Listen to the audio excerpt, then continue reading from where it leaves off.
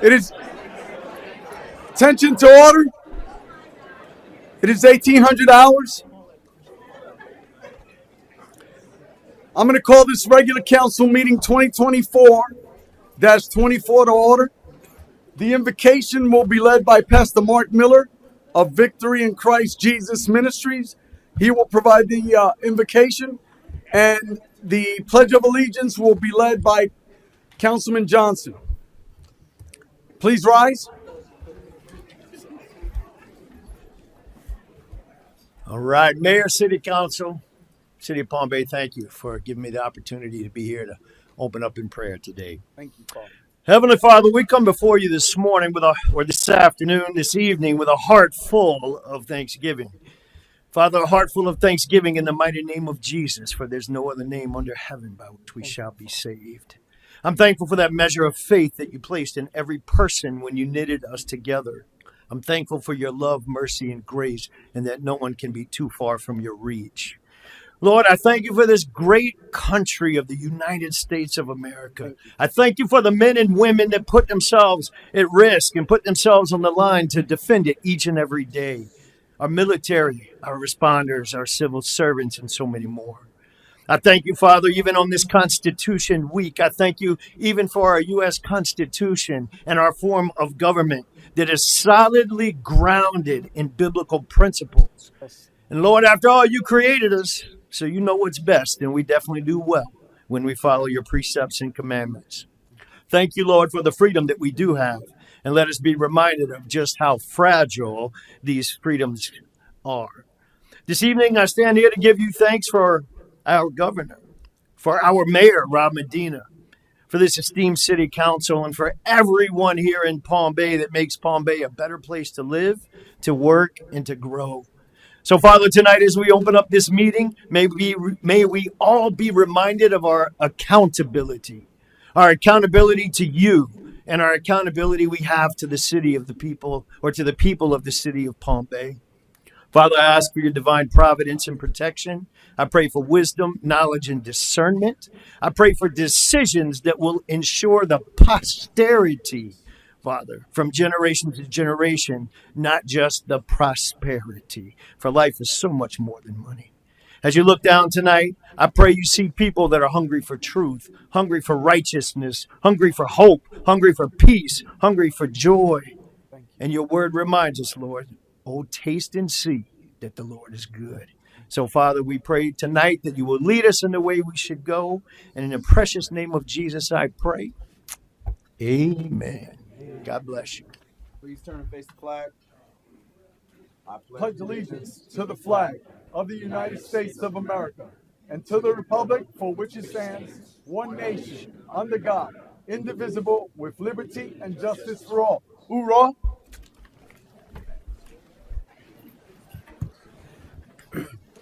Thank you for the invocation. We're now on roll call. Mayor Ms. Medina, Jones. Mayor Medina. Present. Deputy Mayor Felix. Here. Councilman Johnson. Here. Councilman Weinberg. Here. Ms. Sherman. Here. Ms. Smith. Here. Thank you, ma'am. Deputy Mayor. Thank you, Mayor. We have 3 vacancies on the Youth Advisory Board, represent at large student member position.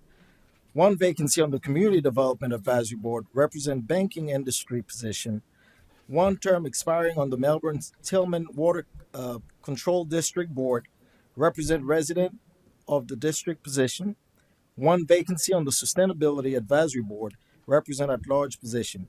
Anyone wishes to serve on this board may apply online at palmbayflorida.org or contact the city clerk's office at 321-952-3414. Thank you, Deputy Mayor. We're now on agenda revisions, and Madam Sherman. Thank you, Mayor. I have 3 items to announce. The first is the applicant for item number 15 under public hearings is requesting that the item be considered earlier in the meeting prior to the first public hearing. I need a motion, Council. Second. I got a motion by Deputy Mayor Felix, seconded by Councilman Weinberg. Any discussion, gentlemen? Seeing none, all in favor signify by saying aye. Aye. Passes 4-0. The next item is staff is requesting that item 16 under public hearings and item 8 under consent agenda be continued to the October 17th regular council meeting. Also, item 5 under consent agenda is requested to be continued to the October 3rd regular council meeting. So that is item 16, item 8 under consent, and item 5 under consent. I need a motion. So moved. Got a motion by Councilman Johnson. Second. Second by Deputy Mayor Felix. All in favor signify by saying aye. Aye. Passes 4-0. Next, ma'am. Consideration of travel and training for specified city employees, specifically the building department, has been added to the agenda as item number 2 under new business. Thank you. Thank you, ma'am. Madam Smith, No, sir.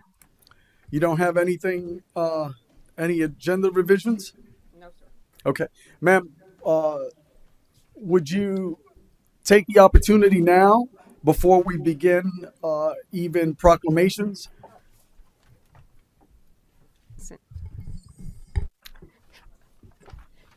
Sir, you're asking me to read the decorum statement? Yes, ma'am.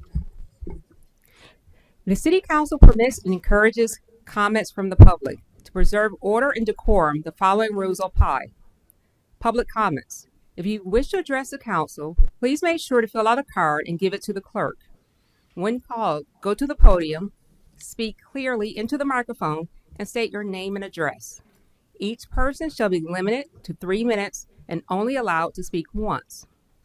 When addressing the City Council, direct your comments to the City Council and not to individual council members, staff, or members of the public. Speakers and members of the audience shall refrain from shouting, using threatening language, and violating rules of order, including for agenda items, limiting your comments to the subject of the item being addressed. Violation of these rules may result in the issuance of verbal warnings. If violations continue, violators may be removed from the council chambers. A speaker may not be removed merely because the content of the speech is not politically pleasing or acceptable. Thank you, ma'am. So we are now, if anyone in the audience here is for public hearing 16 or consent agenda items 5 and 6, these items have been continued and won't be considered at tonight's meeting. Anyone? All right, so we are now on proclamations and recognitions.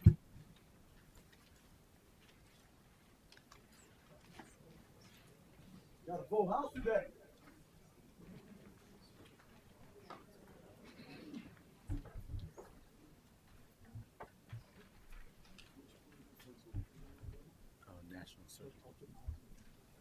Okay, is Miss Michelle Sharon and Stephanie Hurst in?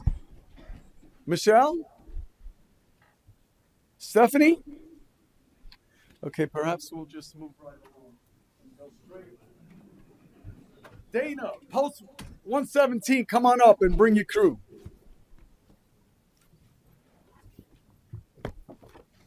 Outstanding. Thanks for being here. Thank you.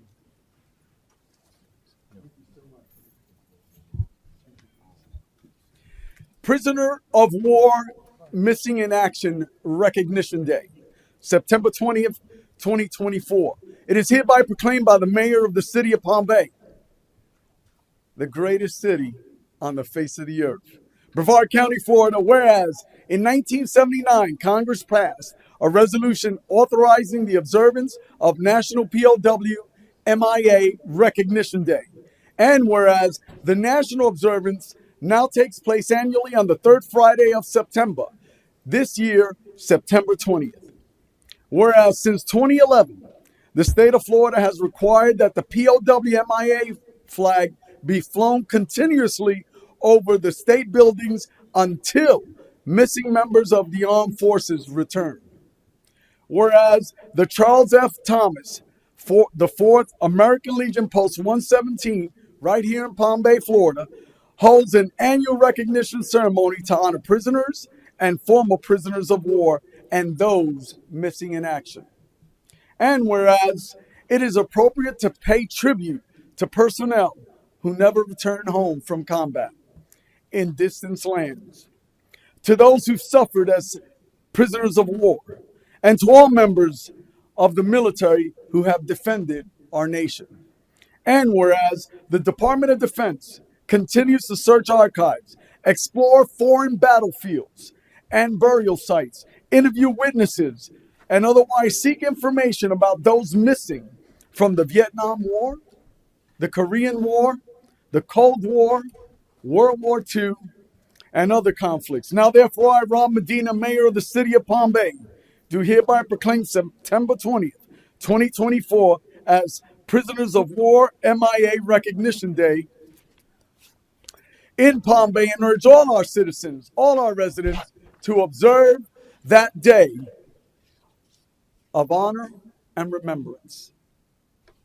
In witness hereof, I set my hand and cause the seal of the City of Palm Bay to be affixed this 20th or this 19th day of September 2024. Ms. Dana, step right up. Thank you. Thank you so Thank much. you. Thank you. Thank you, Mayor Medina, council members, and the City of Palm Bay for always supporting American Legion Post 117, and of course, all of our other posts within Palm Bay city limits. I'd like to share a little bit in reference to the American Legion's stance on the POW MIA. The American Legion is committed to achieving a full accounting of all POW MIAs from the Gulf War, Vietnam, Cold War, Korean War, and World War II. This means returning living POWs, the repatriation of their remains, or finding convincing evidence why neither of these is possible.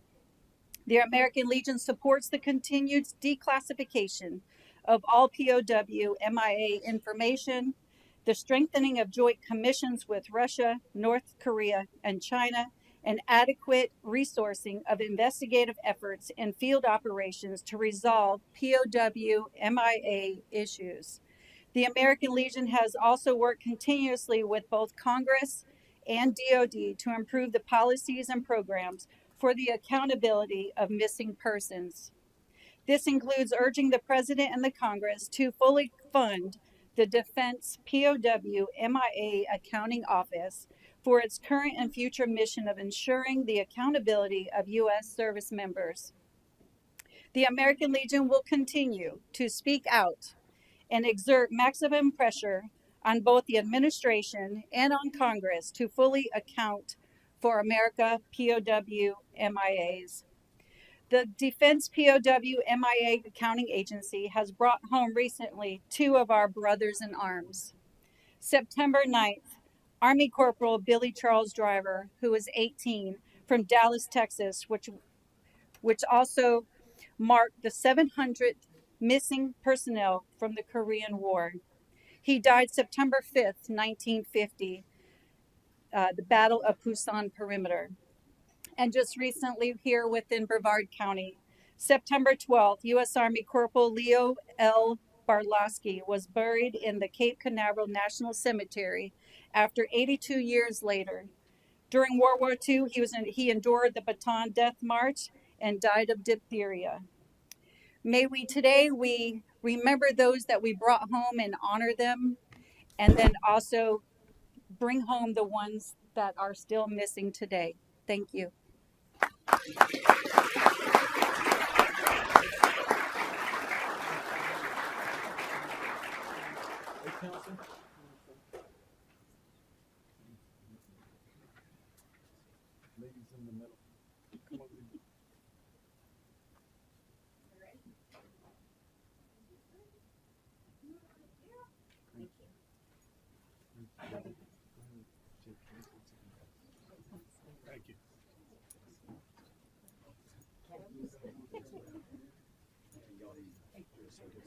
Is Michelle here?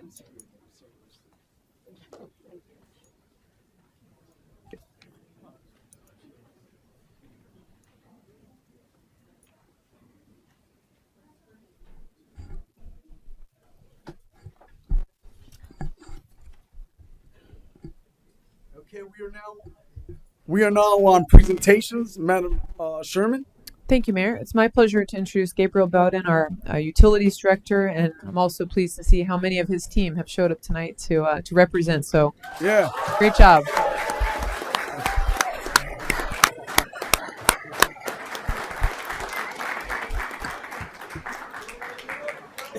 Le- ran out of money, so I don't know that. Hey, hey, can they just all stand so we get a better picture? The whole room. Look at that. Look at that. Hey, that's your utilities department. Outstanding. Outstanding. Thank you. Thank you. Mr. Mayor, council members, thank you for the opportunity to present and represent the great men and women of the Utilities Department for the city of Palm Bay. It's my great honor, to represent these men and women, and I hope I'm able to do them justice tonight. We've got 5 topics to look over tonight. We're going to do a general overview of the department, look at some of our infrastructure, some key updates on projects, regulatory updates that are important to know, and then also look at some critical department priorities that we're looking to address. First, we have 188 budgeted employees in 6 different divisions in the water department. And last July, we were recognized and designated as essential first responders. We're very proud of that designation and recognition of what we do during all events and all times during the year. We have infrastructure on 2 a regional water and wastewater on the north and the south, as well as a repump station near the middle of town. At the north, we have a lime softening water treatment plant, a conventional activated sludge wastewater plant, a wastewater reclamation facility, and an elevated storage tank. In the south, we have a reverse osmosis water treatment plant, and soon, in April of next year, we will have a water reclamation facility ready and up and running. Some additional infrastructure that we have is out in the distribution and collection system. We have over 1,000 miles of main across those 3 areas. We have over 7,000 valves, 3,200 or so fire hydrants, and 5,000 manholes and 131 lift stations that we maintain. Aging infrastructure is an issue for us. This is a couple of bad examples, good examples of some of the infrastructure that we maintain. This is a pump house a lift station pump housing and a water main break that we've had in the last year. Sir, I'm not gonna tolerate a breach there. Oh, as you were. Carry on.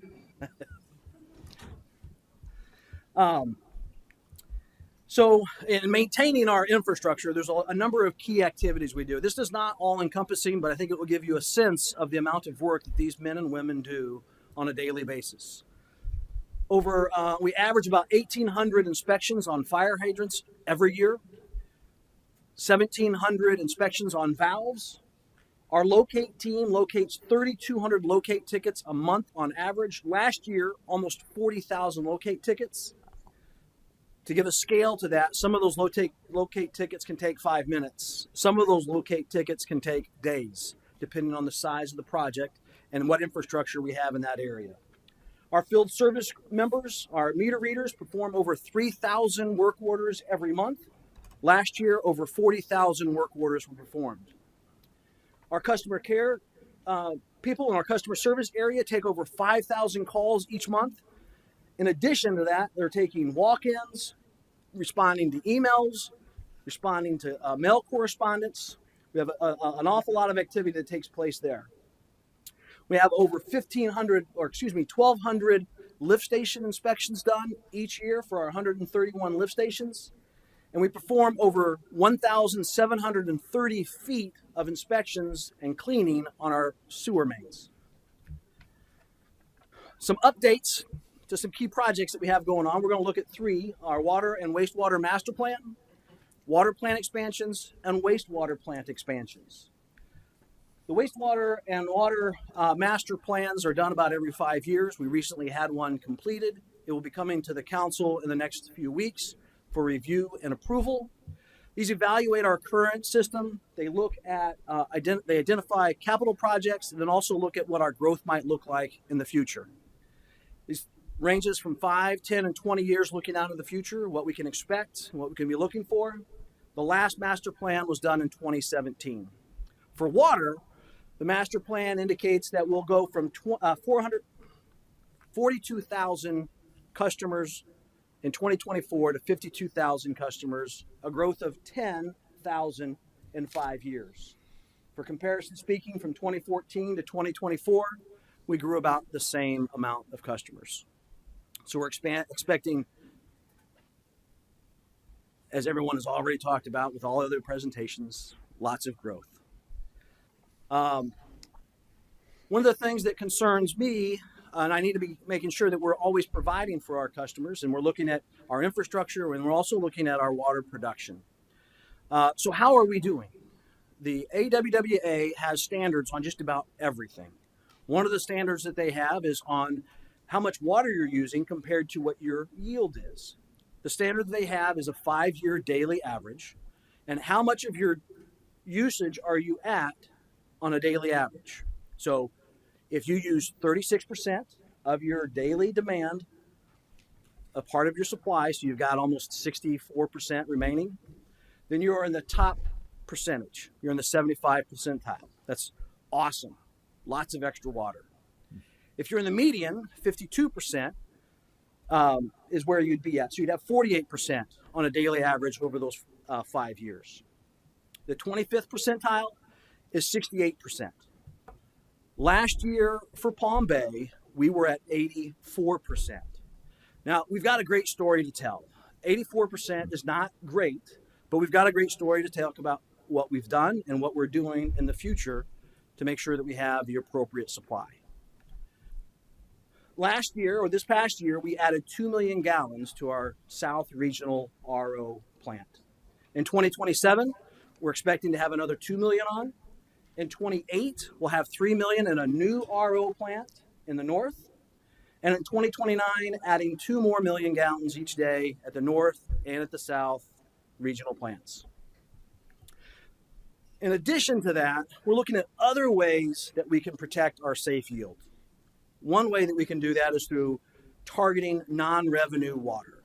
A quick explanation of what non-revenue water is if we produce 1,000 gallons at the plant, you should sell 1,000 gallons at meters. However, non-revenue water means you didn't sell all of that. So what's a good number and where are we at? Palm Bay is presently at about 17.7% non-revenue water. Not terrible, but it's not where we need to be. A lot of places can be at 20, 30, even 40% non-revenue water. We want to target 12% non-revenue water. That way, more of what we produce is being used by consumers rather than being lost in the infrastructure. We also are looking at our north well fields. They are old. Some of them have lost capacity. Bob, our superintendent at the North Plant, has been doing a great job over the last year and a half rehabbing these wells. We're going to continue to do that so that we have a safe yield year after year. In addition to that, we're looking at replacing some of our wells that are now out of service because of one reason or another. We're looking at a number of different locations of where we might be able to do that and exploring if that makes sense. In addition, we're looking at re-rating our South RO plant, going from a 6 million gallon a day rating to 6.3. That we're hoping that takes place in the months ahead. So all of that work that we're doing, we have planned. We're at 84% in 2023. This year, we're at 71%. That 2 million gallons that we added this year has made a huge difference for us. And by 2029, we will be in that median percentile at 50%, actually a little bit better. We're right in that area. So we're very excited about that. And I think we have a great future ahead of us as it relates to our water supply. So for wastewater, sewer accounts are expected to go from 21,000 to 25,000 in the next 5 years. Again, about the same growth took place in the previous 10 years. For wastewater, we are expanding, we're creating a new water reclamation facility in the south. We expect that to go online in April of 25 with 1 million gallons a day, followed in 26 by adding another 1 million gallons a day, and then targeting in 2028 to add a third 1 million gallon a day. The North Wastewater Treatment Plant, we are also considering a rehabilitation study. As we get to the BMAP, I'll kind of explain why we need that study and why we're kind of waiting, because we're waiting on some clarity in some areas. This is a artist rendering of the South Regional Water Reclamation Facility at its total build out. We can, if we need to, design up to 12 million gallons a day at the South Regional Reclamation Facility. So let's turn our attention to some regulatory updates. We want to look at the BMAP, the Basin Management Action Plan, lead and copper revisions, as well as PFAS regulations. Basin Management Action Plan, you've heard this before. This has been presented before. This is just high level. We are continuing to monitor this and make sure that we are compliant with it. Some key points. Am I out of time? Carry on, sir. Key points is we need to reduce total nitrogen and phosphorus in our treatment plants and through septic systems. Impacts to the wastewater treatment plants is we need to, for our reuse plant, we need to have total nitrogen at less than 10 parts per liter, or milligrams per liter.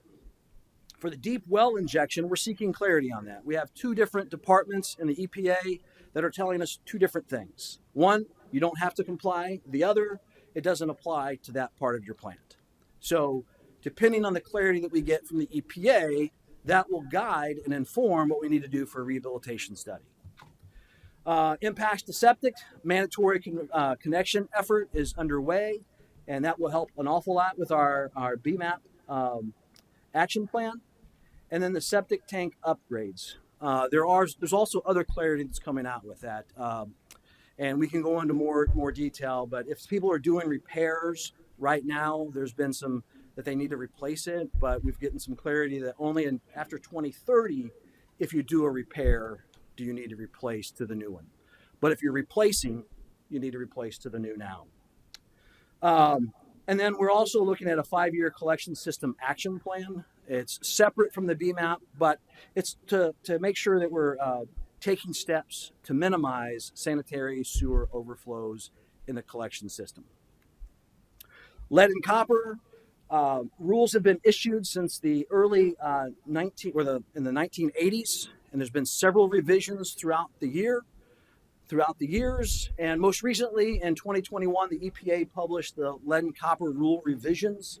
Some key things to take away from that, and what you'll be seeing in October, we'll be publishing on our website service line information for both the city and the customer side. We'll be publishing that inventory. We'll be sending that inventory to the EPA, and we're developing notifications to those customers when we don't know what their side of the material is, to let them know that, one, we don't know what it is, and to let them know what some of the dangers of lead are. We'll also have that information on our website. The lead and copper rule improvements are looking at some of the things that were in the lead and copper rule revisions and kind of pulling them out of that and looking at changes to them that we might need to start looking at in 2027. So we're working hard to make sure that we're compliant in all of those areas. PFAS regulations in April 10th of 2024, the EPA announced their final rule on 5 PFAS chemicals. In the next 3 years, we have to make sure that we're monitoring at all the appropriate locations for these chemicals. And public water systems, if they're above the MCL, then they have to have corrections to that by 2029. Now, the good thing is, as we go to RO, that takes care of all the PFAS issues. So we're already kind of ahead of that game. Great news. So what are those chemicals and what are the MCLs? So 4 parts per trillion is the MCL for PFOA and PFOS. There's long names. I'm not a scientific type of guy. I'm from Indiana, so I can't pronounce them. But there's 4 parts per trillion. Now, I can tell you what that looks like. That looks like looking for 4 needles in a 24-story haystack. That's an awful lot of hay for just 4 little small needles. So it's a very, very, very small amount. In fact, it's almost to the detectable level. It's so small. So those are the areas that we'll be sampling for. and making sure that we're compliant for by 2029. So I want to also now turn our attention to critical department priorities. Looking really closely at employee recruitment and retention, project delivery, and regulatory compliance. Employee recruitment and retention is really my number one concern. We have a gray wave that is about to crash over us. We have 15 or more employees with 20 years of service. And we have a number of new employees who have just a couple years, but they retired from another utility and have come to work and help us. It's really been a huge blessing to have them to come and work for us. But there's a day where they're going to be retiring. We have a number that are at 30 years of service. Our turnover rate, in the last 3 years, we had 86 separations. 38 of those separations were from employees who were with us for less than 1 year. In our distribution, collections, and plant operations, 62% of our employees in those areas have less than 5 years of experience. 43% have less than 2 years experience. This is very troubling to me. It takes 2 years before someone who comes in to work for us with no experience, forgive me for those of you that have less than 2 years. Address me, sir. They're not adding value that you would hope to be adding with less than 2 years of experience. About 3 to 5 years experience, you're really starting to get some good use out of them, and you want to have them for much longer than that. But as you can see, our turnover rate is quite high. We also have an issue with turn down rate. Now, I don't know if this is an official HR term. It's my term. We've offered a lot of people in the last year. 31 applicants have turned down the job offer for one reason or another, or have been rejected for that job after they've accepted it. In distribution, 13 employees. In plant operations, 18 employees. This really will come to light as we look at the next slide. Councilman Johnson, this is thanks to you. Last week, you made mention about our community outreach coordinator being up for 30 days and how that was not good. I thought that was pure gold for me today. We have positions that have a lot more days on them than that. Now, we've hired people for these positions, but they've been continually posted because we've not been fully staffed in those areas. First, utilities technician. It's been posted for over 200 days. So for over 200 days, we've not been fully staffed with our utility technicians. Our wastewater plant trainee has been posted for over 30 days without being fully filled. And most concerning, Bob, who's doing all this great work in our North Well field, he's been looking for an operator for 1,200 days. This week, we thought we had that filled. Sorry, I was going to look at Bob. Sorry, Mr. Mayor. But Tuesday, we were notified that the person who accepted the job had to turn it down because of family problems back in New York. So we have a lot of issues with the gray wave, turnover, especially with our younger employees. If we can't get them to stay, we're not going to be able to replace people as they retire, and then the turn down rate. What are we going to do to address this? Mr. Mayor, I want to tell you that it starts with leadership. Me as a leader, I have to set the right tone in the department. I have to work with our leadership. We have to create a place that people do not want to leave. We have to encourage our leaders to not get into leadership because they want to be in charge, but because they want to take care of those in their charge. We want to invest in our leaders so that they're growing and they're developing, so that they're a better leader today than they were last year. It's extremely imperative that we care about people and that they know we care about them. I tell the staff all the time, I'm not in the water business, I'm in the people business. I'm doing this because I care about people, and I want to make an impact on people's lives. And that's the type of culture we have to make sure is very deep within water utilities. But that doesn't get us everywhere we need to be, but it's the number one thing that we have to do. We also have to evaluate our organizational structure. We have to create opportunities for people to grow and develop. Younger generations want rewarded quicker. They don't want to wait 10 years to go up one position. We have to look at ways that we can make that happen quicker and develop them and also begin to make pathways for those positions where people are going to retire in the next few years to have leaders right behind them ready to go in advance. And finally, evaluating our compensation structure and work environment. We need to be more competitive. Many times people are offered the job and then say, will you give me $3 more? And our answer is no. And they say, well, I can't take the job. So we need to be more competitive if we're going to attract and keep employees. We also need to modernize our equipment, our tools, and our technologies and our workspaces to show our care for our employees and to make it easier for them to work well into the future. So that's our number one challenge, but we also are looking at project delivery. How can we ensure that we're delivering on these plant expansions, that they're coming when we need them, and that we're not having to tell people that, I'm sorry, you can't have that ERC because the plant's not ready. We cannot allow that to happen. We have to deliver on these projects. Also, we have to make sure that we're meeting these regulatory compliance and we're delivering them on time without any failure. Thank you very much. I appreciate your time. So thank you.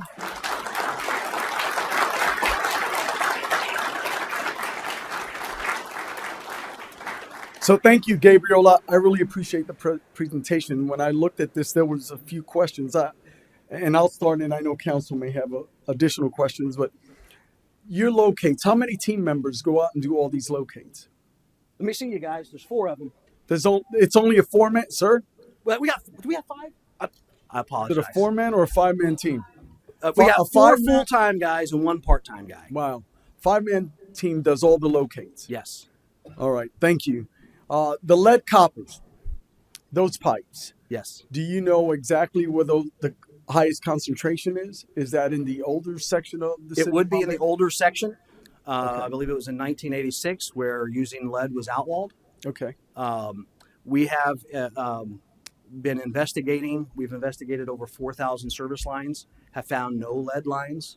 We have found a very small percentage of galvanized lines. However, we're not expecting to find a lot of lead lines in Palm Bay. Okay, that's good news. And if so, we'll provide that inventory to who, the EPA, you said? That's correct. Okay. We will be submitting an a inventory in October to the EPA and also publishing on our website so citizens can go in and see their location and what we have for our side and what we have for their side. And we will, over the next 3 years, be updating that and having all of those identified. Part of the LCRI is submitting an updated inventory list. Okay. So it's my expectation and my goal that when we get to that point that we have all of our service lines identified. Okay, and just when that occurs, are there any EPA grants for our citizens regarding that conversion? Yeah, there are different funding sources available, and be happy to look at those and get those to you. Yeah, we should explore that at the same time we're providing that inventory to the EPA. Yes, sir. All right. Thank you. Then the next, before I tee it over to council, let's talk a little bit about Bob. Yes. In the North Plant. Yes. And the 1,200 days plus, that position that was awarded and rescinded by the applicant. Yep. Was there a reason why he decided, did he get another job or was it a pay issue? For that position, it was a family emergency. Understood. Back where they were coming from. Okay. And so previously, what has it been? It's been 1,200 days. Yes. So what qualified applicants, finding qualified applicants, and also the pay. All right. Thank you. So for that position, 1,200 days, we've had 25 applicants for that position in 3.5 years. That's a very small number of people who've applied for it. So we're not attracting them. And why aren't we attracting them? So culture is going to be a part of that. Okay. As I'm just being honest. Yes, sir. I've heard different people say that if you have an opportunity to work in this city or this city, they're going to choose this city. We have to change that. We have to change that culture. That's great. But the other part is pay. Well, pay is part of the culture too. Yeah. Yes, sir. All right, so I'm going to tee it off to Councilman Weinberg. Thank you, Mayor. Thank you for the presentation, Mr. Bowden. A couple of questions, just one clarification on slide 9, the main clearing, the CCTV inspection. You said it was 17,300 feet a year. In actuality, it's 173,000 feet a year. It's over 30 miles. So that's pretty impressive. Yes, that's quite a bit of. On slide 15, how do you plan on reducing the non-revenue water use? That's a great question. Tommy, our assistant director, has been working very closely with our water quality team and our distribution team to find out where we have dead zones and where we're flushing a lot, and how can we manage our system? How can we change the flow of water so that we're having good flow go through an area to reduce how much we have to flush? So we're also looking at that, but we're also looking at where do we have leaks? You know, are we addressing those leaks in a timely manner? Are we finding all of the leaks that we have? Those are two key areas that will really help us with non-revenue water. Okay, I think just one other question on slide 27. The 31 people who turned down offers. Did anyone interview them to find out why specifically? So it's a great question, and that is something I'm asking of my staff as people turn down jobs or as people leave, is to ask them why they're leaving so that we can develop a more robust database of why people are turning those down. We do have indications in NeoGov of different why some of those people turn it down, and a lot of times it's been because of pay. Okay, understood. I'm looking forward to in the future, sometime hopefully in the short future, how you're going to address some of these problems and getting hiring more qualified people and getting them to stay on the job. So I think that's something that really needs to be addressed. So, but again, thank you for your presentation. That's all. Councilman Johnson? Thank you, sir. And Councilman Weinberg, I agree with you. I think that's something each department can look at if the job is turned down, the why, so that way we can address it moving forward. Only question I had, sir, are you seeing or have you seen in the past an increase in cities removing fluoride from their water? Yes, that is a trend that's happening. A lot of communities are moving away from that. The range, the targeted range, and Bob could help me with this. He's great at the numbers on this. The targeted range of 0.7 parts per milliliter. There's studies out that show that just double that can cause can cause IQ issues. Yep. with children. Yes, sir. So, and again, for that, it's a drop in a 55-gallon drum of water or 2 drops. So 1 drop, It's one way. maybe you're good. 2 Yeah. drops, you're impacting IQ. Yes, sir. Because that's something I would love. I've been debating back and forth on bringing it up to council, but that's something, looking at how it affects pregnant women as well. I would like for us to consider looking at having fluoride removed from the water. So, no. Well, no, Oh. I'm I was raised with fluoride. I wouldn't be. My teeth are good. We got fluoride in our toothpaste. I don't feel like it's enough to, there are definitely ways that you can work with schools and different places to do fluoride treatments on teeth. There are a lot of options to help people get fluoride for their teeth other than putting it in the water supply. Yes, sir. And that's where I'm at. So, all right. Thank you. Deputy Mayor? So thank you so much. I'd like to commend you and your staff. Congratulations on a great presentation. Thank you so much for the direction of this department. I know it was one of our concern for a little bit. You certainly display great leadership in a short period of time. I welcome that. You said a few things that are critical. You said something about, you're in the people business, and that hit home for me. Being in the private sector, I understand what that means, right? I had 2 jobs my whole life. I work for a great company, public supermarket, and I work in banking. People ask me, what are the 2 has, to do with each other, right? Supermarket, banking, people. At the base of it, common denominator is people. So I understand you talk about culture, and this is critical. Your people is the heartbeat of your business. Whatever you're in, you take care of them. They'll do right by us. They'll do right by you, and we all would be satisfied. Our resident would be satisfied. Thank you so much. But I want to mention the area of hiring. I know some of these skill sets, they are very specific. Are you tapping into your resources, your higher education institutions? Are we having conversation with Eastern Florida? I've often mentioned I feel like this is one institution. I don't know if we're getting all value out of, if Eastern Florida is hearing me, are we getting our best value out of this institution here in our community?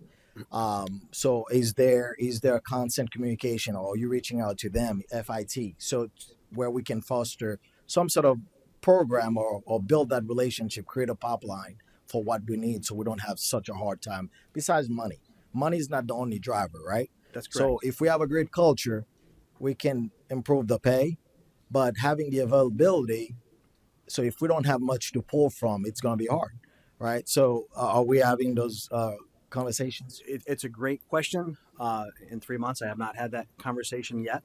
We have had conversations of how we've done it in the past and how we might do that moving forward, not only with the higher education learning, but really where we need to focus is on high schoolers. We need to get them there. You can be a water operator without having to go to college, and you can be it can be a great career. You can have a great career in the water industry without ever having to go to college. Come on. So Isn't Heritage have a program of some sort? I believe do. Heritage, right? They do have they partner with, what is it, Shapes? Yeah. Or not Heritage, Bayside. Is it It's Bayside. Okay. Bayside. Yeah. So I would certainly, is it Heritage, right? Oh. Yeah, okay. and we do have one operator who's got, I think, 4 or 5 years that came through that program, and she's an awesome operator, and we're very lucky to have her. I think, yeah, we should foster those relationships. Let's have a conversation, see how can we encourage our young people. There goes a pathway, right? Not 2 years or 4 years college, not for everybody. That's right. And there goes an opportunity here. We have a need. Let's just fill this position. But it starts with a conversation. Sometimes we have to bring the conversation forward. If council can help in fostering that relationship with a letter or somewhat, sometimes the school board move a little bit slower. Let's do that. Thank you, sir. Thank you, sir. No, thank you. In 90 days, you really come through. And I think you hit some key points. Building a culture takes time. Yes, sir. And hitting these key facets is going to take some time, but you're moving in the right direction. That's the first thing. Then the second thing I want to share is you're spot on where creating a trade, creating that specific skill set is critical. And if we could get high schoolers on board, and when I said Shapes and Bayside, I was talking about that light manufacturing where they build for the F-35, which that's where I was going. But if we could continue to partner, I want to echo what Deputy Mayor said. I think that's spot on. We don't need to go to higher education. You're building that industry here. So I really commend you in just 90 days. You've come up with this outstanding presentation and identifying where we need to go. So I commend you for that. Now, Madam Sherman, he mentioned about in building that culture, getting out to recruit. There's so many things. What can we do as a council to support you and the utilities department going down that range? We'll let you know. Gabriel's got a lot of great ideas. Many of those are things he can implement without needing to come to council, just, behind the scenes things he's going to do to improve the conditions and the situation. But when we bring you items that are related to the growth of the department and the needs of the department, certainly the information that was shared tonight is to prepare you for those asks when they come in the future. So, and this is an enterprise fund, is all I. Yes, sir. Thank you. Again, Gabriel, outstanding job. Thank you. Thank you, sir. And to the entire team, way to go.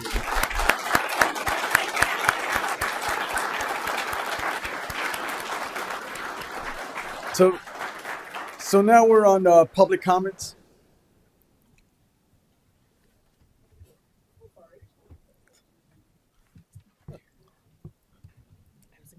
Something else we need to move before public comments? Mr. Robinson, would you place that back up on the screen, please? Decorum. The decorum, please. What is utilities about to secure?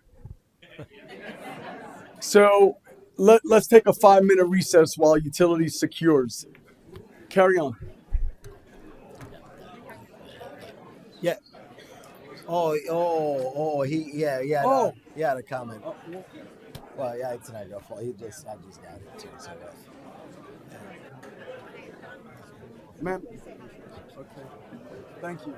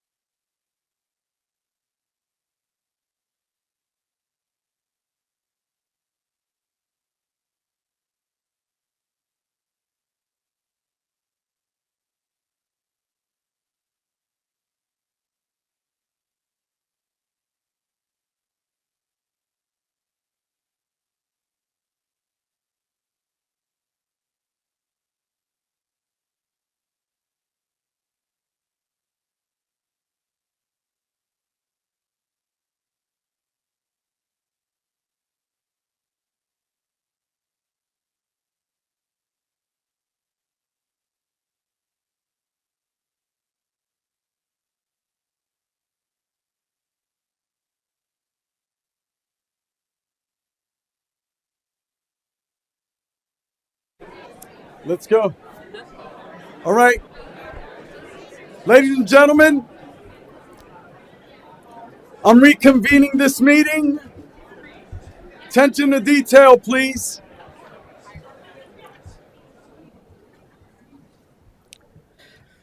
So, it is my understanding that, Deputy Mayor, you have a public comment regarding the presentation. Correct. Is Yes, that sir. correct? Yes, sir. Can you please call that individual up? Mr. Batten?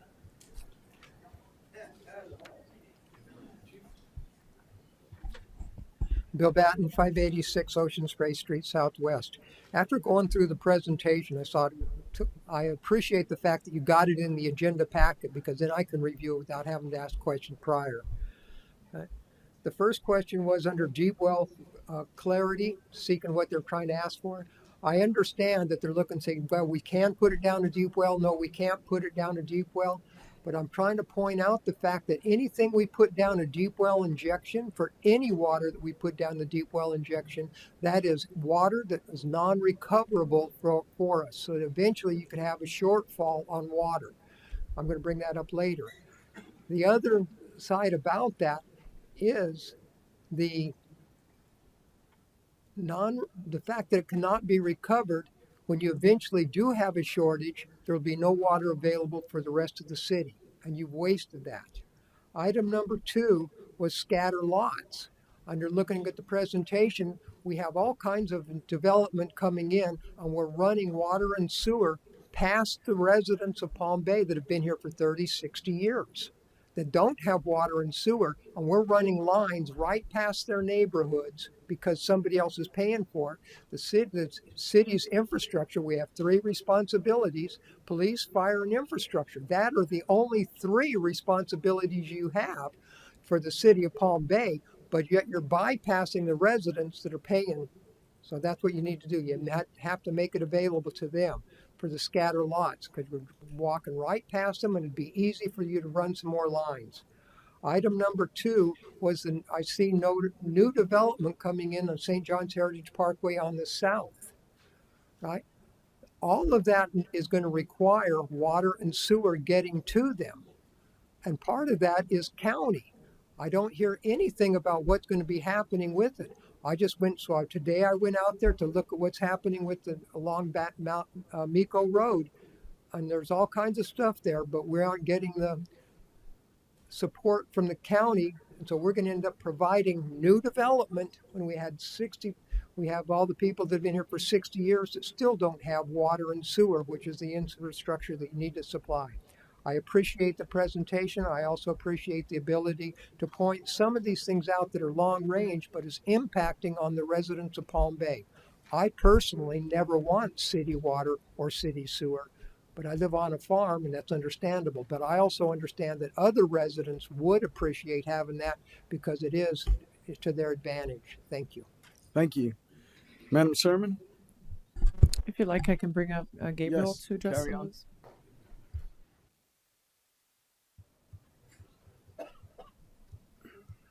Thank you, Mr. Mayor. So speaking first to the scattered lots, there are different grants available that I've been learning about as I've been sitting in council and hearing customers or citizens' concerns. I've been exploring different options, and we're looking at that in even more detail of what we can do to start to expand being able to get into some of those scattered lots with mains. Some of it might be through wastewater and then be able to piggyback on water. So we are making that an earnest objective to look at and begin to find funding sources for that. The deep well injection, just a little point of clarity there.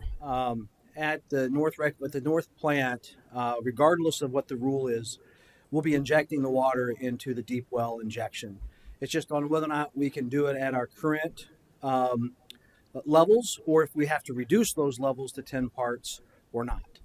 So, and to Mr. Batten's point, in Texas, where I came from, we had to produce the water to such a clarity that we could put it back into the streams because it was reused an awful lot. But that's not what's happening in Florida. It's a different ecosystem than what I've been used to in the past. So we'll work on the scattered lots and trying to find available funding to do so.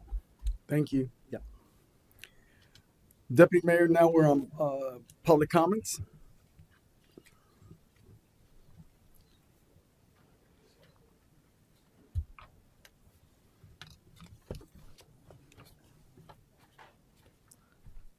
Tom Ribnick. Ribnicki. Handwriting is pretty.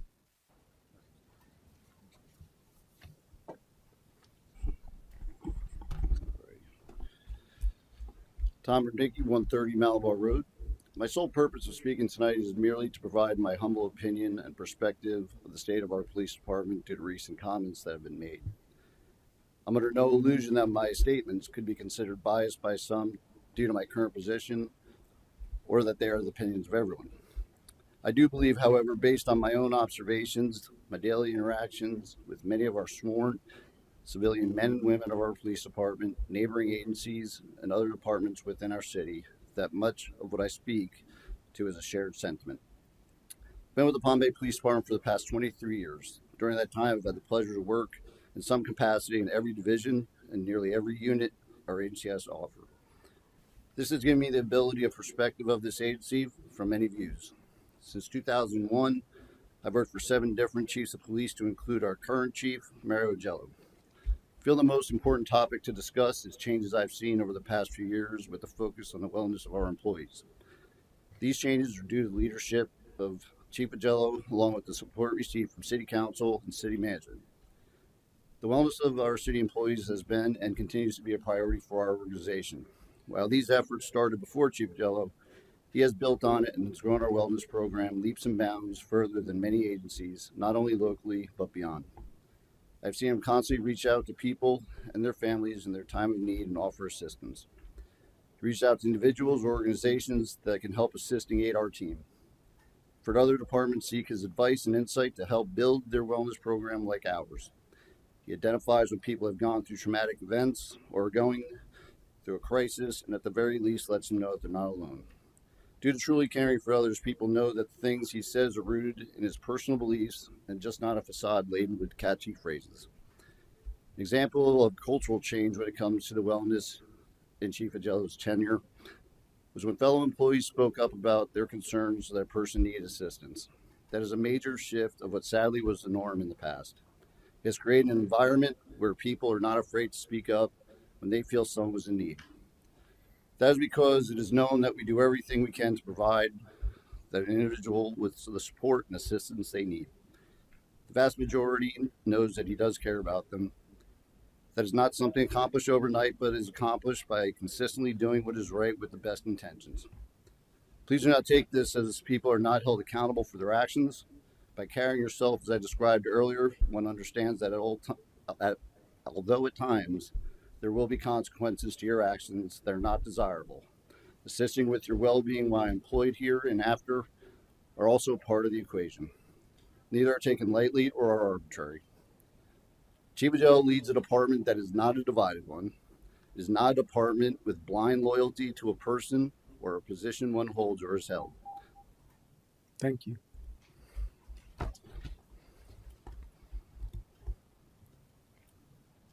Next speaker. Mr. Nicholas Friends.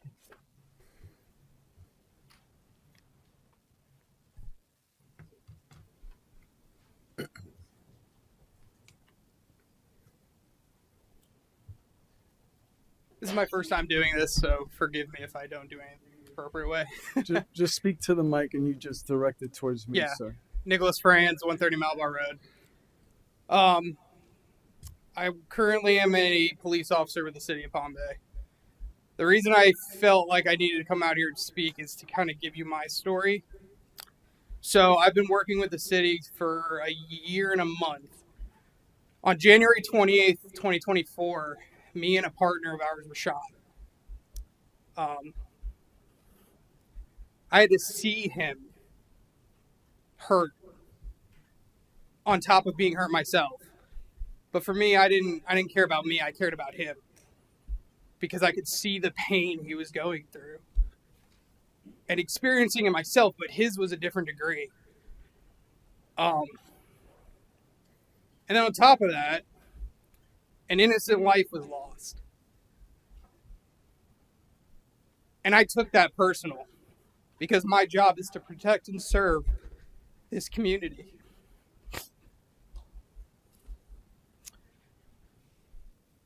And I was having a hard time with that.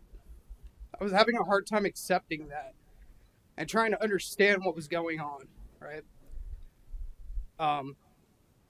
Between dealing with an injury in and of itself that I didn't know if I was going to be able to keep my leg, but hoping I could, and having to recover from that, eventually I did. I learned a lot. The body's capable of a lot of things.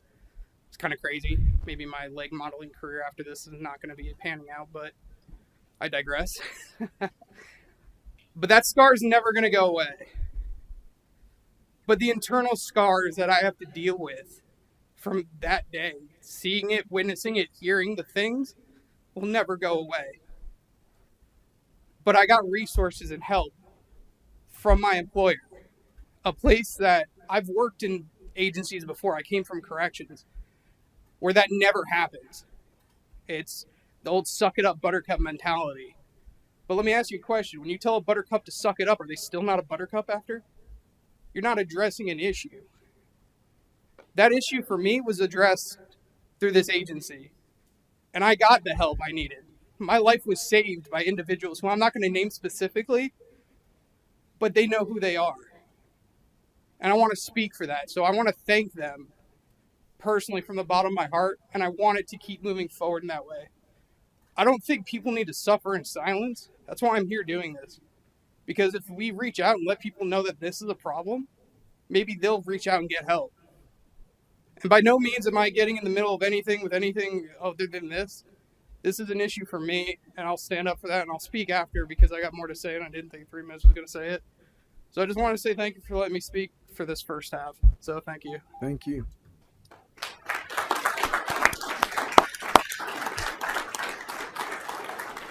Mr. Mayor? Yes. Mr. Mayor? Yeah, if I may, I just want to, Officer, I just want to thank you for sharing your story. Thank you. And moreover, knowing that he was wounded in the line of duty, right? Absolutely. So thank you, Officer France. Next speaker. Mr. John McGee.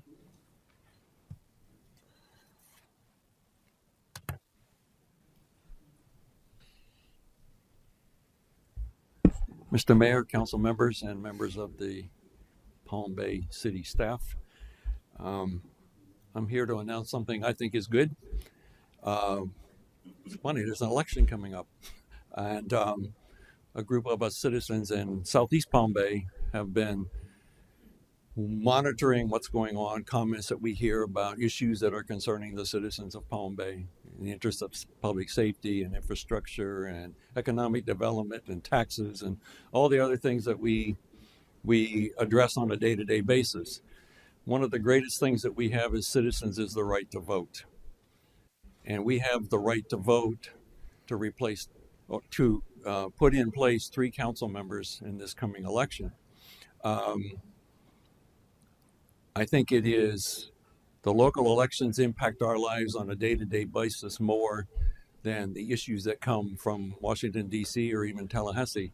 The issues of public safety and crime and water and utilities and education and traffic and development. Those are all local issues that we all have to deal with.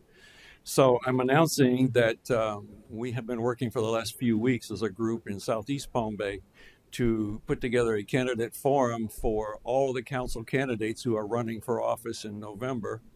And we are pleased that as the time I walked in the door, 7 of the 9 candidates have accepted our invitation to participate in a public forum, not a debate, a forum, where we can ask questions to the candidates, and then we will open the floor for candidates and to either respond to those questions, but we're also opening the floor to citizens to come and ask questions of the candidates themselves. So this is not limited to the people in Southeast Palm Bay. It is open to the entire city of voters who want to come and participate in this and hear the candidates, talk to the candidates, and hear what they have to say. So this will be on Tuesday, this coming Tuesday, the 24th at 6 p.m. at Grace Bible Church in Bayside Lakes. They've graciously agreed to host this for us. We needed a venue that seated more than 100 people. So Pastor Cannon has agreed to allow us to use that facility, and I extend the invitation to everybody that's concerned. Bring your concerns, listen to the candidates, and for God's sake, vote. Please vote. I looked at the statistics in Palm Bay for the last few elections, and in the primary election in August, 24% of the voters voted. In the last election in 2022, 45% of the registered voters cast a ballot. In the election in 2020, 65% of registered voters cast a ballot. That means we have a lot of people that are not exercising their rights and are not getting involved. So I'm hoping that a forum like this will help people get educated and understand. Thank you. Next speaker. Mr. Steve Bland.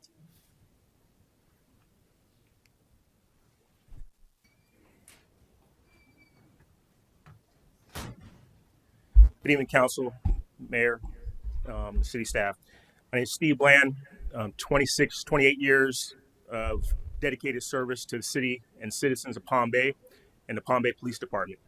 I gave my life and heart to that department for those 28 years, and I'm always going to be a supporter of the men and women of the police department.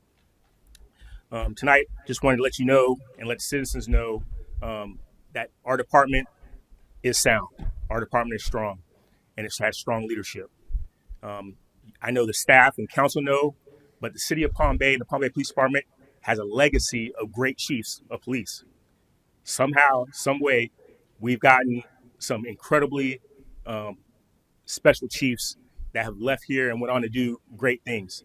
For the citizens that don't know, we have chiefs that went on and been nationally recognized as experts, nationally led national organizations. We have chiefs that went on to be members of the federal government at high levels. And we have a chief that just got the position at Gainesville Police Department. We have a legacy of great chiefs. But none of those chiefs were ever able to bring together a department with compassion and authenticity the way Chief Agello has. And I'm going to tell you why I know that's the case. Because officers who are in crisis, officers who have had problems working and at home, have been able to come to the chief of police and tell him their problems. All right. The other chiefs, they did that, but they did that with their friends. They did that with people they came up with through the ranks. But when an officer at an agency can go to a chief of police and express that he's having problems and that he knows that that chief will solve the problem, then you know that there's been change here. The officer that spoke before said there's been significant change. There has been change.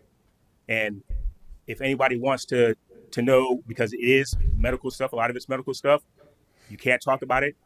The chief and staff can't talk about it, but Human Resources has numbers. Human Resources knows how many people are using services and how many people use services in the last 3 years and how many people used those type of services the prior 5. Those numbers don't lie. Those numbers can't be changed. They're in the books. And so that tells you the difference from a chief of police that cares, that is authentic, and that his people know are authentic. And I'll be back up here if there's another time for public speaking because I have another topic, but that should be the most important part of my message today. Thank you. Next speaker. Mr. Fisher.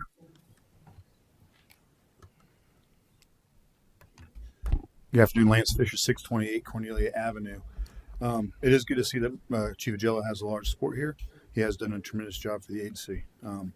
So moving forward. So last week I stood here at the podium and I spoke about 746 Halftoe Street. That's a sober living facility directly across from the police chief. I talked to you about the 185 police initiated calls for service at that residence. These are not calls for service that citizens provide, but these are where officers go and target the address, specifically target them. Just a reminder, the other three living facilities had a total of one police initiated service. This is 0.2 miles from Pineapple Cove Academy at Emerson Drive, where you've had numerous complaints. Ironically, yesterday I pulled a new list from 746, and there's only been one calls for service since September the 6th when I stood before you. So somebody obviously got the word that that's probably not a good tactic. I stood before you guys because let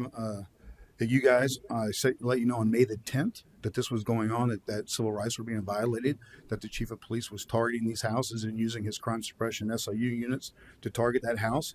I sent each of you an email expressing my willingness to meet with you individually, but I've been told that you cannot meet with me. You can't meet with a citizen of Palm Bay who wants to file a complaint based on that. I wanted to meet with you to express my concerns with Chief Agello's abuse of power and his intent to use his officers to unjustly target a house simply because of the proximity to his residence. I have conducted several public records requests and cannot find any violent crimes, other neighbor complaints, traffic complaints, excessive calls for service, or any explanation of why the chief has personally targeted this house other than the proximity to his location. I'm currently waiting for specific calls for service that was provided for this arrest affidavits.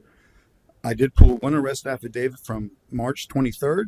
A gentleman was, the arrest affidavit says he was walking in the street with traffic, not facing traffic, and was subsequently searched and arrested. Can't even walk from his own house. I'm not for sure how many times Chief Agello has walked on that side, on the wrong side of the road. I have a series of text messages from command staff on that date. Chief Agello said, "Happy Saturday. Patrol just arrested a new guys from the street." Deputy Chief Spears says, "Sweet." Commander Lutulip says, "That should get him booted." This should be concerning that the chief of police is using his powers and his officers to attack a sober living facility. There's more here. Chief says, "Sorry, pissed over this shit across the street." Commander Ribnicki, "I'll relay it to Mike Smith. Gonna try and get Sam stopped." Commander Lutulip, "Tommy, if you can't try today, I'll get crime suppression SIU back on it tomorrow. Next week, I'd like a list of what the efforts yielded.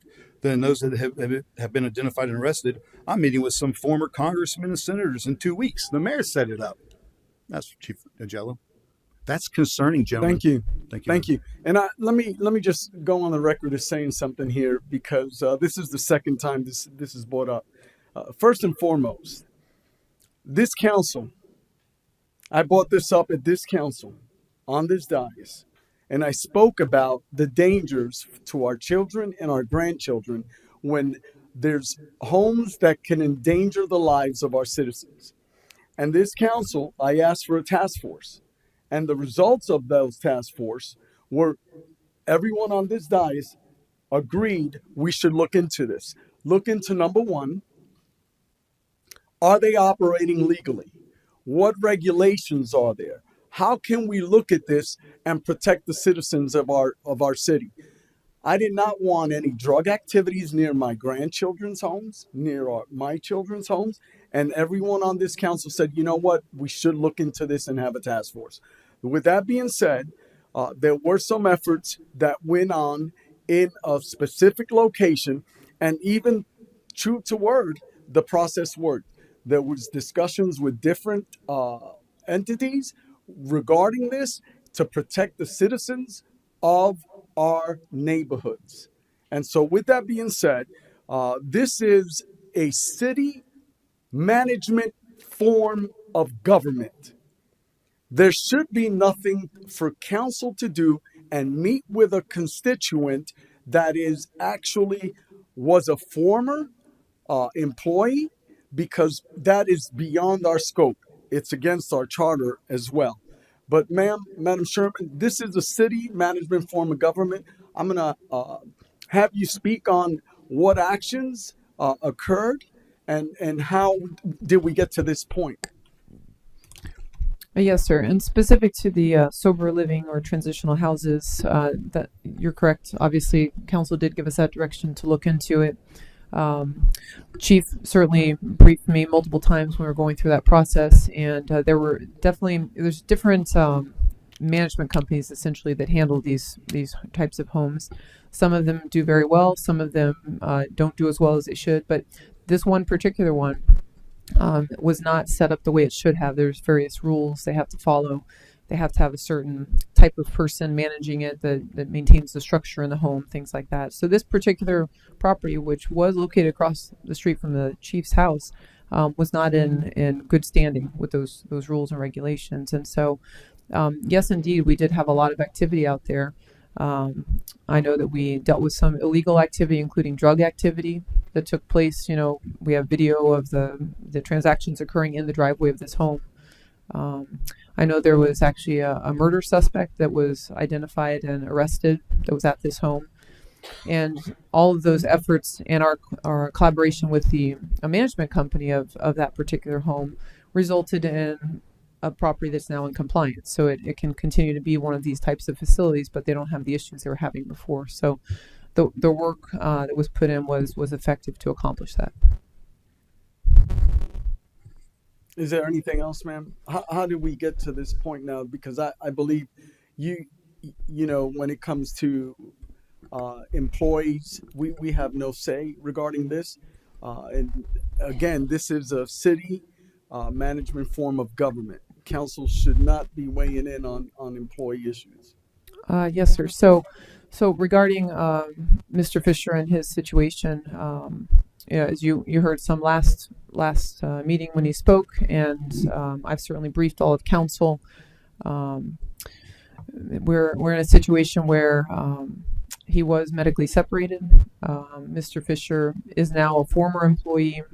He's been treated in accordance with our administrative codes. He unfortunately was in a situation where he had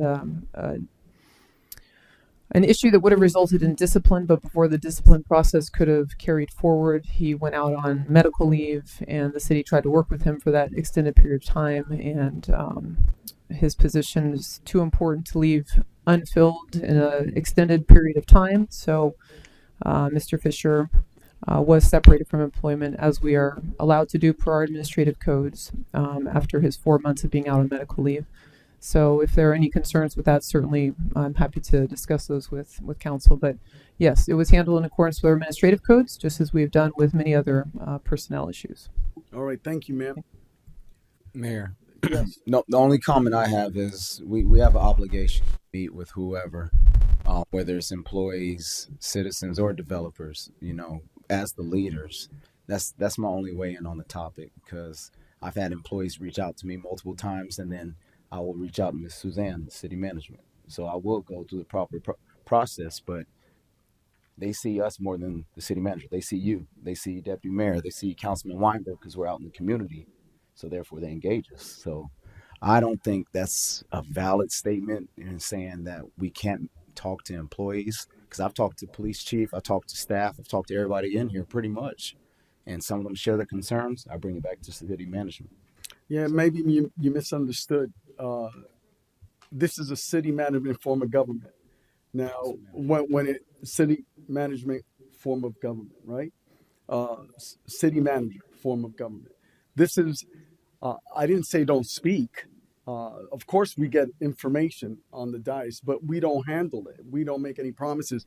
And you're right. We pass that on to the city manager, but we don't get involved. We don't put our fingerprints on it. That's what I'm talking about. Not speaking to individuals. We don't put our fingerprints on it because it's against what we should be doing. Next speaker. Mr. Diamond.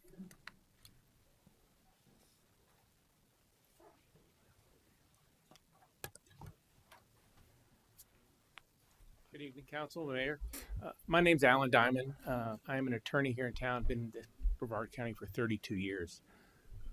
Just to let you know who I am, 10 years as a prosecutor, the last 22 years been working with the Fraternal Order of Police as staff counsel, general counsel for the state of Florida as well for part of that time.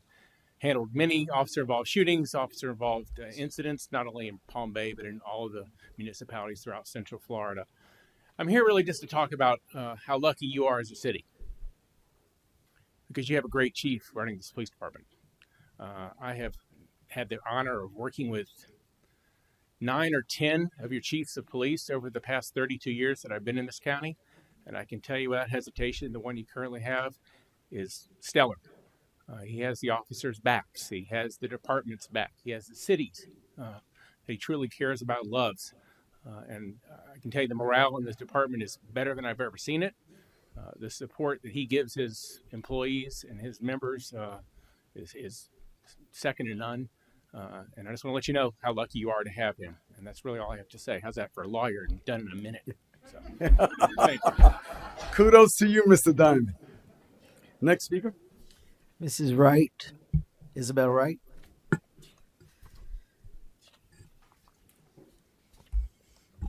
I'm sure everybody's anxious to hear me talk. Hello, everybody. My name is Santa Isabel Wright. I live at 858 Brisbane Street Northeast. I'm here as a resident. It saddens me today.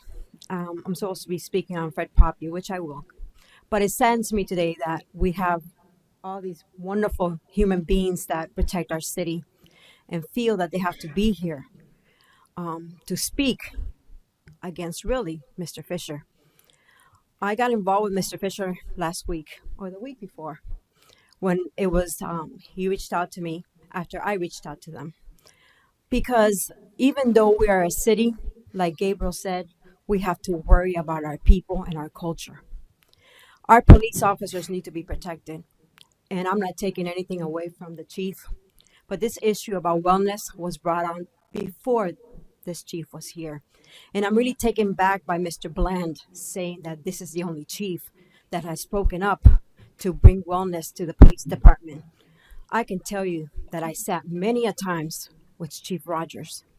I've sat with him. I've sat with Moya and other chiefs because my brother was a police officer and my brother took his life. And he took his life because there was no protection for him. There was no support for him. I offer my support to Mr. Fisher because I have the knowledge. And guess what?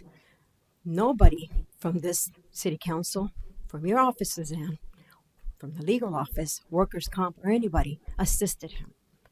Because I was in the medical field for so long, I was able to get his information approved and taken care of. That maybe it was approved a long time ago, but that information was not shared to him. So he was not getting the treatments under workers' comp, but in fact, getting them under his personal health insurance. That is not acceptable or tolerable. We are citizens that pay our taxes, and you sit up there and you guys have to listen to what we have to say. He is a Marine. He is a police officer. And no matter what the personal feelings are about him, we cannot abandon him. We cannot abandon the other gentleman. God bless you over there. Thank God you're safe. Cannot abandon our officers. But it's sad that we have to fill this office here today and hear this conversations to happen. I wanted to say that and set aside. God bless you all, and I hope to God that you're all protected. Now, I'm here about Fred Poppy Park. Fred Poppy was arrested for a DUI. You guys rehired him in 2015 when he already had 2 DUIs under his belt. This third DUI, he lied and said he had no other DUIs.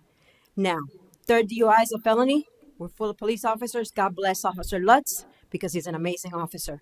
Now, this gentleman has a park named after him, Fred Poppy Park, and it's a disgrace that we continue to have the park after him. Now, I've been asking for this park to be renamed for a very long time, and I'm ignored. So, thank you. Thank you. Next speaker. Mr. Redman. Well,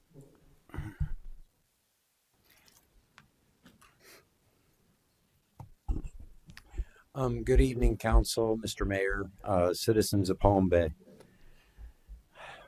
I am here tonight because I have a serious concern about a law that takes effect in January of 2025. It's Florida Statute 125-0231. You might know it as House Bill 1365. It's related to the homeless. This law is going to create a serious liability issue for our city and a serious financial issue for our city. And I am here tonight to request that we have a workshop on how we're going to handle all of these provisions. I know tomorrow the Brevard Homeless Coalition is having their first meeting, but I will say it's the middle of September and the priority for this really needs to move up. For those of you that don't know, it's going to be illegal to sleep or be homeless, to sleep anywhere on the streets. And there's a provision in the bill that allows citizens to sue the municipality if they don't correct anybody they complain about within 5 days. So basically, this could really become a law enforcement nightmare, many nightmares. The county is supposed to, by a majority vote, set up an area that we're going to be putting the homeless in. Now, I don't know if anybody knows history, but I'll just tell you that rounding up people and corralling them, I don't even know if it's constitutional. But it's being fought in the courts. That's all going to be decided. That's not the problem. The problem is it's a law now, and we have to abide by the law regardless. It doesn't matter. And so I don't know, and we can only do this for a year according to the law. We can only have this area for a year. So I guess we're supposed to police our way out of homelessness in a year. It's ridiculous. And what's more important, it's an unfunded mandate. So they expect counties and cities to try to come up with all this money out of their budget to have extra enforcement, people to handle all these complaints and track them. I could go on and on and on with all the issues this is going to cause.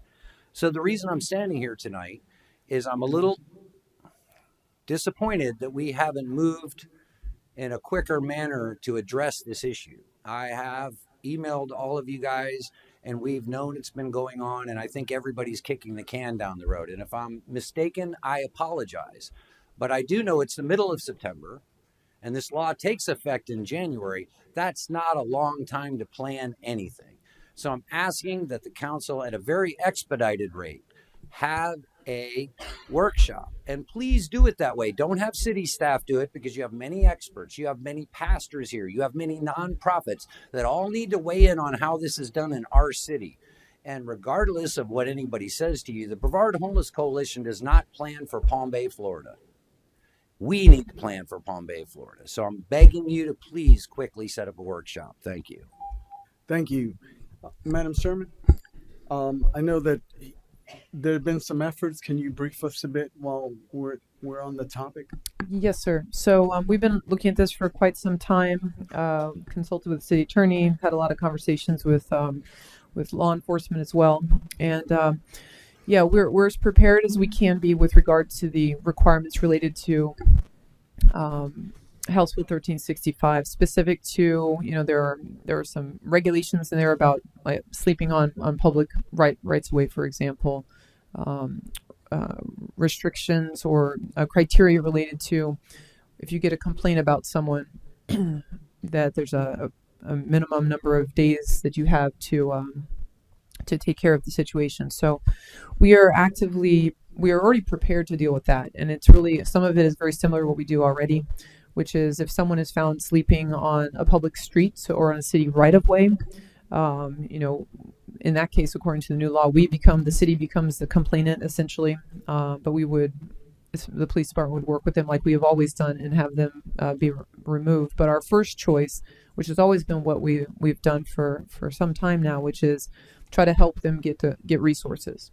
So we always try to find them a solution rather than just, do something that maybe some places are more aggressive and they'll arrest them or do something like that. But we always try to find them resources. And that's one of the reasons why we're actively working with Brevard Homeless Coalition on this.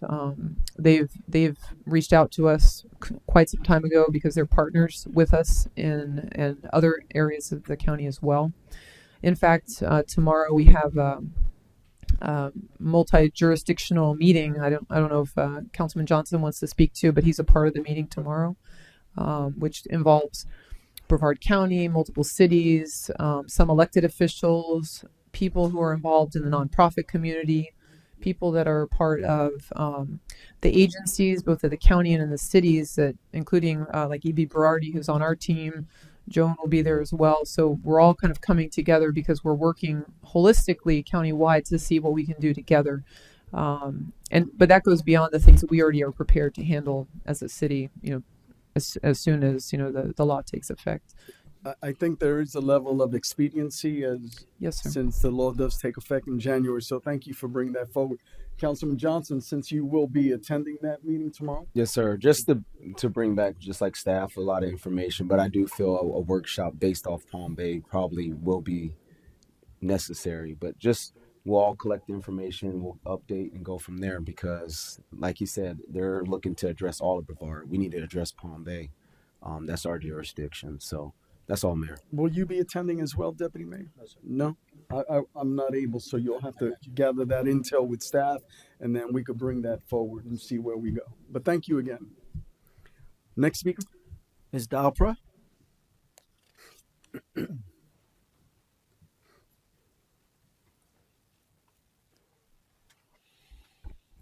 Pat Dalper, 410 Georges Avenue Northeast. First question, can we do something about the air conditioning?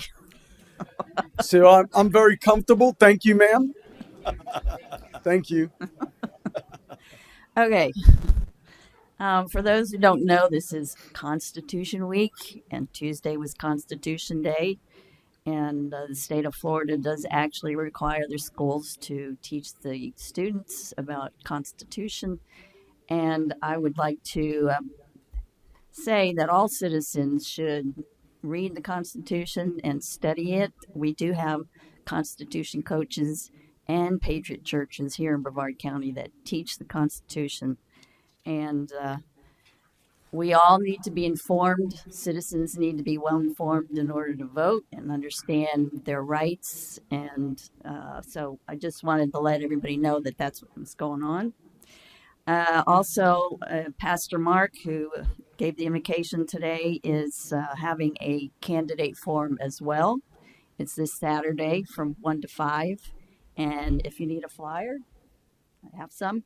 We have 4 candidates for City Council. We have the Sheriff Ivy speaking. We have Monique Miller speaking. And we have Sandra Kennedy. These have been very informative, and the citizens are able to ask questions. And I think in order to really understand candidate, it's good to attend these and ask the questions that you need to ask. So also, there was a question about utilities. Can I still ask? Yes, that? go ahead. Okay. In the Northeast, we have pipes that are like over 40, 50 years old. Is there consideration of replacing? Is there a need to replace those? And also, I think Kenny Johnson for bringing up the fluoride thing. I don't like that either. And a suggestion is, I used to do career days for the high schools, so I don't know if that would be, if they're still doing career days, but if we can get people from the city to speak at those, that would be a good thing. So you got 41 seconds, but the constitutional classes, who does that and where are they held? Citizens Defending Freedom does those. So Ruth has several classes that are going on. I don't have that at the top of my head, but you can go to her website. Where can they go? Citizensdefendingfreedom.org. Thank you, ma'am. Thank you. Next. Oh, can we answer? Yes, sir. So regarding the pipe replacements, that's an ongoing part of our capital improvements plan for the utilities department. Specific to the Northeast, though, I would ask Gabriel to get with you, and he can provide some additional information for that specific area. I don't have that. And he can also talk to you about fluoride as well. So thank you. Next speaker. Ms. Barbara Davis.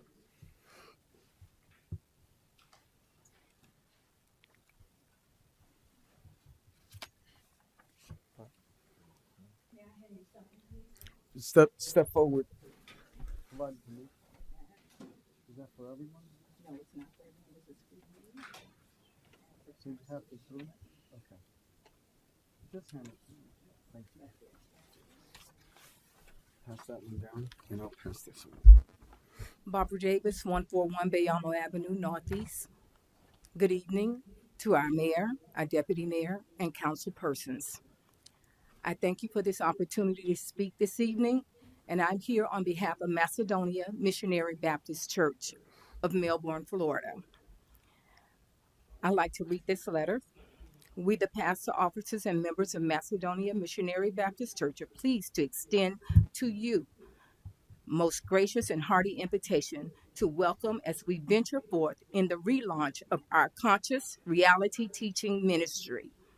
This ministry was developed because our a person decided that Black history books were to be taken off the shelves and not taught. Black history is very important to me and to many others. And therefore, we have conscious reality teaching in Melbourne at Macedonia Missionary Baptist Church. We have a descendant of Rosewood that's coming on October 12th to visit and to speak. And I'm here to invite you and anyone here present today that is interested to come to Macedonia from 11 to 1 p.m. You will be filled with knowledge as well with food. We welcome you to come and visit with us. And if you have any questions at this time, please ask me the questions. We are here to educate. I am a retired educator. So education never leaves me, and I always want to teach. And so therefore, it's very important for me to know that knowledge that helped to build our country continues to be spread. Thank you very much. Thank you, and thank you for what you do, ma'am. I love that. A great topic, but you're going to feed us too. Yes, we'll feed Outstanding. you too. Thank you, ma'am. Next speaker. Mayor, this complete public comment. Okay, so we are now on the consent agenda, Deputy Mayor. Yes, Mayor, I'd like to make a motion to approve the consent agenda item with the removal of the following: 3, 4, and 6. Does council wish to remove any additional items? 8. And I'd like to remove item 1. Item 1? Yes. Okay. So I need a motion. 8 was tabled. Second. Say I'm sorry. again? 8 was tabled. I Oh, apologize. yeah, I apologize. 8 was tabled. Okay. So items that are pulled are 1, 3, 4, 6, 1, 3, 4, and 6. So it's 2, 5, and 7, and 9. And 10. And 10. Okay. I need a motion. So moved. Second. Oh, you made the motion. Okay. Second. So second by Weinberg, Councilman Weinberg. So motion by Deputy Mayor Felix, seconded by Councilman Weinberg. All in favor, signify by saying aye. Aye. Aye. Passes 4-0. We are now on public hearing number. If I may read the caption of Resolution 2024-27, please. Yes, ma'am. Carry on. Resolution 2024-27, a resolution of the 15? I'm sorry. Carry on. 16. Carry on, ma'am. A resolution of the City of Palm Bay, Brevard County, Florida, amending Resolution 2023-36 as amended by Resolutions 2024-03, 2024-14, and 2024-21, adopting the 5-year capital improvement program for the fiscal years 2023 through 2024 through 2027 through 2028 for the City of Palm Bay, Florida, rescinding resolutions or parts of resolutions in conflict herewith, providing for an effective date. Thank you, ma'am. We are now on public hearing number 15. Madam Smith. Ordinance 2024-54.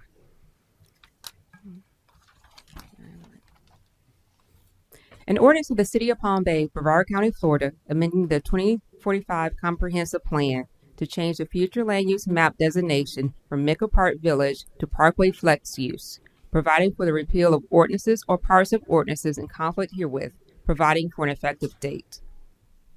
I'm going to open up the public hearing and ask the applicant to present their case. Got a handout if it's okay by the board. Say again, sir. Oh, I've got a handout if it's okay for the board. Yeah, just hand it to me and bring up that mic, sir. Yeah.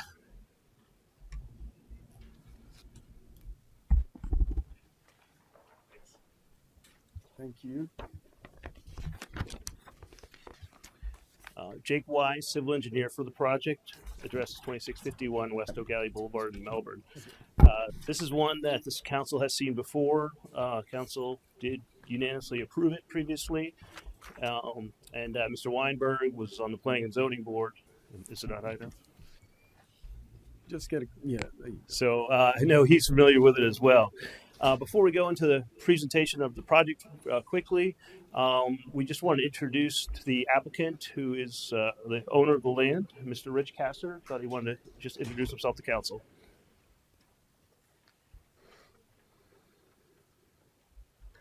Good evening. My name is Rich Casser with Director of Entitlements for Lotus Group. Address is 2300 Glades Road, Suite 202E, Boca Raton, Florida 33431. Don't know if anyone here, actually all of you or most of you are probably familiar with us because we've been in front of you before, but just wanted to say that this is our most exciting project that we have coming up. And there's a lot of great momentum behind it and a lot of great interest coming from people that just want to be in this spot in Palm Bay. So we're really excited to be here and excited to be delivering this project. Thank you. Thank you. Thanks. So I'll just do a brief overview since you are also familiar with it. We're only here because of a processing issue, so we do have to have the vote happen again. We're asking for the Parkway Flex use, future land use. The way it's written, it's almost perfect for this site, providing a variety of residential and, of course, the commercial uses that we know this council is looking for. This site is about 350 acres. It's got two beautiful, very large, clear lakes right in the middle of it, and so we're using them as a huge asset to the overall project. We are extending the parkway as part of the project. This site falls right between Emerald Lakes East to the north and Ashton Park to the south.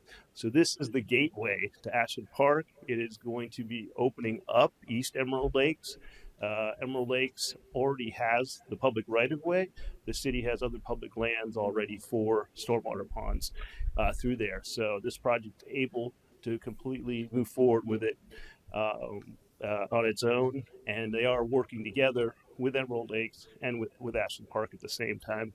But just in case neighbors don't get along, they can still move forward fully on their own with this project. That would also extend the utilities. You just heard a great presentation about all the utilities. So the almost $40 million that the city has spent in plant expansions was in anticipation of this project and the other projects in that area. So we are, as part of the developers for the area, extending large water and wastewater mains for that, putting in water tanks to keep the pressures up for fire protection and things like that. And this project is a big key to extending both the parkway and those mains. This project has already designed the parkway and those utility extensions as part of it. Since we had the previous approval, we did move forward with a final development plan, which is what you're looking at now, and also a preliminary development plan and rezoning. All of those are being reviewed by staff, and we're working with them through that. We've gone to 100% engineering for the project because of the support that we've received previously. So we're moving forward as quickly as we can and excited about being able to do that. With that being said, we do have Dr. Jesse Anderson here with us tonight, also the planner for the project. So we want to let him give his insight as well. And if the board has any questions after the presentation, we'd be happy to answer it and appreciate a chance to respond to any public comments. Thank you. Dr. J? Good evening, Council. Thank you for having me back tonight. Overall, I think Jake did a fantastic job summarizing the project, and staff did a great job analyzing the history as well as the compatibility of this future land use request. So I'm here to answer any questions you might have. Otherwise, that's all I have for you right now. Yeah. Thank you. Councilman Johnson, I know you're big on LID, so I didn't know if you wanted to go down that Well, road. the only thing that the staff talked to you about voluntary low impact development at all, or was there any discussion? I'm going to defer to Jake on that specific question, actually. Thank you. Yeah, thanks. I'm glad you brought that up. It is something that staff does a really great job with on every project, bringing it up. And we talked through that, different ways that we can do it. Right now, the way that we have designed the site is utilizing those existing ponds. So we have different ways to be able to convey the stormwater to them, including from the parkway itself. So just utilizing those existing ponds helps with that. There's other smaller things that we do with the thanks. Other smaller things that we do interior to the project sites for low impact development.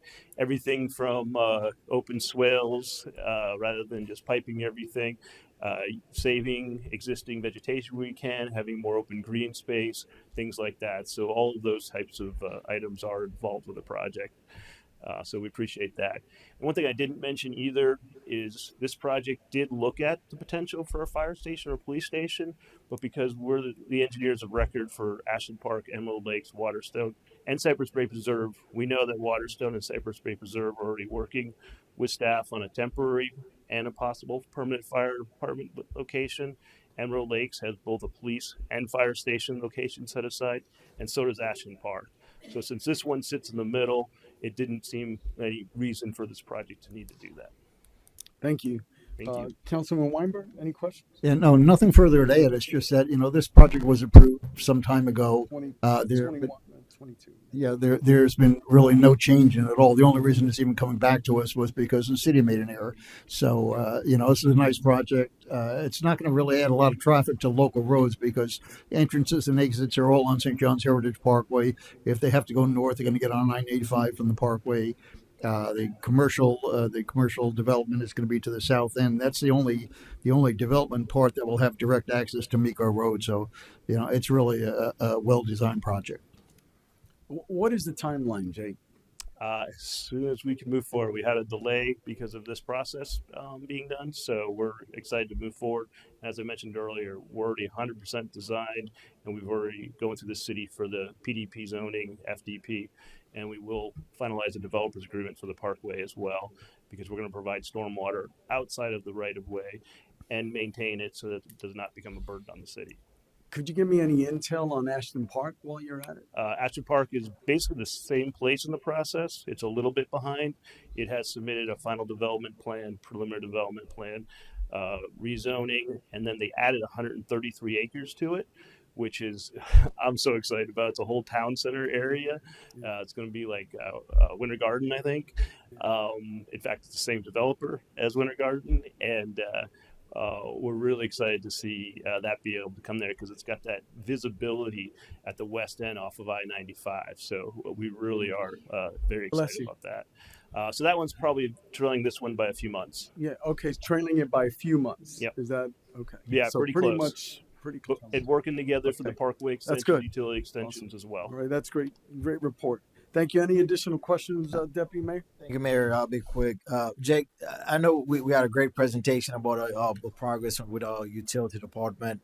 Now, how are we in comparison to their effort to vis-a-vis this project? So right now, we have to extend large utility mains from Bayside Lakes. The force main is just about done with construction down to Mariloma. Emerald Lakes, the Publix at Cypress Bay Preserve, they constructed a portion of it. If you remember recently, we had Palm Bay Point and Palm Bay East before you. They've constructed a portion of it. So Emerald Lakes is going to construct the next portion, and we're working closely on finalizing that utility agreement with staff. And then this project brings it under I-95 through Emerald Lakes East to Lotus, and then Ashton Park picks it up from there and brings it through as well. So they are falling right in order, and everything is looking great. The wastewater treatment plant is supposed to start accepting flows in March or April of next year. Perfect timing for what we're doing with all of our projects over there. We have a few projects that are approved but don't have an executed utility agreement because of those utility extensions and the plant not being finalized. But again, all that seems to be coming together at the right time. And then, sorry. No, go ahead, Mayor. So this is contingent on Emerald Lakes. What if Emerald Lakes is behind the game? Then what happens to this project in Ashton Park? So we do have ways to work around that as well. We're right now have come to a verbal agreement, I'll call it. We don't have it in writing yet, that we would run a 16-inch main instead of a 24-inch main, just capacity items, and then we can run a parallel main in the future for future projects. So we've already working through that. Emerald Lakes would, if they don't do the 24, then they would come back and do the 24. And you would get the 16 for this project and Ashton Park. Yeah. Am I understanding you correctly? That's correct. And Okay. Ashton Park is also looking at coming down Badcock and across Micco. Okay. Just in case. Okay. So Oh, we do have that's- contingency That's good plans. to know.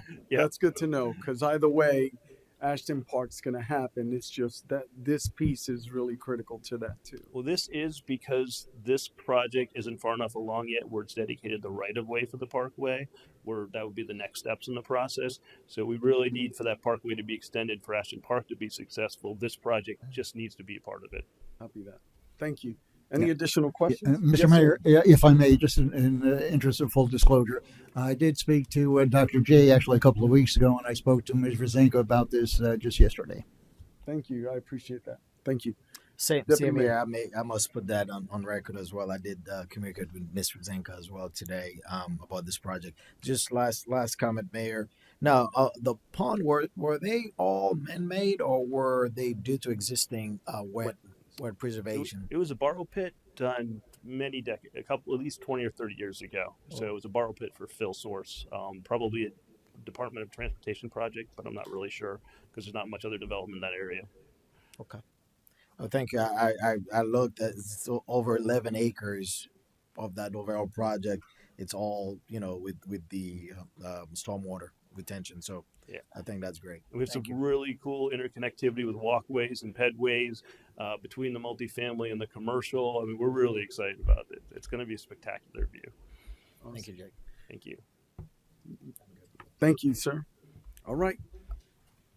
Madam Sherman, any additional comments? No, sir. Thank you. Anyone in the audience wish to speak for or against this item? Master Chief, please step forward. Anyone else by show of hands? Bill Batten, 586 Ocean Spray Street, Southwest. When I looked through the packet and I saw this, I took a little road trip today and I went down to Miko Road to see what was actually happening. I forgot how long it takes because I haven't been able to go out there and horseback ride, how long it takes to get there. And I wanted to point out the fact that that's almost a separate identity from the city of Palm Bay, but I'm driving it and I'm thinking, how are we going to get the police here when we need them? How are we going to get the fire here when we need them? Because I drove it today and it was a nightmare, right? But either way, that being said, if any one of these items that we're looking at of Aston Park, this development, or Emerald Lakes fail for some reason, everything that we've been investing into also fails. Mm-hmm. And I want to point out one simple fact with that is the residents of Palm Bay are still paying for a $9 million road that was only 3/4 of a mile long to connect the St. John's Heritage Parkway to Babcock that we're paying for. That developers promised. They built us all these great ideas and saying, where is it? Well, we haven't seen it, but I did see Publix being built. But you know what? That Publix is being built. It's going to be harder for the residents that live in Palm Bay to go south to get to that Publix than it is to go to the Publix in Bayside Lakes. I just want to point out that everything sounds good, but there's also some casualties that we're getting ready to face in this type of development. So if any of these fail, we have failed as total development, and we're watching quite a few of the developments are having hard times and backing out. In fact, I've even tried talking with some of the individuals that Jake just said he's talking with. I've been calling and trying to talk to them, and some of them aren't even getting back with me. So I think there's a lot more going on that we don't see. I could be wrong, but you know me, my glass is never half full. My glass is always half empty. So there's some stuff going on that I'm not quite sure of is going to succeed. So I just want to point that out, that if any one of these fail, the entire project fails, but we still paid our bill. Thank you. Thank you. Anyone else wish to speak for or against this item? Please step forward.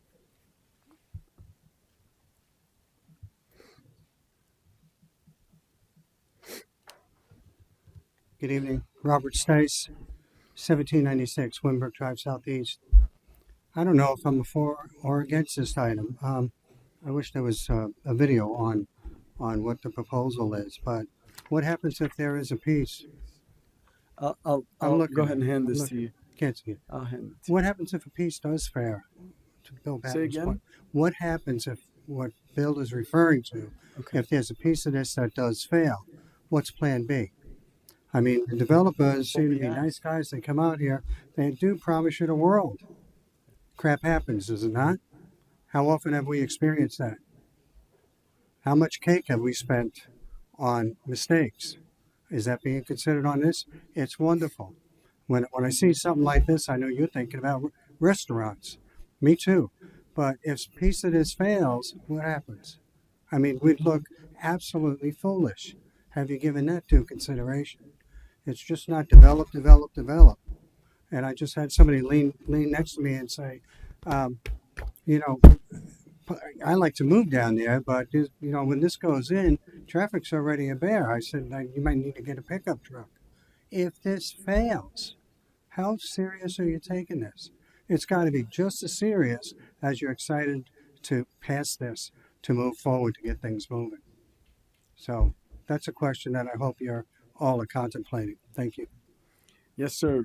Mr. Stice, I think Deputy Mayor and myself, we were talking about some of those potential failures when they're all working together. But anyone else wish to speak for or against this item? Seeing none, this is your opportunity to rebut, sir, and in particular, the concerns of failure from any one or multiple pieces. Yeah. I remember I was in high school and early years in college. I drove down I-95. I was like, why are they building these buildings out in the middle of this cow field? And that would be Vieira. That's how that started. And you know a little bit about Vieira. So these things do take time. It's not going to be built in a year or two. These are 10, 15-year projects. And we want to make sure that we do them right. They've got to be planned right.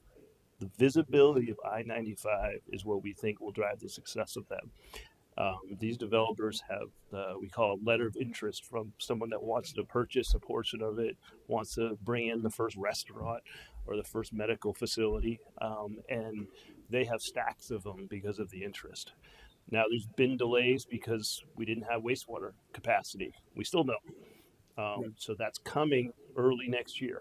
So those are the types of things that hold up the projects from being able to fully move forward. The public's got the last bit of the sewer capacity, and all the developers in the area agreed, we want Publix, so we'll let them have the last of the sewer capacity. That's why Publix is going vertical right now. The city is working on intersection improvements right there at Publix and the Parkway, Babcock Street and the Parkway, for that whole region as well.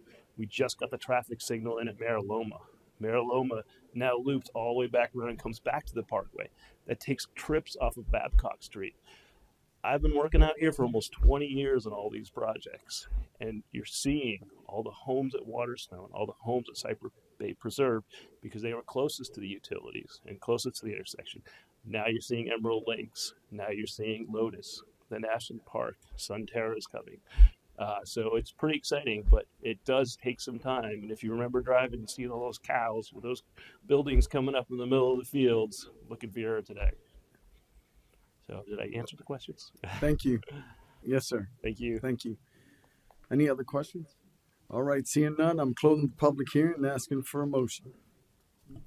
Motion to approve ordinance 2024-54. Second. Motion by Councilman Weinberg, seconded by Deputy Mayor Felix. Councilman Weinberg. Nothing further to add, sir. Deputy Mayor. Nothing further. All in favor signify by saying aye. Aye. Aye. Passes 4-0. We are now on public hearings, item number 1. Ordinance 2024-32.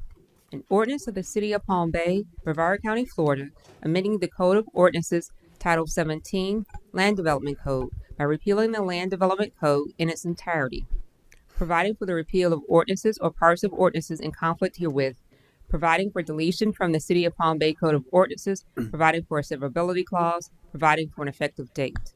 I'm going to open up the public hearing, and Madam Sherman.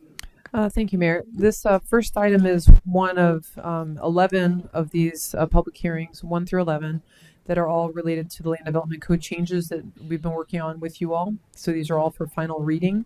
This first one is simply the repeal of the old Land Development Code in its entirety, and the next one will be establishing the new language.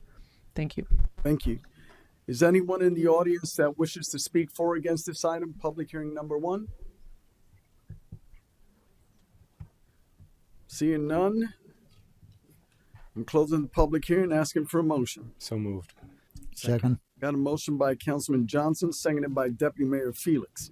Councilman Johnson. Deputy Mayor. All in favor signify by saying aye. Aye. Passes 4-0. We're now on item number 2, Ms. Smith. Ordinance 2024-33. An ordinance of the City of Palm Bay, Brevard County, Florida, amending the Code of Ordinances by creating Title 17 Land Development Code to provide for the governance and regulation of the City of Palm Bay land development regulations, including zoning, accessory uses, subdivision requirements, signs, resources, streets, parking, building design, and development review procedures. Providing for the repeal of ordinances or parts of ordinances in conflict herewith, providing for inclusion in the City of Palm Bay Code of Ordinances, providing for a severability clause, providing for an effective date. I'm going to open up the public hearing, and Madam Sherman. Thank you, Mayor. I'll defer to Deputy City Manager Joan Ucala Brown. Thank you. Madam Brown. Thank you, Mayor, Council. I have a very brief presentation just to cover the changes that happened between the first reading and tonight's second reading. So I want to draw your attention to the monitors, the two chapters that have red asterisks, definitions, Chapter 171, and zoning, Chapter 173. These are the only two chapters that were affected in the changes that Council agreed upon in the first reading. So moving on to the next slide. This is Chapter 171, definitions. We had previously recommended to Council that we consolidate the definition for the various educational institutions within the code, where it noted public and private, where it noted charter, where it noted colleges and universities. They are now all covered under one definition, educational institutions. On the next slide, continuing Chapter 171, this is regarding service establishments personal.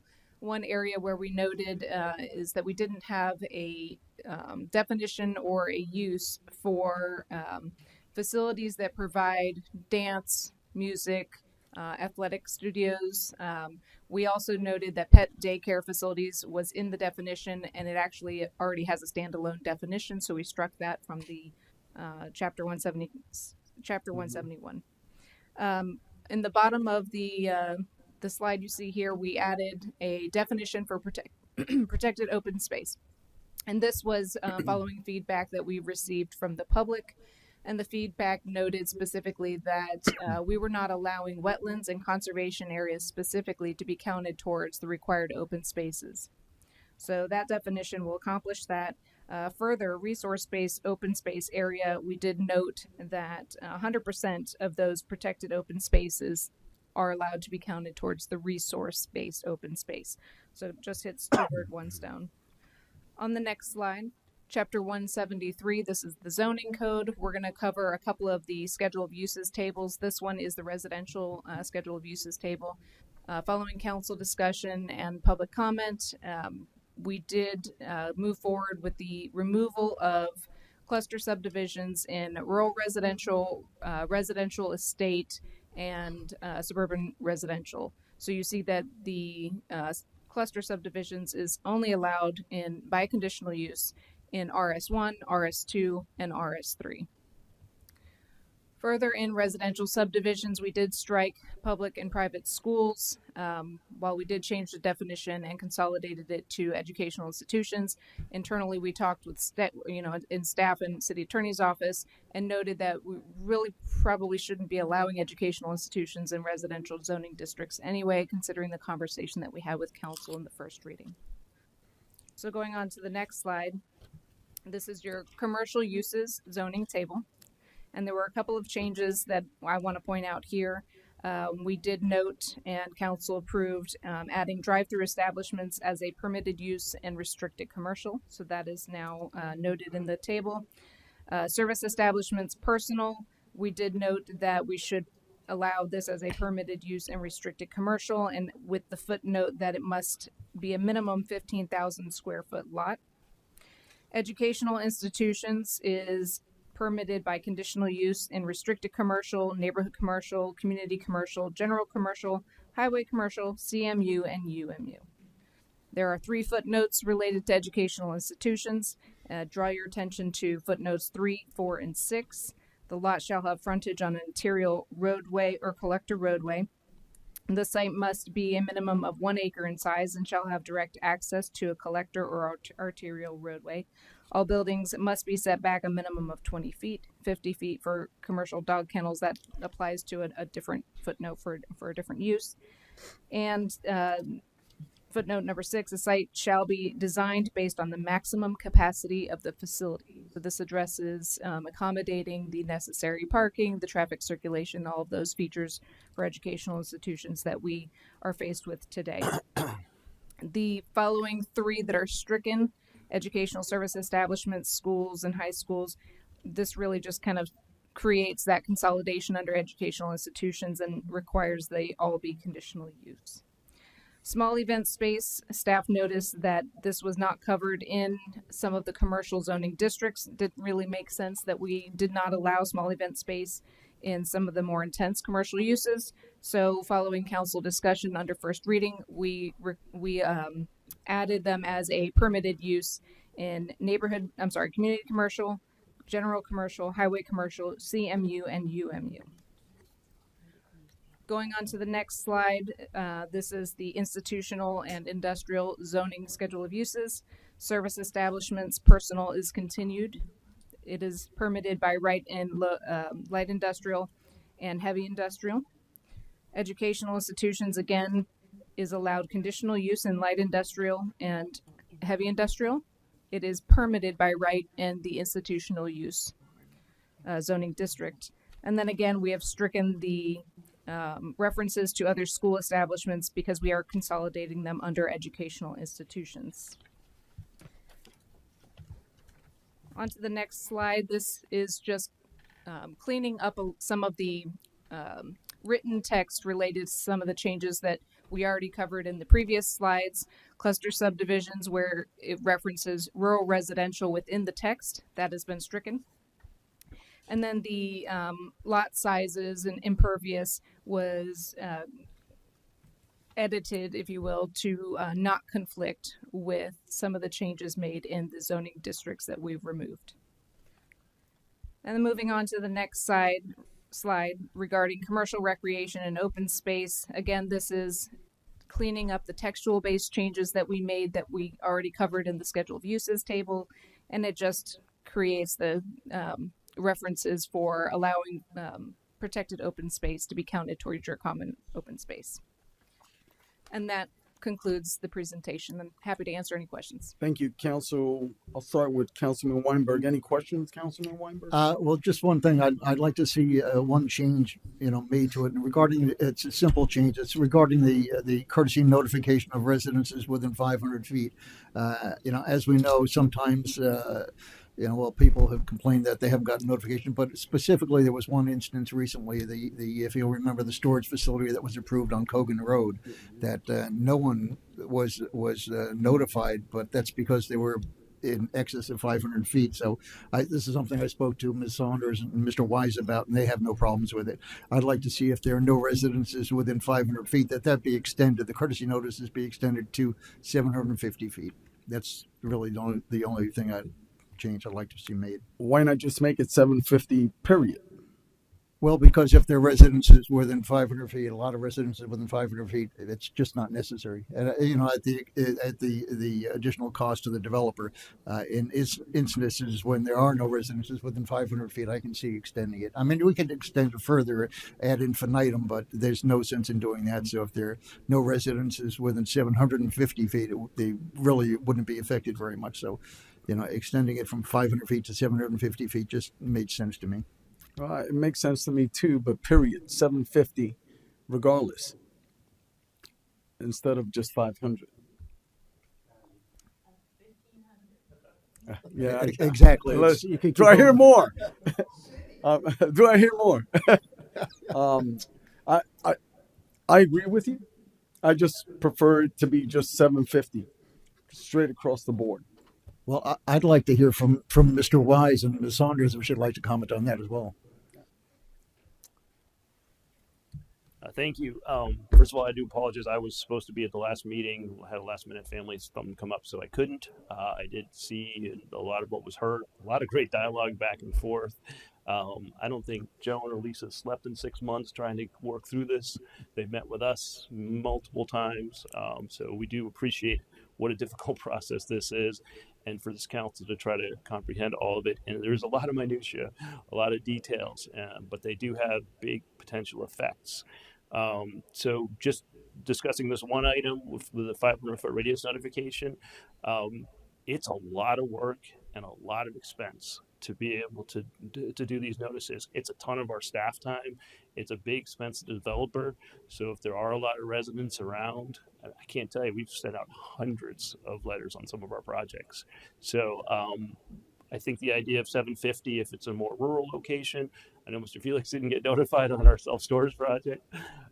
So I think that's absolutely fair, but our preference would be to keep the 500. All the other cities in the Brevard County are 500 as well. So that's kind of the standard, but certainly understand the circumstances, the 750 would be better. Thank you. Thank you. Council, it's up to you, but I like it 750 straight across the board. And your example, you had a golf course, which is how that affected you, right? So if we have a regional park or if we have something else, I'm 750. If we're gonna change it, let's go 750 across the board. So that's where I'm at, and I understand there's an additional expense. I get that, but our responsibility is more towards our citizenry, right? And that's where I'm at. That's where I'm at. Mr. Wise, would you come forward again? I think in the particular situation, in my case, was it notification was provided to the HOAs surrounding the project? Was that correct? Yeah, there was a few residents that were notified, and one or two of the HOAs were, but not all of them. I know my house per se, it's right outside that line. Yeah, right? it was. I checked. Yeah, by a few By 1 houses. foot. Yeah. By 1 foot. But in my case, I believe my HOA may have been received the Yes, it did, been notified because they are within that 500. That's correct. So okay. I think they were just so excited about the project. We didn't have anybody object. Yeah, but I mean, I could, if we're gonna change it, that's where I stand. 750 straight across the board. I could go either way on that. I mean, but okay, we'll go 750 straight across the board. Do I hear it? Councilman Johnson, that's on you. I say we start off just the way Councilman Weinberg's the one who brought it up. I say we start off with that, see how it goes for a little bit, and then go from there. Just like with LID, I wanted that mandatory from the beginning, but that we wanted to slow roll it. So saw how it did with voluntary LID, and then move forward from there. So I say try 750 the way he's presenting it, and then come back. 750 straight across the board. No, the way Councilman Weinberg's presenting. 750 straight across the board. If we're gonna change it, we might as well just change it. Boom. Right Mayor. now. And we've got Miss Saunders. Her jaw just dropped. Oh, I got legal issues here, Madam Attorney. I have no issue with you changing it at some time in the future. The issue that we're going to have if you do it today, you just repealed your land development code. If you make this change, you're going to need another reading. So from now until the next council meeting, you will not have a land development code. I do not recommend that. So what I recommend is that we approve what we have and let staff know of the amendments that you want to bring back afterward. Okay. So we would like to bring back 750 straight across the board. We're not changing that today. Thank you. Related to that, is it okay to bring up a different subject, but it's related to the notifications? Sure, go ahead. Oh, thank you. So the purpose of the notifications is typically for the community meeting that we have. Right now, the way the code reads is that we have to have the community meeting before we even make a pre-application submittal. In the past, we had the community meetings, not for every project, just certain projects, but it was a couple weeks before the first public hearing. We're not saying it has to go back to that, but when we have one before we even have a pre-app with staff, things change. And I've sat here at P&Z meeting and had residents that we met with months and months earlier that felt like we pulled a bait and switch because things changed. So we would like, if you could, change the community meeting to just be sometime after the pre-application meeting. But typically when we go to the pre-application meeting, we're ready to submit. So we don't want it to hold up our first submittal. but maybe sometime before a second submittal or something else that staff's agreeable to. But that's something we've talked with them about as well. Well, we could definitely look at that.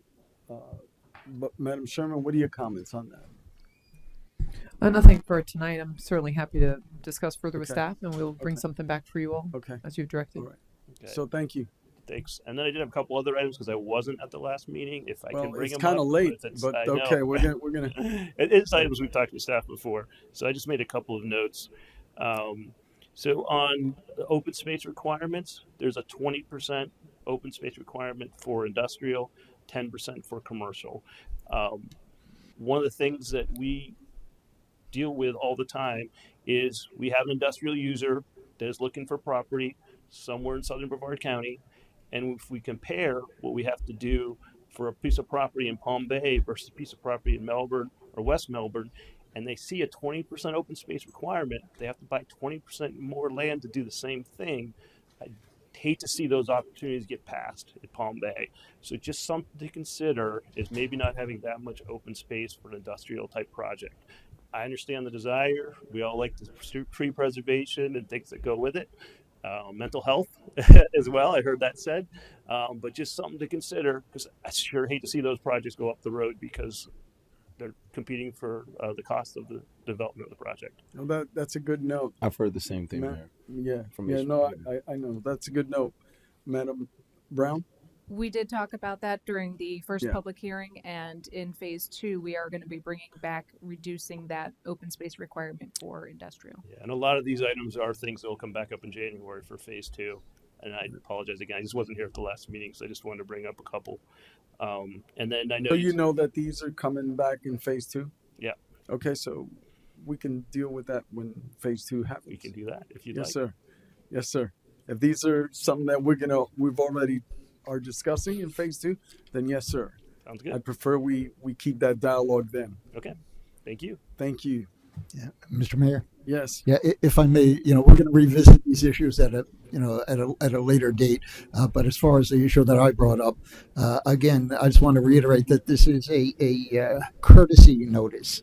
It's not a legal requirement. The notices. So I don't want to do this. We don't want to be punitive to the developer. The only reason I brought it up was specifically in the case with the deputy mayor, where that project in Cogan is sometimes there are no residences or very few within 500 feet, and I felt that extending that to 750 feet was reasonable. And I understand that, sir. But just so that you know, I was talking about 1,000 feet 3 years ago, behind the scenes.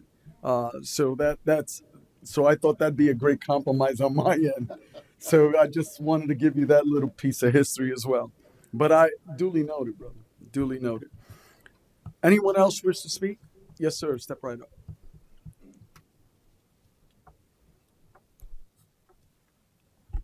Bill Batten, 586 Ocean Spray Street, Southwest. A couple of items to bring up on this one was when you looked at the protected space versus open space. I'll just speak for the development that's coming in on me. I live out in the country, and they've just cleared 30 acres to put in a housing development out in the country that's still, and you're going to run water and sewer past everybody, but I'll have a neighborhood right next to me across the street. Heartbreaking. Okay, but on that piece of property, It was one of the 5-acre lots that we had. I wanted right, those. Right. Yes, sir. I wanted rural residential, Yes, sir. 5-acre and Yes, 1-acre sir. lot. Yes, Instead, sir. I've got. I remember. Instead, I've got a housing development from Holiday Builders instead. Okay. That being said, protected space and open space under criteria and counting and the protected space counting as open space, I see that as a failure. I don't want to stop us from proceeding, but on the protected space on the wetlands, they have 6-foot fence perimeter completely around it to protect the wetlands. That's not open space for the development. So stop saying your protected space that you have to protect anyhow because it's your environment. That doesn't count towards your development because it's not open to the development. It's protected by a 6-foot fence all the way around. So don't count that as your land when it's not part of your development anymore. The next item with that one is the 20% of your land available, when they're worrying about how much you can keep for industrial and commercial, well, pretty soon, West Melbourne and Melbourne have already run out of land. And these people that want, they're still going to have to come down here because we have the resource they want. They don't have the resource. That's why they're willing to say, "Hey, you can come to us and get it for less." They're outbidding us by underbidding. Okay, so that's how they're getting it. So no, I'm not in favor of getting rid of some of my green space because that's what I need to support my life. Thank you. Thank you. Next, Mr. Stice, and then, ma'am, come on closer. I guess we go according to rank. Robert Stice, 1796 Winbrook Drive. Excuse me. I want to mention these 500 feet. You look at the situation that we have in Bayside Lakes. If you send out notification, any kind of development for 500 feet, you miss 16 and 17 HOAs that are in there. So I think you need to look at this from a case-to-case basis. One of the things we discussed with staff is that perhaps you can also identify the HOA boards within those 17 HOAs and get information out of them to them that they can inform their residents, because a lot of people are just not going to get notified on this. So my question is, how do we, or my challenge is, how do you think out of the box a little bit to make sure that people in the beyond that 500 feet are made aware of that fact? John McGee had an excellent point with regard to the issue with the townhomes there, the 500 feet, and then yet the people behind them. Look, I worked in the communication business for 20 years.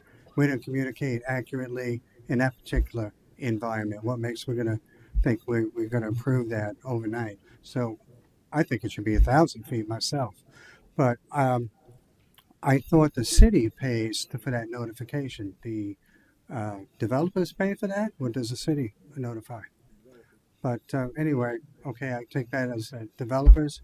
I think money's good with the developers. Okay, I think they can throw the citizens a bone in this particular aspect. Okay, but let's get the notification out and the communication. Thank you. Thank you. Next speaker.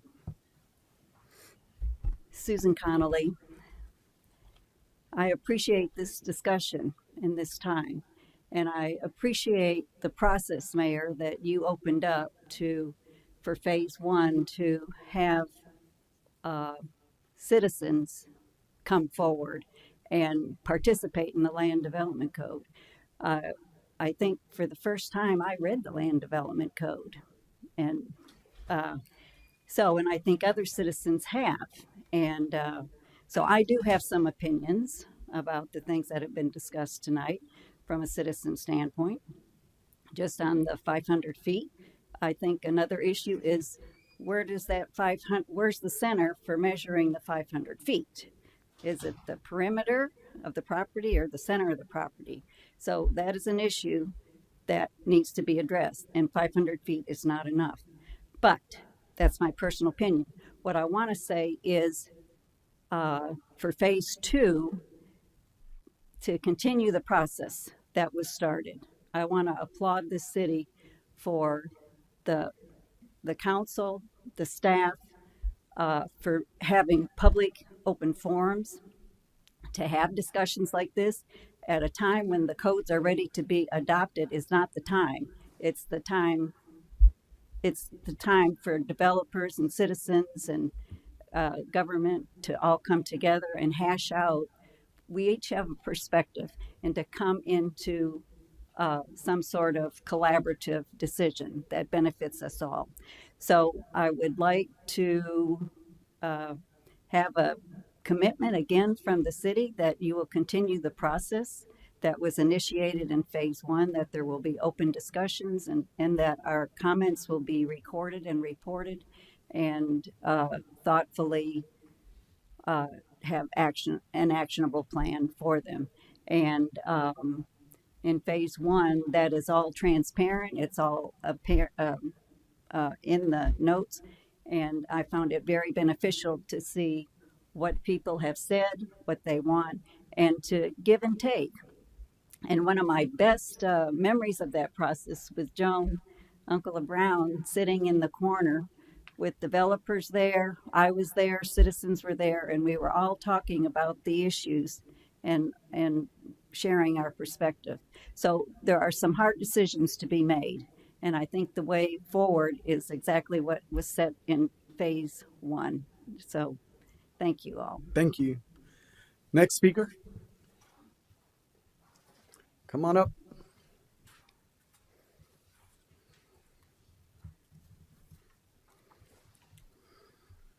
Pat Delper, 410 Georges Avenue. I wanted to remind council that a couple of years ago, we had a developer that wanted to put in over 130 some units in our neighborhood. So the 500 feet only went to the neighbors that were strictly right around that, 17 acres. So whenever there's a developer that wants to develop inside at a residential area, I think it should be, the neighborhood should be notified. And I did talk to a planning and zoning person, and he's concerned about the people who are not coming to these meetings. And I said, well, maybe we just need to expand to 1,000 or 1,500 feet, or maybe you just need to get it to that particular neighborhood. So Cardinal Woods incorporated probably 200 to 300 neighbors, and we only had maybe 5 or 6 show up to a planning and zoning. So that should be a consideration in those particular neighborhoods, trying to notify more than just, a handful of people. So that's what I want to say. Thank you. Next speaker.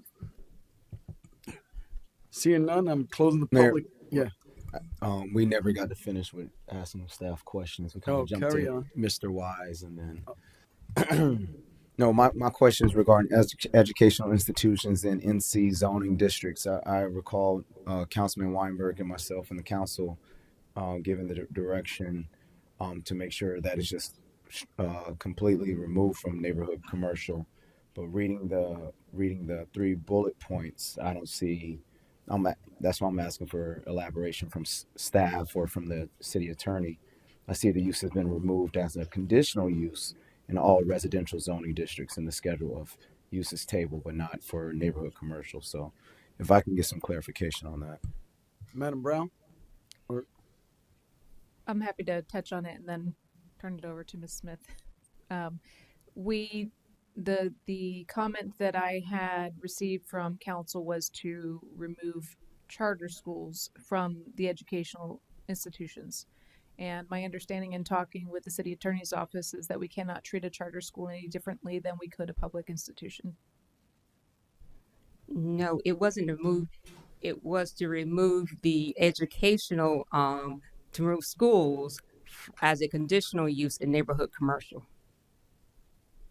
I think that was the motion that was made because there was some discussion about whether, because it was a permitted use, whether we're going to have it as conditional use. They moved on to a conditional use. And then it was Councilman Weinberg that says it shouldn't be a conditional use. And there was a discussion, well, if it's not a conditional use, what would happen? And I was like, well, if it's not a conditional use, then they would have to get a land use and zoning change. And one or more of the council members didn't have a problem with that. And there was a motion and it was seconded and they was approved to strike the schools from being a conditional use in neighborhood commercial. So in other words, it would have had to, they would still have the option of coming back for a land use change. Yes. And that was the discussion. So that way we legally, the city attorney said, as long as they have another option for land use change, then, we're within our rights, within our legal rights, to which we all agreed. Because that was an opportunity we have a lot more authority with land use changes, was the discussion how we left it. Yeah, Mr. Mayor, if I may, Yes, I think some of the confusion comes about because of the definition of educational institutions. Included in that is dance schools, karate dojos, that type of thing. Those are all considered educational institutions, but not as well as schools. So I think the confusion comes in there. I don't know if we can change instead of calling them educational institutions, some other kind of definition. But offhand, I can't think of one. But that's where the confusion came in. Whereas we're just restricting it to not just charter schools, but all schools other than dance studios, that kind of stuff. Service establishments, really. You're spot on. We couldn't come up with a different. Yeah, again, you can look at if you look at the definition of service establishments, dance studios, and karate schools, and that type of thing isn't included in service, right? Any kind of training facility like that. I think we can change that definition so we eliminate that confusion. Mayor, may I? Yes, ma'am. We actually, it's not included in educational institutions. We did confirm that later on with the city attorney's office. And that is how we came up with the definition. We amended the definition for service establishment personal to include those karate schools, dance schools, and things like that. And so it was just my misunderstanding on council's direction. So in striking educational institutions as a conditional use in neighborhood commercials, that's something that also has to come back, or can we do that? No, that was already done. It just was a scrivener's error that is not in there. Okay. So if we suddenly put them back in, that would require another reading because council removed them last reading and want these to be consistent. So we're going to need to remove it consistent with how council voted last meeting. Okay. Noted. So striking it is what we would be voting on today. Is that correct, Madam Attorney? Yes, because it should already be stricken. So you're voting to second. You voted last time to have it removed from neighborhood commercial. In this reading, you would be adopting it without school or educational institutions in neighborhood commercial as a conditional use. So they're both mirror each other. So are we crystal on this one? Yes, sir. All right, outstanding. Are we good? Yes, sir. We good? Okay, I need a motion. Motion to approve ordinance 2024-33. Got a motion? Second. Second by Deputy Mayor. Motion by Councilman Weinberg. Seconded by Deputy Mayor Felix. That includes the striking, correct? That includes correcting the scrivener's error. Yeah, yes. Okay. The scrivener's error. Just error. make sure. Okay. Yeah. All right. Yeah, that's what I made it clear. Yep. She said crystal. So I got a motion by Councilman Weinberg, seconded by Deputy Mayor Felix. All in favor signify by saying aye. Aye. Aye. Passes 4-0. We're now on item number 3. Madam Smith. Ordinance 2024-35. An ordinance of the City of Palm Bay, Brevard County, Florida, amending the Code of Ordinances, Title 3, Administration, Chapter 33, Fire Department, by creating a new subchapter, Fire Prevention and Protection, Buildings and Structures, providing for the repeal of ordinances or parts of ordinances in conflict herewith, providing for inclusion in the City of Palm Bay Code of Ordinances, providing for a severability clause, providing for an effective date. I'm going to open up the public hearing, and Madam Sherman. Thank you, sir. I'll defer to Joan on that. Yeah. Thanks. Thank you, Mayor. This is final reading. This is just taking the that section of the code out of the Land Development Code and placing it into the City Code of Ordinances. Thank you, ma'am. Anyone in the audience wish to speak? Step forward.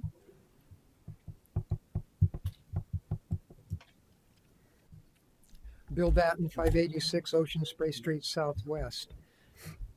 Since this was under the Fire Prevention and Protection section, I was doing a little bit more research, and I noticed that in our second budget reading coming up on the 26th, that under fire inspections, that the fire department had requested almost $500,000 for outside services for fire inspections instead of using in-house inspection. I'm just a little bit curious as to, we don't have the resources to do our own fire inspections instead of doing almost $500,000 for outside sourcing.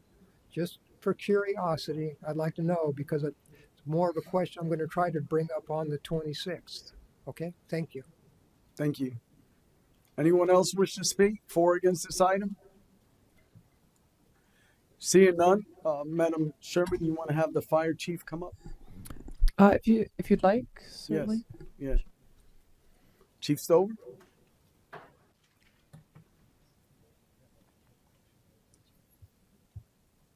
Well,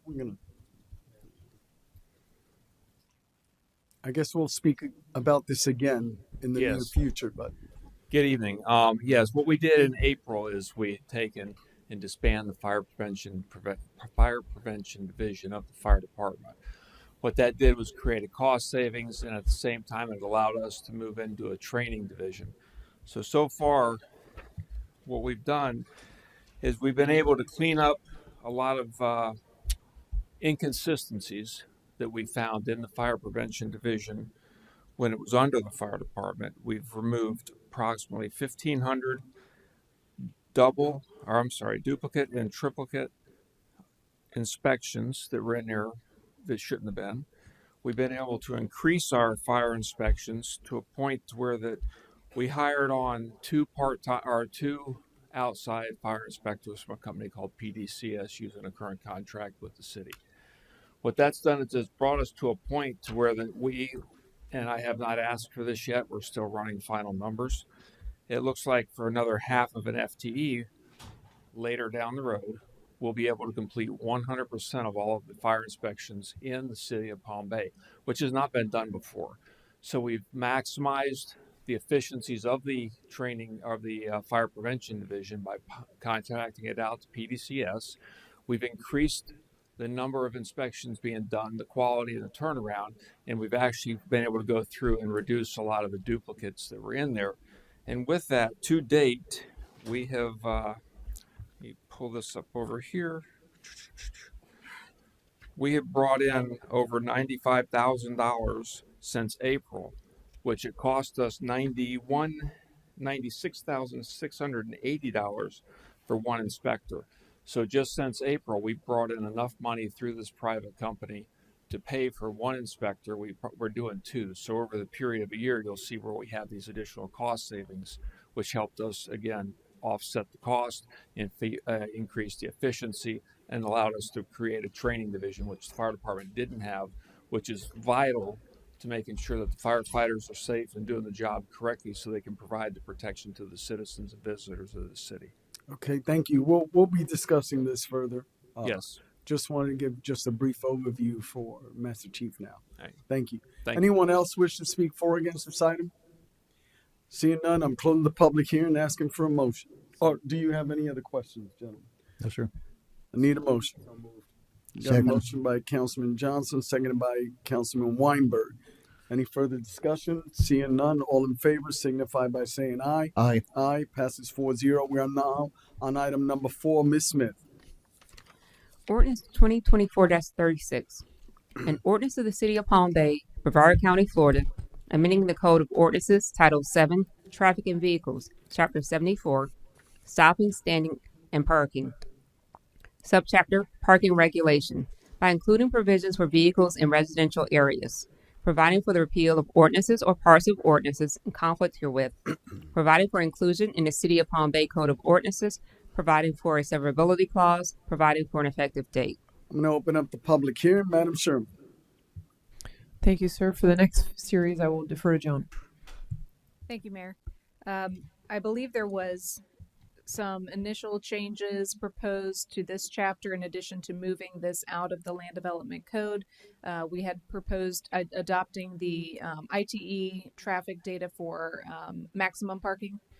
That is to avoid having situations like I believe Lisa Frazier shared, Walmart planning parking for Black Friday versus their everyday. So if I'm missing anything else, I would just ask that Lisa come up.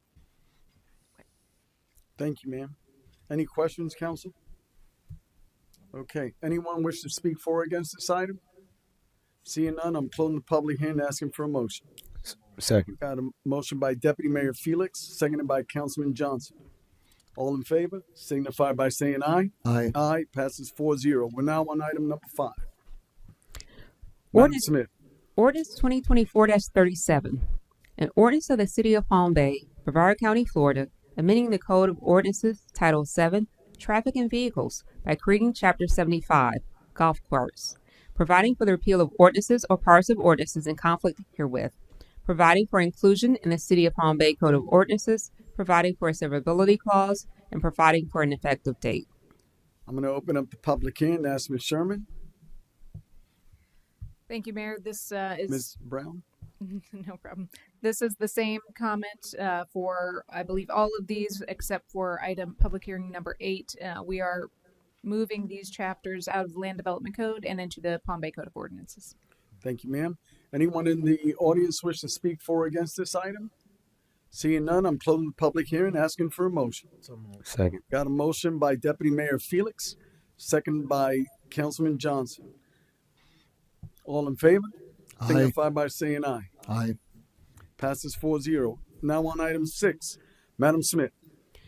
Ordinance 2024-38, an ordinance of the City of Palm Bay, Brevard County, Florida, amending the Code of Ordinances, Title 9, General Regulations, by creating Chapter 102, Public Nudity, providing for the repeal of ordinances or parts of ordinances in conflict herewith, providing for inclusion in the City of Palm Bay Code of Ordinances, providing for a severability clause, providing for an effective date. I'm going to open up the public hearing, and Madam Brown or Madam Sherman. No further comments. Okay. Anyone in the audience wish to speak for or against this item? Seeing none, I'm closing the public hearing, asking for a motion. So moved. Second. Got a motion by Councilman Weinberg, seconded by Councilman Johnson. No further. All in favor signify by saying aye. Aye. Aye. Passes 4-0. We're now on item number 7, Madam Smith. Ordinance 2024-39, an ordinance of the City of Palm Bay, Brevard County, Florida, amending the Code of Ordinances, Title 9, General Regulations, by creating Chapter 103, Closure and Abandonment of Easements and Drainage Rights-of-Way, providing for the repeal of ordinances or parts of ordinances in conflict herewith, providing for inclusion in the City of Palm Bay Code of Ordinances, providing for a severability clause, providing for an effective date. I'm going to open up the public hearing, and Madam Brown. No further comments. Anyone in the audience wish to speak for or against this item? Seeing none, I'm closing the public hearing, asking for a motion. So moved. Second. Got a motion by Councilman Weinberg, seconded by Councilman Johnson. All in favor signify by saying aye. Aye. Passes 4-0. We're now on item number 8, Ms. Smith. Ordinance 2024-40, an ordinance of the City of Palm Bay, Brevard County, Florida, amending the Code of Ordinances by creating Title 10, Impact Fees, Chapter 103, Impact Fees, Subchapters, Parks, Police, and Fire Impact Fees, Transportation Facilities Impact Fees, and Water and Wastewater Impact Fees, providing for the repeal of ordinances or parts of ordinances in conflict herewith, providing for inclusion in the City of Palm Bay Code of Ordinances, providing for a severability clause, providing for an effective date. I'm going to open up the public hearing. Madam Sherman. Thank you, sir. On this one, we do have a change because there was some older language the city clerk actually identified for us that doesn't fit with how we identify our fees. Now, for impact fees, we hire rate consultants. They give us their recommendations. Council adopts it. So the old language that we're asking you all to remove before you approve this is there's really 3 different sections. There's 2 different impact fee ordinance sections. It's 103.05 and 104.05. In 103.05, which affects all impact fees except for traffic impact fees, it's subsection C, subsection 2, and subsection 5. And then in section 104.05, which is the traffic impact fee section, it's subsection C, subsection 3. And in these scenarios, essentially the fees are described as having, as will be annually adjusted, and annually adjusted by various indexes and inflationary tools that we do not use in our calculation of future changes to impact fees. So the request is simply that when you move forward with this one, that you include the elimination of section 103.05, subsection C, subsection 2, and subsection 5, and the elimination of 104.05, subsection C, subsection 3. Thank you. Y'all get that in making a motion? Yep. Okay, you got that? Okay. Any questions of staff, gentlemen, regarding this one? Anyone in the audience wish to speak for or against this item? Seeing none, I'm closing the public hearing. I'll be seconding this motion. Motion to approve ordinance 202-40 with the removal of 103.5 subsection C, subsection 2, subsection 5, and 104.5 subsection C and subsection 3. Second. So I got a motion by Councilman Weinberg, seconded by Mayor Medina. Any further comments? No, sir. All in favor signify by saying aye. Aye. Passes 4-0. We're now on item number 9. Madam Smith. Ordinance 2024-41.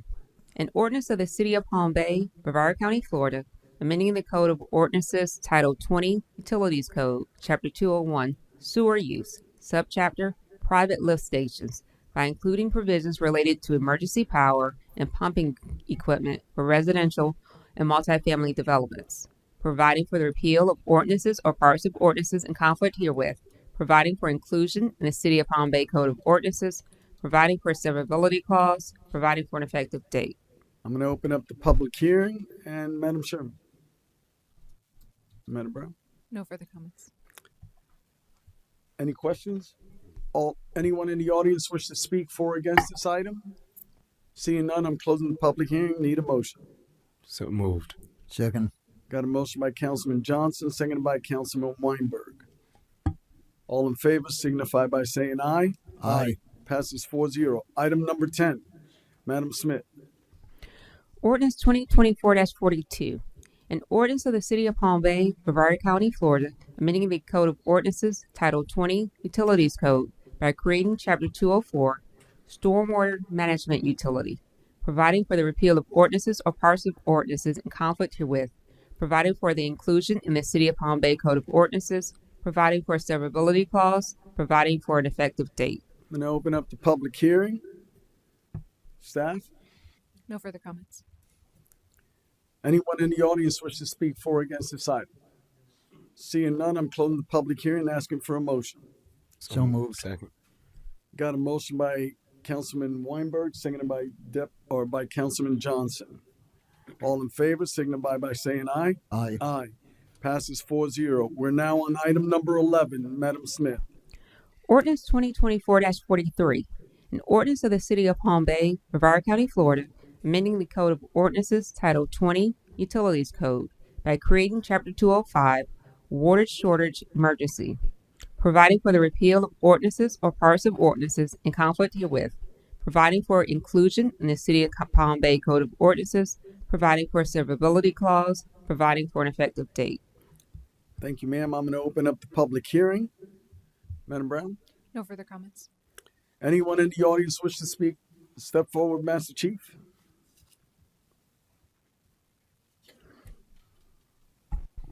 Bill Batten, 586 Ocean Spray Street, Southwest. I find it strange where my government can regulate what falls on my own land that I store in my own retention ponds that I can't use unless I follow their guidelines. I find conflict with that personally because I do my own water retention. I don't have runoff on my property until it reaches at least 2 inches. But yet when I need to use the water that I've retained, I have my government saying you can't do that except under these specific times. I personally have conflict with that. That being said, I have my government identity that is pumping water that they won't let me use down deep well injections to never be recovered because it's more expensive to bring it to a usable state to never be recovered, but you're going to regulate me. I personally find fault with that. That's how I see it. I don't like overreach of my government, but I do know one thing. The water that I keep on my property is reused over and over and over and over again. None of my water is ever depleted to the point that it can never be recovered or recycled. Yet what my government identities are doing, they are using water that goes down deep well injections to never be recovered again, depleting the potable water that we have on the surface of Mother Earth. So just keep that in mind when you start regulating what other people can do when you're doing the backside of it, of shafting them. Thank you very much. Thank you. Anyone else wish to speak for or against this item? Seeing none, I'm closing the public hearing and asking for a motion. So moved. Second. Got a motion by Councilman Johnson, seconded by Councilman Weinberg. Any further discussion? No, sir. All in favor signify by saying aye. Aye. Aye. Passes 4-0. We're now on item number 12. Madam Smith. Ordinance 2024-47, an ordinance of the City of Palm Bay, Brevard County, Florida, amending the Code of Ordinances Title 5, Legislative, Chapter 55, Police and Firefighters Retirement Pension Plan, by modifying provisions related to retirement dates and benefits for police office members, providing for the repeal of ordinances or parts of ordinances in conflict herewith, providing for inclusion in the City of Palm Bay Code of Ordinances, providing for a severability clause, providing for an effective date. Thank you, ma'am. I'm going to open up the public hearing. Madam Smith, or Madam Sherman. Thank you, Mayor. This is final reading on some of the pension plan changes we discussed last meeting. Happy to answer any questions you may have. Any questions, council? Anyone in the audience wish to speak for or against this item? Seeing none, I'm closing the public hearing and asking for a motion. So moved. Second. I got a motion by Councilman Weinberg, seconded by Councilman Johnson. All in favor signify by saying aye. Aye. Aye. Passes 4-0. We're now on item number 13, public hearings. Madam Smith. Ordinance 2024-48, an ordinance of the City of Palm Bay, Brevard County, Florida, amending the fiscal year 2024 budget by appropriating and allocating funds as identified in Exhibit A, consisting of 3 pages and incorporated in its entirety herein. Recognizing that such appropriations must be made pursuant to the Code of Ordinances of the City of Palm Bay, Chapter 35. Adopting, ratifying, confirming, and validating the allocations, providing for an effective date. Thank you, ma'am. I'm going to open the public hearing and ask Madam Sherman. Thank you, Mayor. This is also final reading, so happy to answer any additional questions you may have. Any questions, council? Seeing none, I'm going to ask the audience, anyone wish to speak for or against this item? Seeing none, I'm closing the public hearing, asking for a motion. So moved. Second. Motion by Councilman Johnson, seconded by Councilman Weinberg. All in favor signify by saying aye. Aye. Passes 4-0. We are now on item number 14, Ms. Smith. Ordinance 2024-53, an ordinance of the City of Palm Bay, Brevard County, Florida, vacating and abandoning a portion of the rear and side 20-foot public utility and drainage easements located within Lot 4, Block 2408, Port Malabar Unit 45, according to the plat thereof, as recorded in Plat Book 22, page 12, the public records of Brevard County, Florida, illegally described herein, providing for an effective date. Thank you. I'm going to open up the public hearing. Mr. Marrero, come present your case.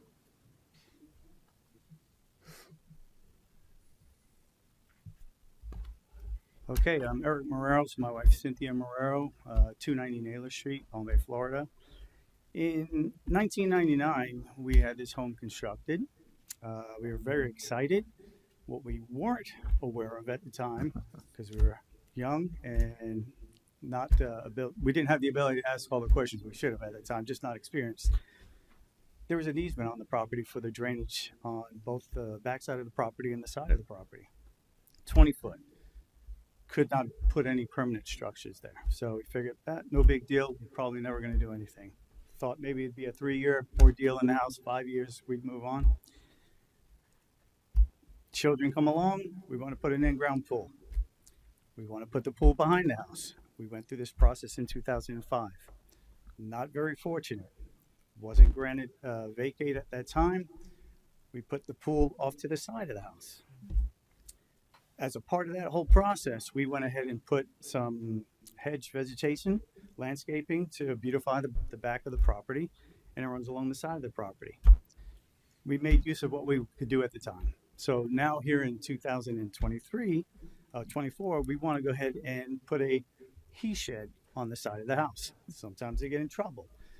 My he shed in the garage is not far enough from my wife sometimes. So we want to put it on the side of the house. Here we go again, 20-foot easement because of the drainage utility easement. So we're applying to see if we can get the 8 foot on both the two sides of the house where the drainage and utility easement are, in order to be able to put in my he shed to get away from her when I do things that are bad, but not too far away, so that when she needs me to come back to the house and do things on the honey-do list, I'm close enough where she can yell and I can go back and help her. So that's what we're trying to do. A metal garage So for we can my use for my our shop. garage for what we need. Yeah. Miss, thank you, thank you. I love the presentation, right? And He's a card. and I love the love that you share for one another. So thank you for that. 32 years. 32 years of marriage. Yeah, absolutely. Wow. He's you pretty awesome. Yeah, that's awesome. That's He great. he kids. That's awesome. It almost sounds like our decision could potentially be between, making this work or push you guys towards Yeah. counseling. We don't want to do that. I So, don't know where I don't want to do that. So. He No. really wants that. No, the Bible says that we should not come between a man and a Absolutely, woman. yes, So, Just saying. yeah, yes, sir. I get that. Does that conclude your presentation, Mr. Morrell? Yes. Just Thank want you. him happy. Thank you. Thank you. I love it. Anyone in the audience wish to speak for or against this item? Seeing none, I'm closing the public hearing, asking for a motion. So moved. Second. Got a motion by Councilman Johnson, seconded by Councilman Weinberg. All in favor signify by saying aye. Mr. Passes Mayor, four- yeah. if I would like to comment on this, Okay. I think we're approving this because of their awesomeness. Number Yeah. one, Yeah. and secondly, I just like a general comment. We get these vacations of easement a lot, often, usually put in a pool or something like that. I'd like to see us in all these instances, rather than have our citizens sitting around waiting for all this stuff, is to always move the vacations of easement to number one on public hearings. Well, we'll need to do that with a motion. So just keep us informed on that. We'll always have to do that in a motion. So Understood. it's duly noted. So now I've got a motion by Councilman Weinberg, seconded by Councilman Johnson. Right? All in favor signify by saying aye. Aye. Aye. Passes 4-0. All right. Thank you. Mr. Morrell, God bless your marriage. Outstanding. Build that he shed, huh? So we're now going back to consent. So we'll start with item number 1, Mr. Weinberg. Thank you, Mayor. Yeah, I just want to make a comment on this and give kudos to our HR director on this. They revisited our insurance benefits and went with a different company, and the result of that is a savings of $166,000 annually in our long-term disability, and overall fiscal impact of a reduction of 5.1% or $47,000. I just want to give kudos to Laura Clausen, our HR director. That's awesome. Thank you for that, Councilman Weinberg. You want to make the motion? Absolutely. A motion to approve the item number 1, contract for life and disability benefits, city employees, HR department. Second. Got a motion by Councilman Weinberg, seconded by Councilman Johnson. All in favor signify by saying aye. Aye. We are now, passes 4-0. We're now on item number 3. Mr. Batten?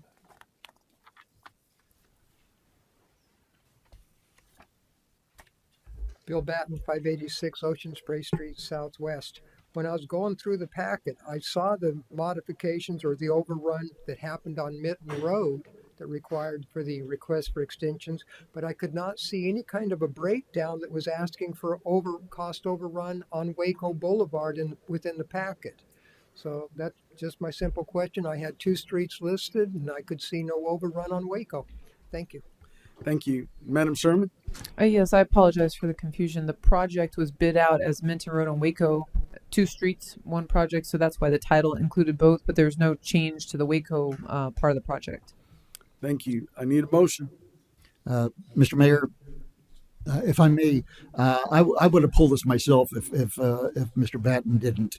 I brought this up with our city manager, and without pointing fingers or anything like that, change orders are of a concern to us and the citizens as well. These change orders, frankly, it shouldn't have happened. These items all should have been foreseen. The striping, the curbing, and the traffic loop really should have been included in this when we first bid this out. So that's all I want to say on that. As far as having said that, motion to approve the road bond paving for Minton Road and Waco Boulevard, change order number 1. Second. I got a motion by Councilman Weinberg, seconded by Deputy Mayor Felix.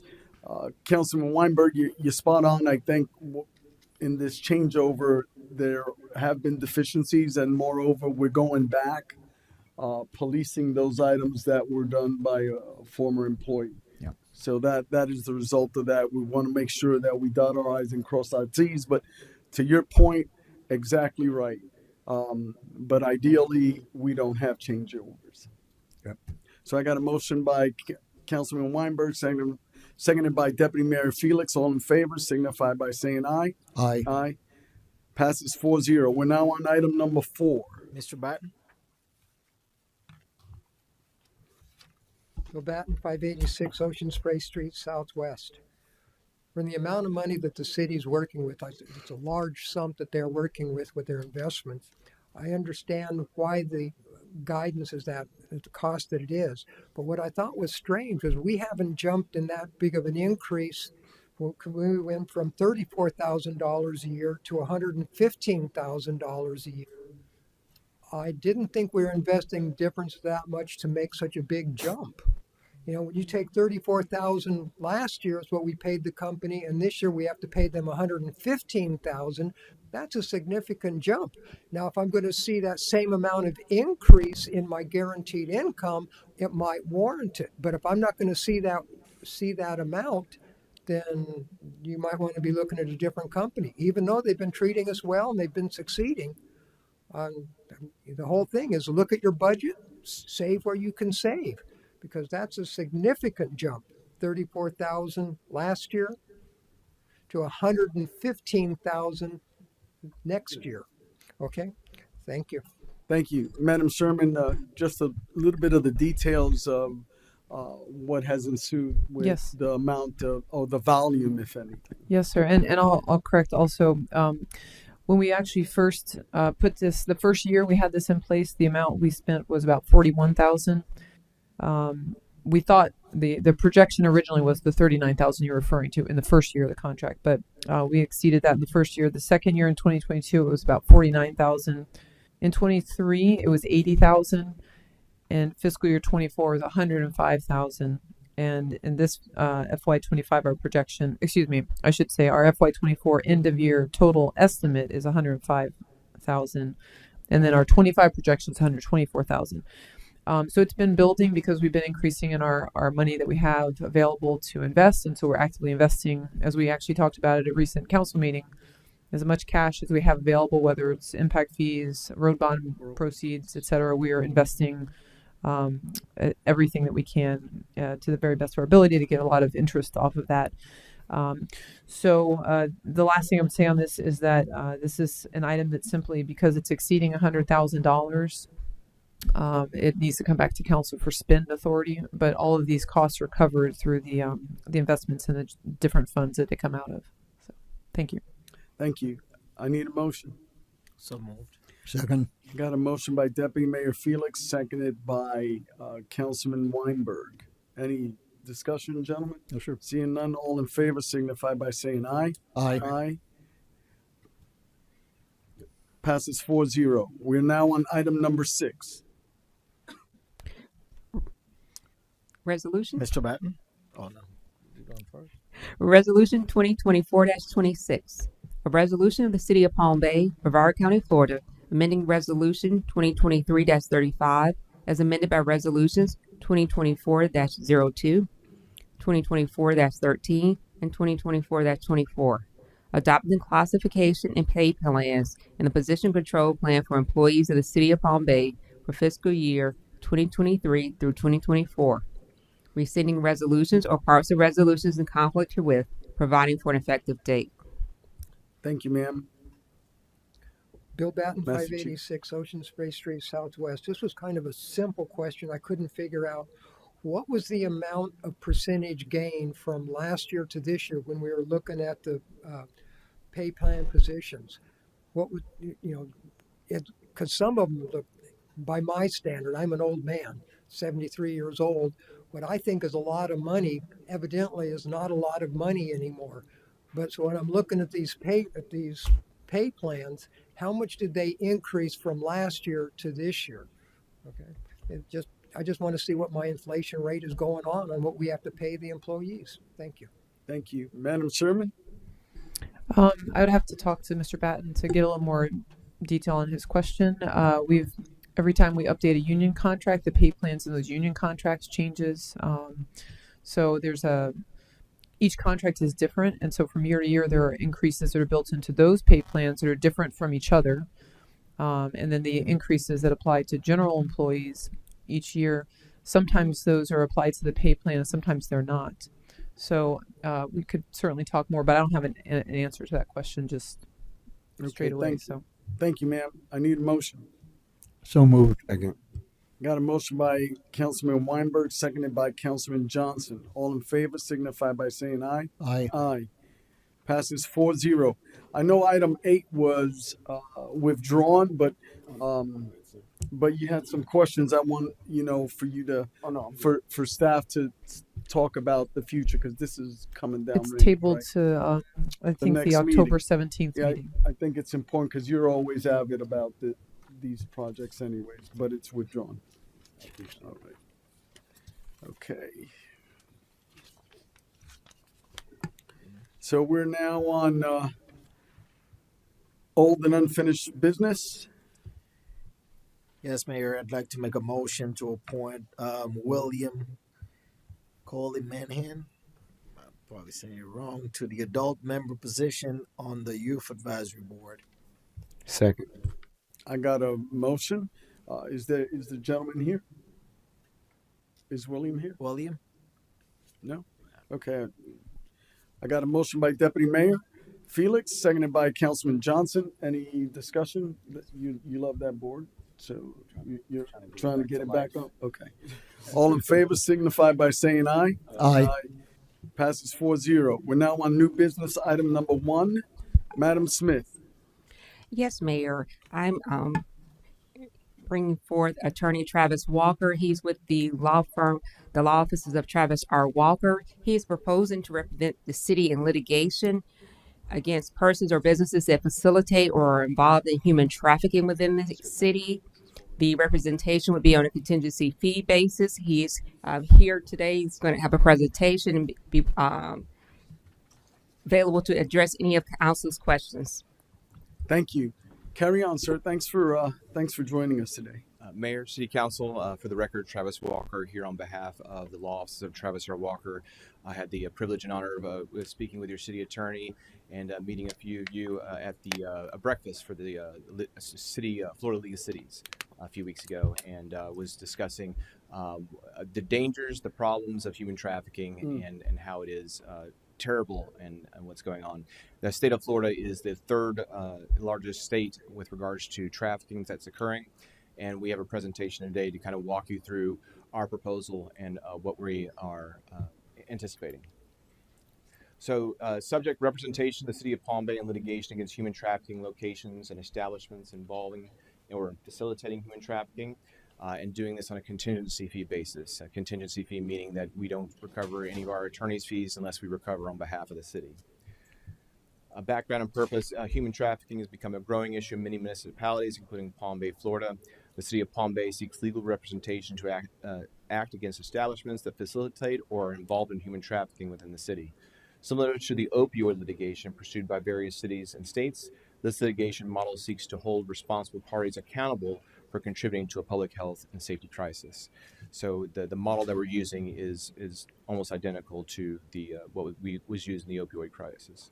The goal of the litigation: hold businesses and entities accountable for knowingly facilitating human trafficking. 2, seek injunctive relief or shut down or regulate establishments involved in trafficking activities. 3, recover financial damages incurred by the city of Palm Bay as a result of human trafficking, including costs related to law enforcement, social services, and healthcare. And finally, establish deterrence for future violations. The causes of action, I'll just run through them really quickly, but these are also mirror the same causes of action that were in the opioids, because opioids created an epidemic of problems in cities and counties, and human trafficking is doing almost the same identical thing. Public nuisance, which is basically any type of nuisance that creates crime, violence, and public health issues in the city of Palm Bay. Negligence, businesses failing to take reasonable measures to protect the city and county based upon the premises liability. Unjust enrichment, establishments that have profited from illegal human trafficking, benefiting financially while the city bears the cost of addressing the harm caused by these operations. RICO, if it applies, and it may, if the business is engaged in a pattern of illegal activity, including human trafficking, they may be held liable under civil RICO statutes. Negligence or intentional misrepresentation. Businesses may have misrepresented the nature of their operations or failed to disclose known human trafficking activities occurring on their premises, misleading the city and law enforcement. Conspiracy. Entities and individuals may have conspired to facilitate human trafficking, violating federal and state anti-trafficking laws. And finally, fraud. Certain establishments may have engaged in fraudulent behavior to conceal trafficking operations, including falsifying business licenses or misrepresenting the nature of their business to authorities. So it's a threefold legal strategy. Investigating and evidence gathering, we are partnered with a AI software that goes and combs the dark web.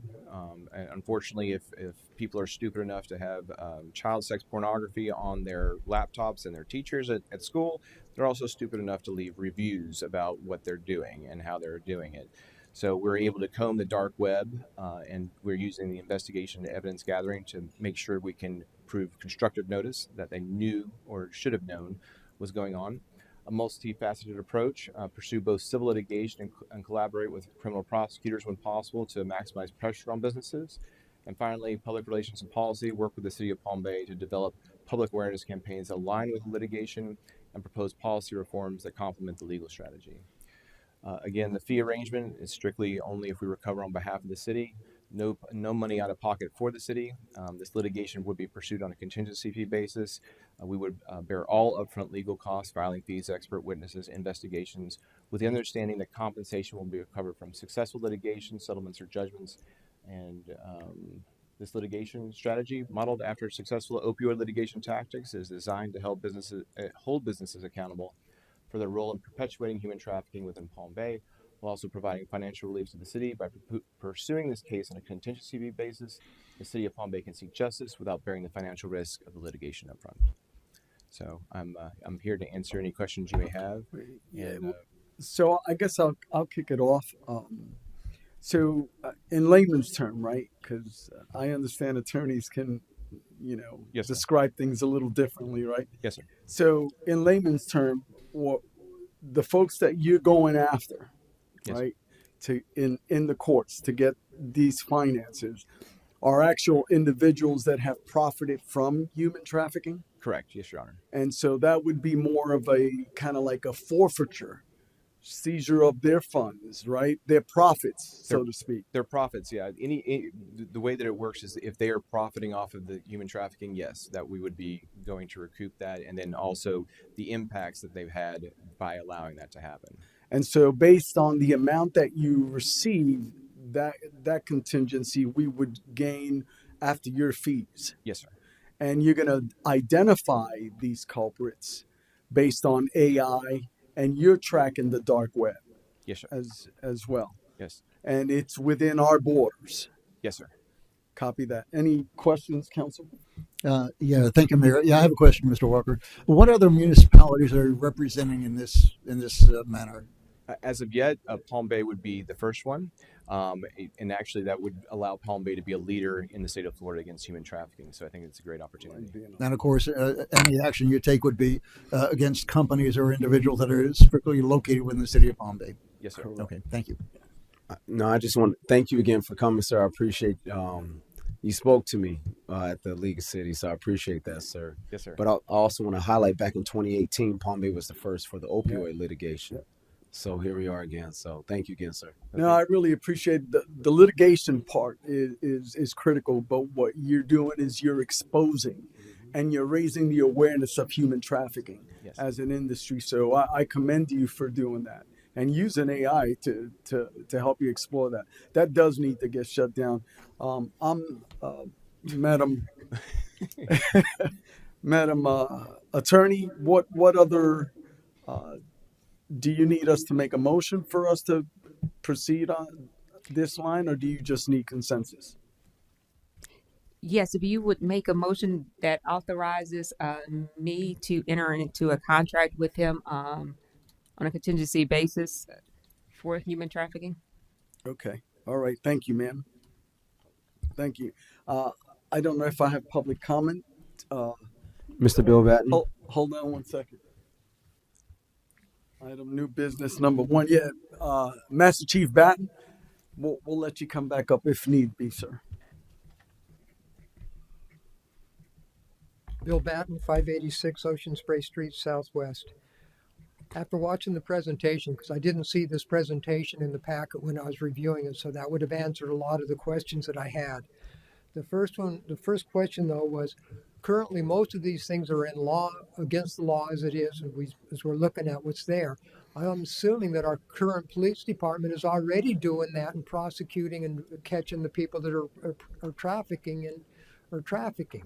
So that's what my first question was. Is any of this going to be used to the ability to offset what the police department has to expend in their cases? Because before it can get to court, there's going to be a police report someplace. I'm hoping that's the case.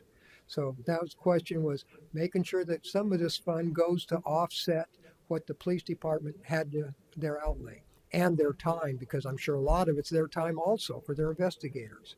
And the second question was, I've been trying for years to find the address for the dark web that everybody talks about. I type it in and I can't find that address anywhere. If somebody could please help me, I would appreciate it. It's so dark you can't see it.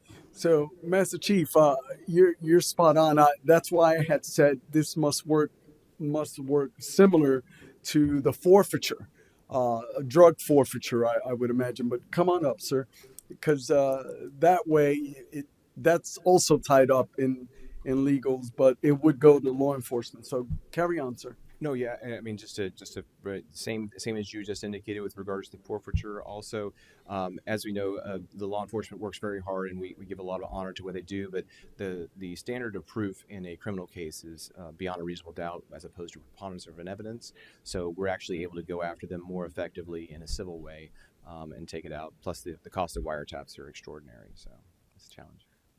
Thank you. Yeah. Thank you, sir. Mr. Mayor? Yes, sir. Yeah, if I may, Mr. Walker, in regards to what Mr. Batten brought up, I know with the opioid settlement, the city is restricted to what they can use the money recovered for. It has to be specifically for programs to help those that were affected by opioid epidemic. I would assume that any money recovered in this situation would also be restricted to whatever requirements that the court would set. In other words, we may not be able to reimburse the police department for their work on anything like this, but it would be up to the courts how the money could be used. Correct? It would be up to the courts. Obviously, we would structure the complaint to provide the most flexibility for the city of Palm Bay, but kind of to differentiate, not to go into the legalese weeds too much. The opioid litigation was what we call a multi-district litigation across the entire country. What we would be doing is filing here locally. And so we would have a lot more control over the case as opposed to it going to Cleveland, which is where I think the opioid litigation was from. Understood. Thank you. Thank you. Yeah, that's why I said borders. Any other questions? We're all good? Okay. Thank you. Thank you. And thank you for the opportunity, and thank you for what you're doing. Raising the awareness of human trafficking is critical. Thank you, sir. Thank you. Thank you so much. And thank you, Councilman Johnson. And thank you, Council. Thank you. So, Madam Attorney, you need a motion, but I think some of the discussion is for law enforcement, kind of like drug forfeiture funds, and they could put that funding in. He says he's going to keep it kind of like open, try to get that from the courts to not restrict the city. So that would, I think, what I heard on council is that fund should probably predominantly go to our law enforcement department. Is there anything that you would need in a motion for that, or? No, because once he enters into those lawsuits and he's thinking about settling or we're getting judgment, just like with all the other cases, those things would come back depending on the amounts, be whether the city manager and I are asking you to move funds here or there, but you all be, because they're going to be at least we anticipate there will be multiple lawsuits, and just like any of the other cases, you all would be part of those as far as how we would resolve them, and then once we recover any funds, certainly directing us as how those funds would be expended. But right now, I just need you all to authorize me to negotiate with them to get this contract. Thank you. So I need a motion. I'll be seconding it. So moved. I got a motion by Councilman Johnson, seconded by Mayor Medina. All in favor signify by saying aye. Aye. Aye. Passes 4-0. We are now on item number 2. Thank you, Council. Thank you. New business number 2, Madam Sherman. Thank you, Mayor. This is a late agenda revision for a travel training item. This is from the building department. The chief building official will periodically get called up to go to building code administrators and inspectors board meetings. And we only get a couple weeks notice when those are happening and when members of our team are going before this board to receive various certifications and things, so and licensure. So this is really just a travel memo to allow our in this case, our deputy building official to travel to an overnight meeting. Happy to answer any questions. Thank you. Yes, ma'am. Could you just cover why this wasn't on the agenda initially? Yes, this board, the state board, they only release the names of any folks that are going before the board like 1 or 2 weeks before the meetings. So that's when we know we have to travel to go there.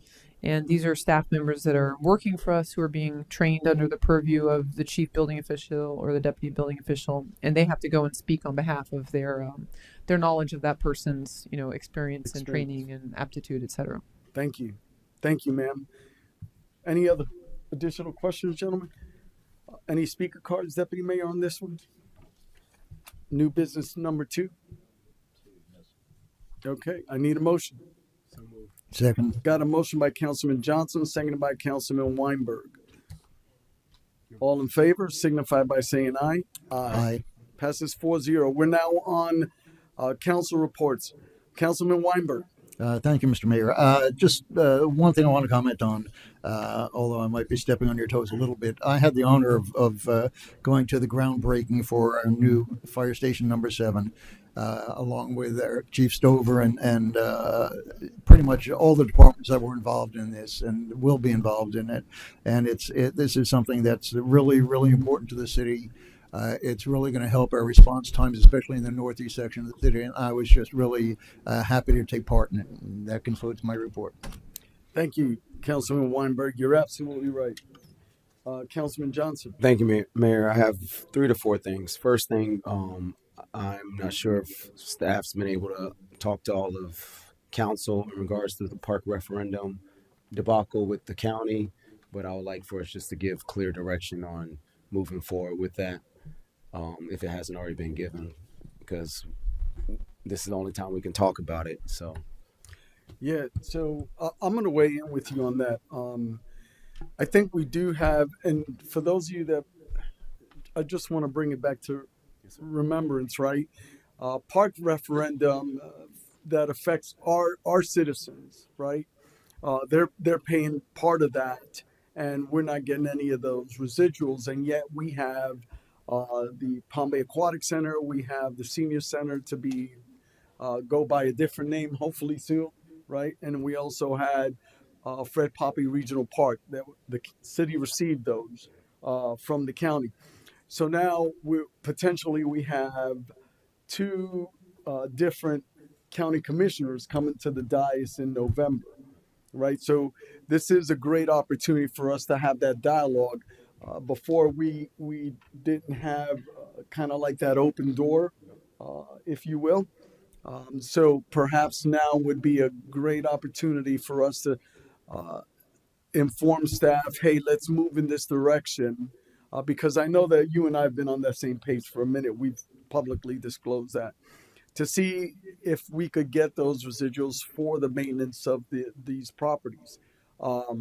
So if council and I'm in agreement with Councilman Johnson, can direct staff to, hey, when the new commissioners come on board, let's explore all those avenues.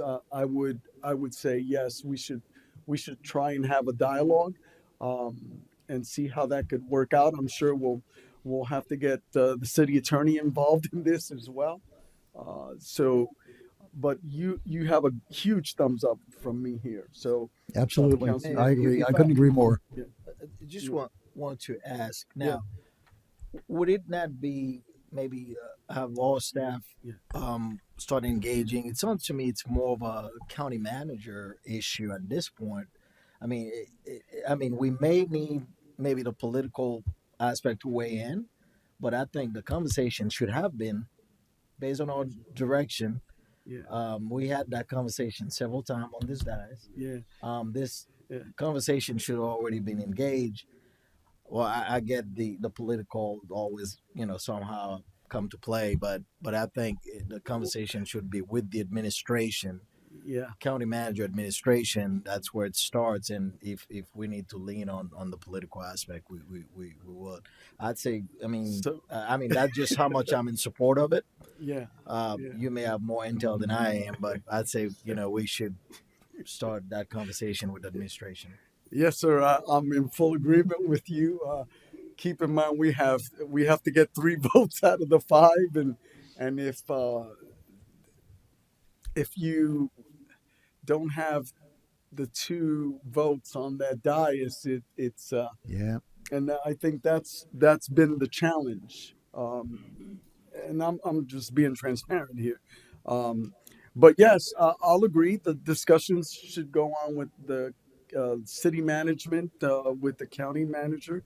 However, uh, they have to take a vote. We're really Uh, asking what's ours, what belongs to us. We're not begging for anything. I mean, that's just how I feel about it. But I digress. Mr. Mayor, Yes, sir. if I may just point out, you're right, absolutely right. It comes down to the county commission, and don't forget, the county manager takes direction from the county commission, just as our city manager takes direction from the city council. So, But we're on board.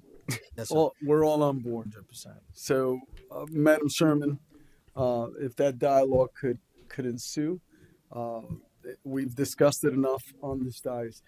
Your other items, sir. Yes, I got 3 more, sir. Oh, you said 3 to begin with. Well, I said Now 3 to you're I increasing. said 3 to Now 4. You know what? now Actually, you're I can increasing. table one for next time, so I won't talk. It's almost 10 o'clock. So the two top ones, to your point, Mayor. A few council meetings ago, you mentioned how we need to work with the school board on trying to find innovative ways of reaching out to the youth. I was approached by an organization called 7 Mindsets, and I met with them. They've already met with John Thomas and Katie Campbell, and they're making their way of working around meeting with all the other school board commissioners. But I instructed staff that I would like to set up a meeting with them and the superintendent, Sheriff Wayne Ivey, and a few others from our staff, and the chief, because they use community centers. They do after school. Oh, I see. Like I see. literally everything that you were talking about, they hit it on the head when we discussed, and they're to the mayor, sorry, to the pastor's point, the 7 mindsets are 7 principles that are in the New Testament, 7 biblical principles, and they went one by one and showed how it's backed. So that's what we need to get back to. And I saw it in the presentation. The 2 dates that they're looking at, because they're flying people from all over, from their executive team. I've already spoken with them, so I was hoping you can make it to the meeting. They're looking at 2 dates: October 14th at 9:30 a.m. and October 28th, 9:30 a.m. So a month from now, but they just are trying to get ahead so that way they know who's going to be there. They can book flights on either date to fly out.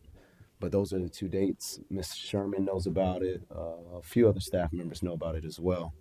But so that's the other thing. So definitely, So the details are more of they're coming in yes, to kind of like partner with us with probably the Evans Center and the community centers and such. yes, sir. Is that the thought process? Yes, sir. Okay. And what the vision is, the programs they could bring. Yep. and working with the school. They're already in Hillsborough County. Okay. They're already in Orange County. Out in Toledo, they say the impact they've had with the youth. Um, I can't get the exact number, but the year before they had like 83 murders, and the following year was like 20 something. So they've got best practices yes, all sir. laid out. Yes, sir. Okay. So they're bringing out their whole team because they're trying to make an impact with Brevard Public Schools, which I think the timing couldn't be better. We talking about metal detectors, we're having kids stabbed with scissors. So you have a school board member and potentially one that's getting sworn in that's aware of all of this. Yes, sir. Okay. Yes, sir. That's cool. Madam Sherman, I've got a thumbs up on this. We're trying to work on getting that time with our community centers and even changing the name, and we're trying to develop programs. But also, I thought we were discussing having folks go through the RFP process for the Evans Center. Wasn't that part of the discussion? Well, yes, It but would be a this little- could be yeah. something for the That they Greater would Palm Bay RFP. or the communities, the Greater Palm Bay Community Center. Understood. Potentially. Okay. All right. So I just we made discussions. you made Yeah, it yeah. ask, and Yeah. then they seem to have like the Swiss Army knife. They address Oh, everything. that's good. so- The 7 yeah, I'm good. And then to that last point, co-sponsorships. I know I've been one strongly against, but in this case, I'm strongly for. I've seen other cities do it, and how we have First Friday. Other cities have done citywide prayer and worship Fridays. So I know y'all already have a lot on y'all's plate. I'm talking to you both as mayor and pastor. I know y'all have a lot on your plate with the Christmas extravaganza, but I think that's something that will be very beneficial for our city. We have the National Day of Prayer, but imagine if we pray 12 times in the year, which of course is going to be more than that. But I want to make sure that we're not alienating anybody. I want to make sure the Jewish community's in. I want to make sure Bill Batten's there. I want to make sure everybody, because there's power in the word. So I want to make sure we're all on one accord and just, really, to your point, Mayor, elevating and speaking life into the city. So that's just something I'm not going to take that task on, but I just wanted to speak it out. Maybe since Pastor Ken Delgado already has all the connections with all the churches, I can see it being easily done rolling out into January possibly. Yeah, and actually, what we have in the audience is a former president of the South Brevard Ministerial Association with us. We're just talking about things, but definitely we could continue to have that dialogue with other churches, and I'm talking about multi-denominational, right? And that's what the extravaganza is. It's a collaboration of 10 churches and hundreds of businesses that bring that forth, and the city gets to partner with that. So yes, I love that idea. We did something similar with Eastwind Pentecostal Church last minute for, if you remember, the helicopter drops for Easter eggs. They came in and the city didn't have to do an Easter egg drop. They did it themselves, and there were thousands of our residents that were there. So I'm right along with that. I think that's great. So is there an appetite from you to try and get something like that going? Absolutely. Okay. And all right, Mr. Weinberg. So you've got the consensus on that as well. So now, Deputy Mayor, under your reports. Thank you, Mayor. I think it's an excellent segue as far as lifting the spirit of a community. I think that's great. That's great. What was that? Are you gonna preach now? Come on. Somewhat. No, Go ahead. I'll leave that up to you, the pastors. Certainly, our community. If you all are not aware of it, I'm part of a community that is deeply, deeply hurting right now. The Haitian community all throughout this nation. I'm not telling anybody anything that you probably already know. Last couple of weeks, Haiti, the Haitian community in the U.S. made national news. 67.1 million people heard lies, straight lies, disgraceful comments that made about this great community. from our former president. Senator J.D. Vance started it, completely fabricated lies about a great community that contributes so much to this great nation. I'm going to bring you back tell you a little bit of history. I know the mayor's very aware. Back in 1779, free Haitian slave from Haiti fought alongside American soldier against the British, the siege of Savannah. 750 free black slave from Haiti. The Louisiana Purchase was possible because of the contribution of Haiti to the region. Got rid of France. That made it possible, double the size of the U.S. So I'm saying all that. I just give you a couple examples. The contribution Haitian as a people, what we contribute to the U.S. and not just the U.S., the rest of the world, South America, Africa, because we're the very first black nation that says no to slavery in 1804. 1804. We set the tone. We sent a message to the rest of the world. We said no to slavery, unfair treatment of human being. But yet, 2024, our former president used that stage, largest stage, to degrade, dehumanize a group of people that give so much to this nation, that contribute so much to this nation. This has nothing to do with politics, but this is wrong. I'm denouncing it tonight. I hope my council join me. This is wrong. We have to call it for what it is. The Haitian people don't deserve that. We don't eat pets. We don't steal pets. Come on. Dogs? You all heard it? That is wrong. That community welcomed the Haitians, the migrant, and they are legal, by the way.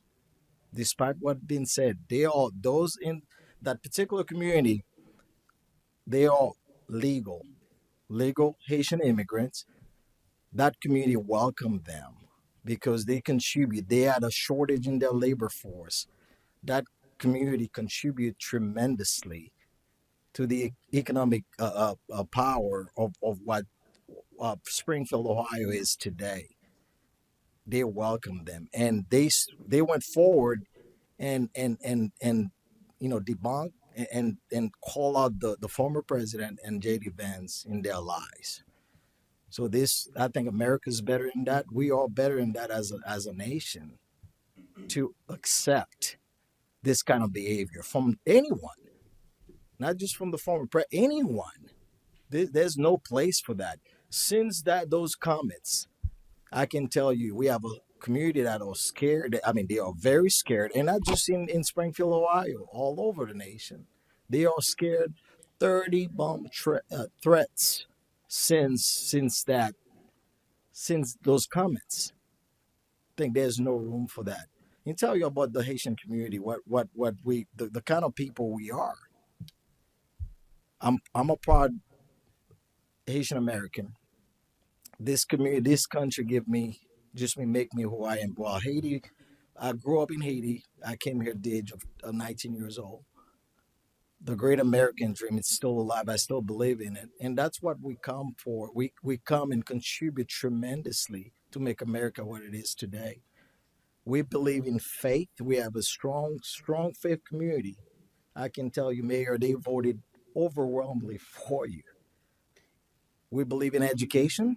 We believe in hard work. We certainly believe in family. So this disgraceful comments from our former president, I'm asking my council to openly call it out for what it is. I just want to put it out there, and I couldn't stay silent because what happened is this kind of behavior continues when good Christian people, my colleagues, once we stay silent, we encourage that kind of behavior to continue. America's much better in that. Thank you, Mayor. Thank you. Councilman Johnson?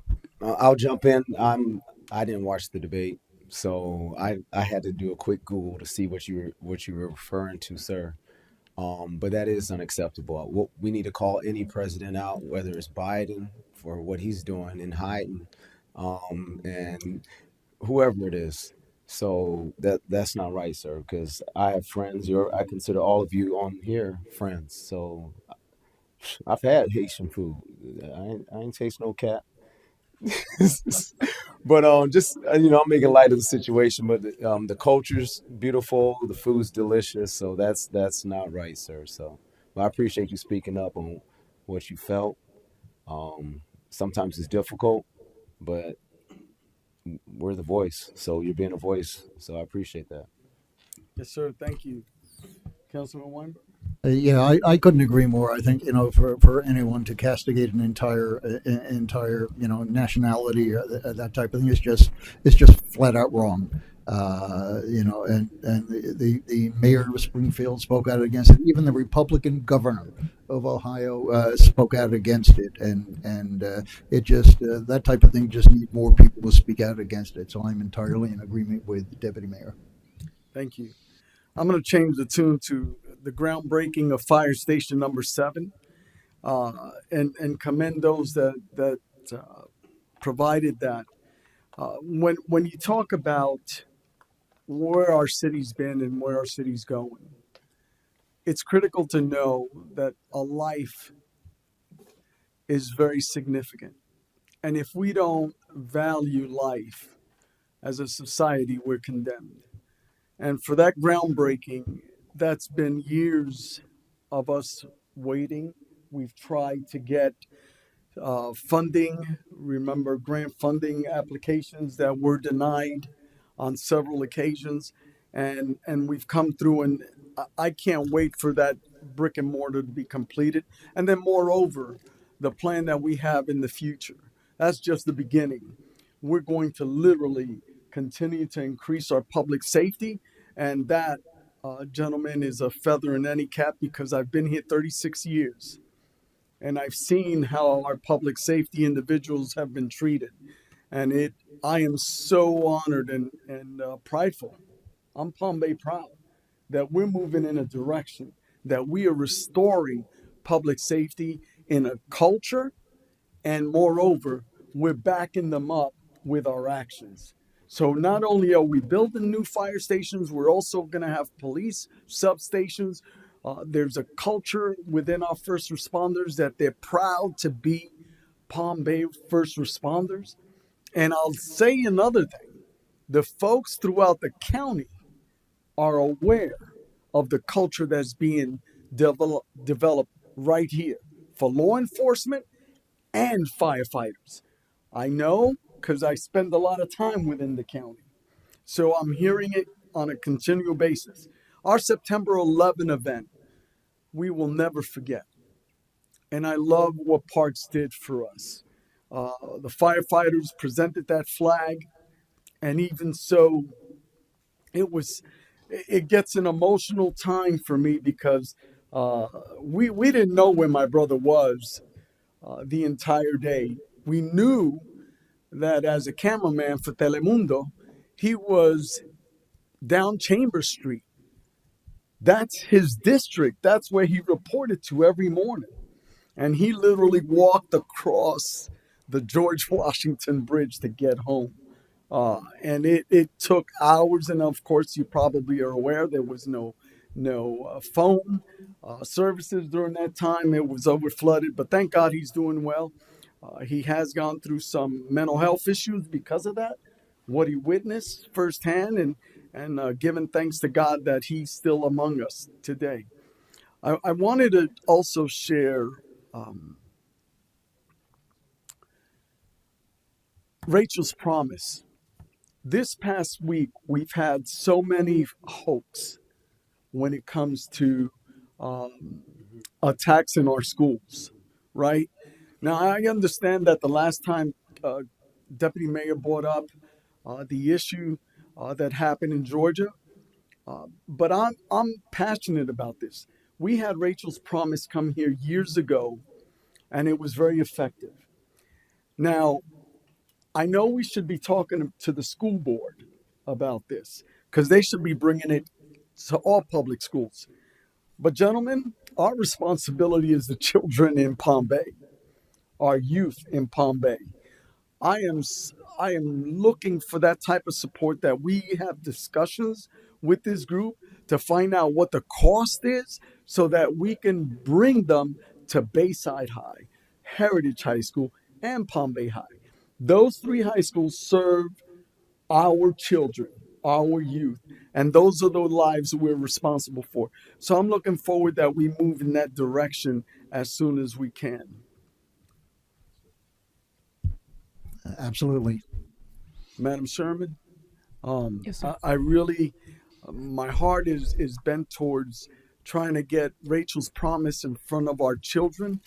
So whatever discussion that needs to be had with perhaps our school board members, Katie Campbell, to start that discussions, at least start with Bayside and Heritage and then Palm Bay High.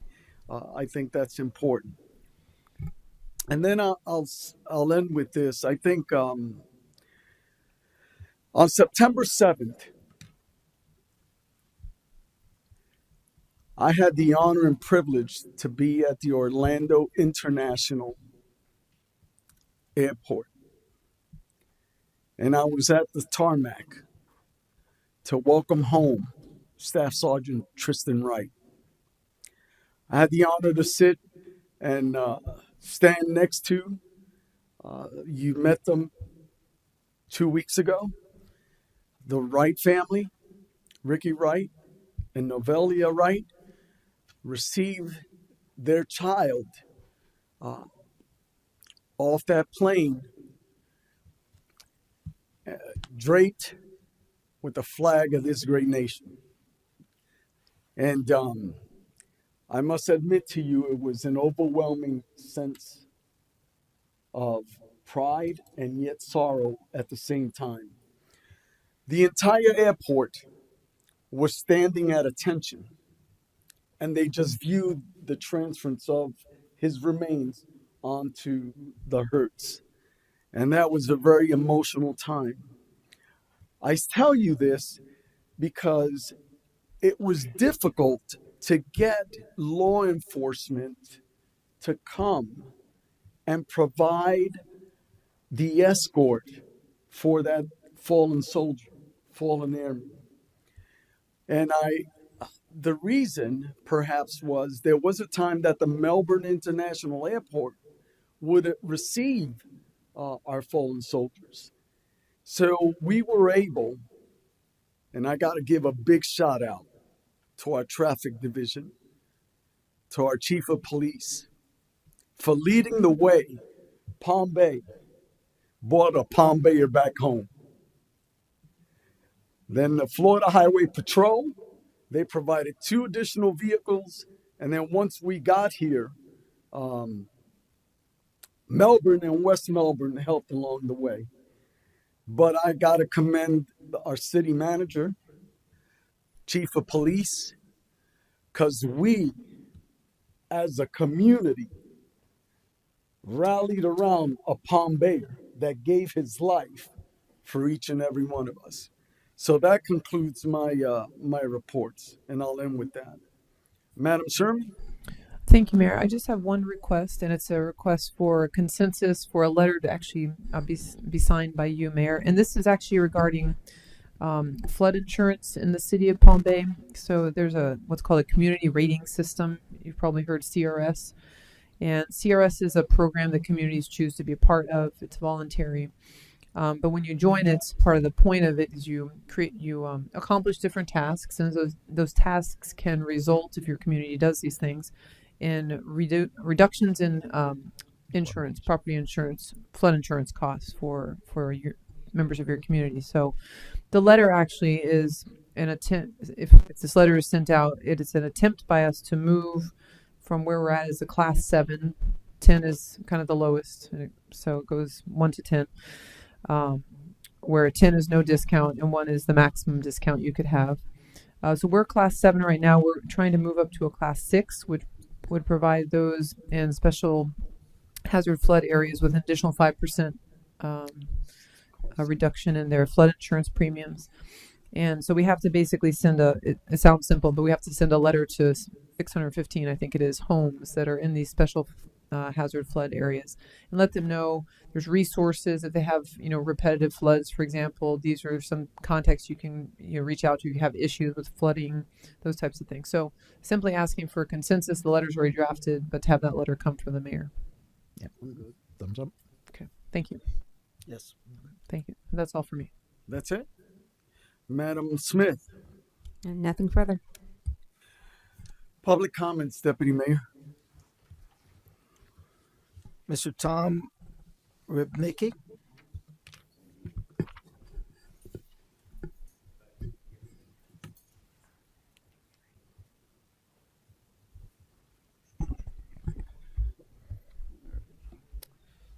I retired from our SWAT team in 2021 after 11 years. I feel the need to give a counter perspective to those that were previously discussed by others. This is a perspective I gained from seeing the SWAT team from the outside for the first 9 years of my career, and on being on the SWAT team in roles of utility member, sniper, team leader, and SWAT commander. I was trained by numerous SWAT commanders, team leaders, and past and present team members. The foundation of what we learned had passed down from past members and continue our mission to strive to be better. We were taught to be leaders regardless of our rank, take lead roles wherever we were in the agency, and to hold each other accountable. Many times when we were either needed an attitude adjustment or just not carrying ourselves that represents the team and the agency in a positive light, it was not our chain of command that did it, it was our peers and leadership on the SWAT team. It is best illustrated like when I was a child, you would hear, wait till your dad comes home. You'd rather get the sit down from your supervisor versus them going to your fellow team members for corrective action. There are more eyes on you as a SWAT member than if you were not, thus making it actually harder at times than if you did not volunteer for that position. So yes, in that respect, we do take care of our own like a family. But the actual context that is meant is by holding you accountable and not going to sugarcoat it. Not only does that benefit the person and the team, but ultimately the agency, the city, and the public. Again, I feel the need to make sure that this is not misunderstood, that if a member did violate policy or something that needs to be addressed through the chain in a form of discipline, that still happened. SWAT members just had the benefit of dealing with the consequences on two fronts, the administrative side and the SWAT side. It sometimes could be difficult for those who do not voluntarily take on secondary duties on top of their primary assignment during their career. Not only SWAT, but teams like CNT, the dive team, honor guard, peer support, critical incident stress management team, to realize the extra responsibility they take on, despite not being incentivized through monetary means, but to serve the department and the community. Those attributes should play a part when deciding selections for various assignments and promotions. Out of the last 7 police chiefs, 4 of the 7 were SWAT members. 2 have also gone on to take command level positions to include chief at other agencies. With our own fire department, out of the 13 SWAT medics, 11 have been promoted or appointed to a higher rank multiple times under multiple administrations. I want to also make sure I'm clear that having the honor to serve on SWAT or any of our valued specialty units does not give you special treatment when in line for promotions, but it does allow you to hone your leadership skills that are looked for not only for unit selections but supervisory selections. So close. Thank you. Thank you. Next speaker. Nicholas Friends.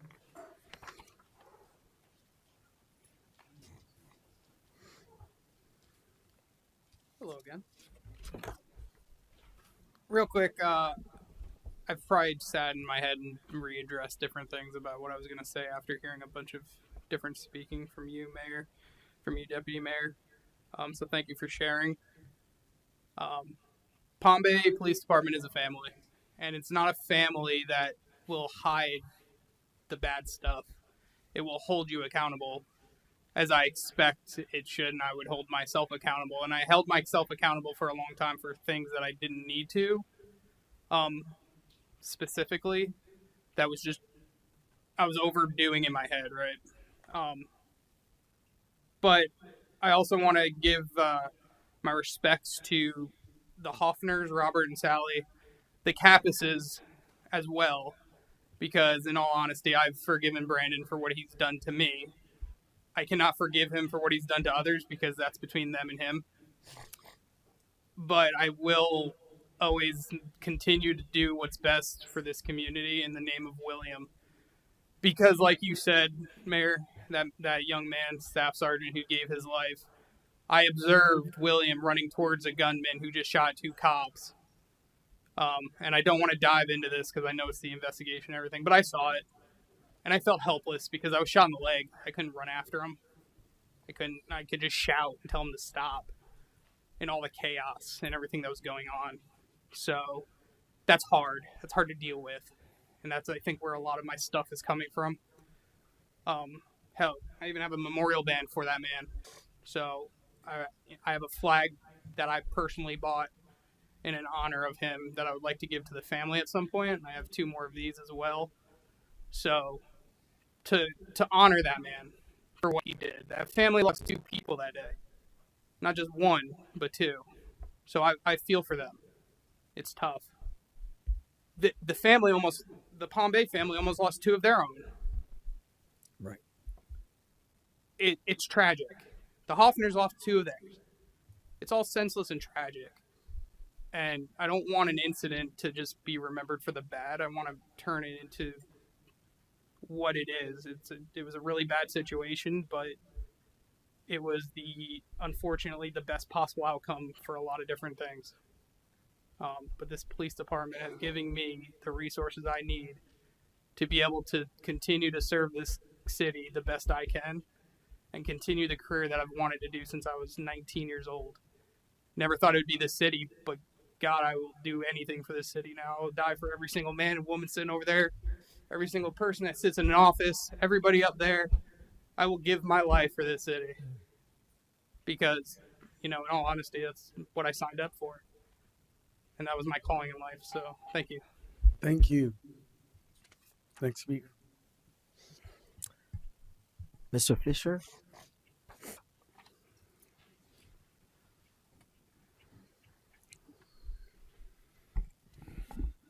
So I had a kind of switch directions a couple times tonight, but after listening to Commander Rubnicki speak, I'm going to go another one.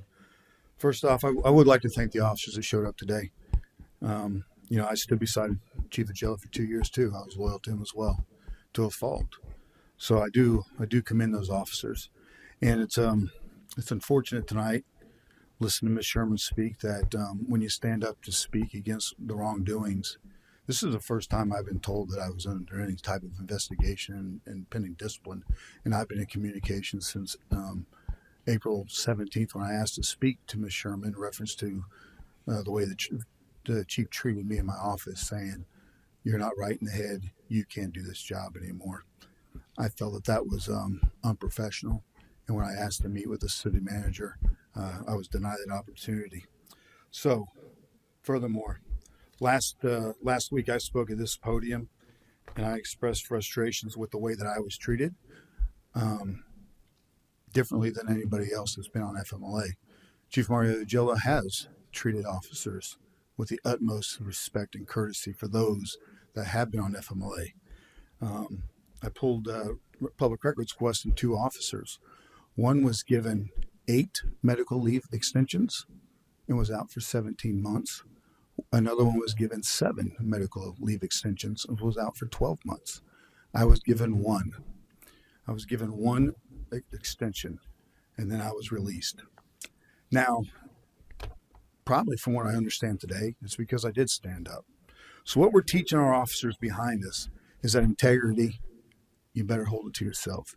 You better suffer in silence, which is a shame. And, I commend for Nick for coming up here and telling the story. But when I suffered in silence, I had no issues. It was when I went to Chief of Jello and expressed my concerns about my mental wellness that I was then told that I'm not right in the head and I couldn't be the deputy chief any longer.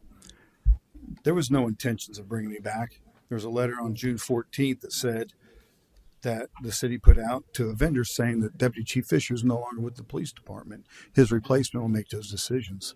That replacement was now Deputy Chief Spears back there. So Thursday, when I stood up here, expressed my freedom of speech, SWAT Sergeant Shane Mertens sent me a text message that said "F you." He's a SWAT member. Commander Rudnicki says he'll be held accountable. He then the next day put a social media post degrading my wife. Unacceptable. But he'll be held accountable. I didn't hear anything for 2 weeks. I finally got with the IA sergeant, and I found out that he was verbally told, don't do it again. He's had multiple complaints from citizens for unprofessionalism, to include being in the chief's office just prior to that. Thank you. Thank you, sir. Steve Bland.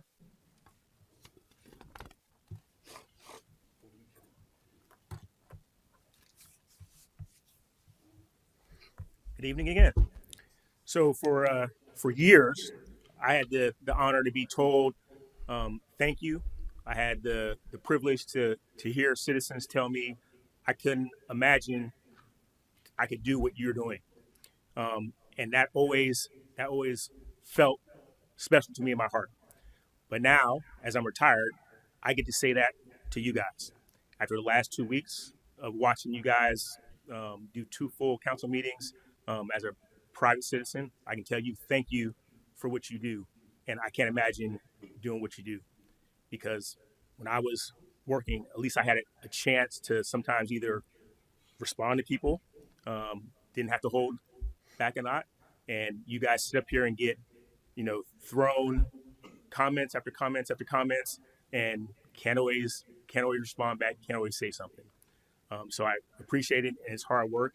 And I know the time that you guys spend, not just during council meetings, which is 10 o'clock tonight, but in the mornings when you go to special events, in the afternoons when you take phone calls. So I actually appreciate you guys individually for everything that you do, and obviously volunteering, stepping up, even when the chance was available. But that job is hard, because you also have to listen to grievances and take judgments on citizens and weigh those on what they're worth and their credibility. And that's a very difficult thing to do, because a lot of times you're only hearing one side of the story. And I want to say that when you hear somebody's grievances and it's the venom in their grievances, you have to call in judgment of what is the goal when somebody speaks with such venom. Everybody has problems, everybody has challenges, and you try to listen to that cause. But when a person speaks with such venom in a grievance, you have to look and see where is it coming from and what else is there behind it, right? Every brother and sister that I work with, I will always have their back. I will always support them. But when you're going through crisis and you have people reaching out to you, not everybody is accepting. Not everybody is open, and it's always going to be a challenge. And that's what this thing does. That's what it's done over the years. You have to try to continue to reach people.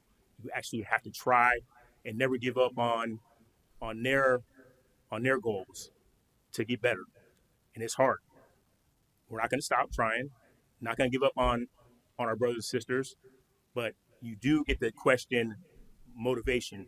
You do get to question character when you hear venom from certain people. Thank you. Next speaker. Mr. Mark Miller. Oh, Pastor.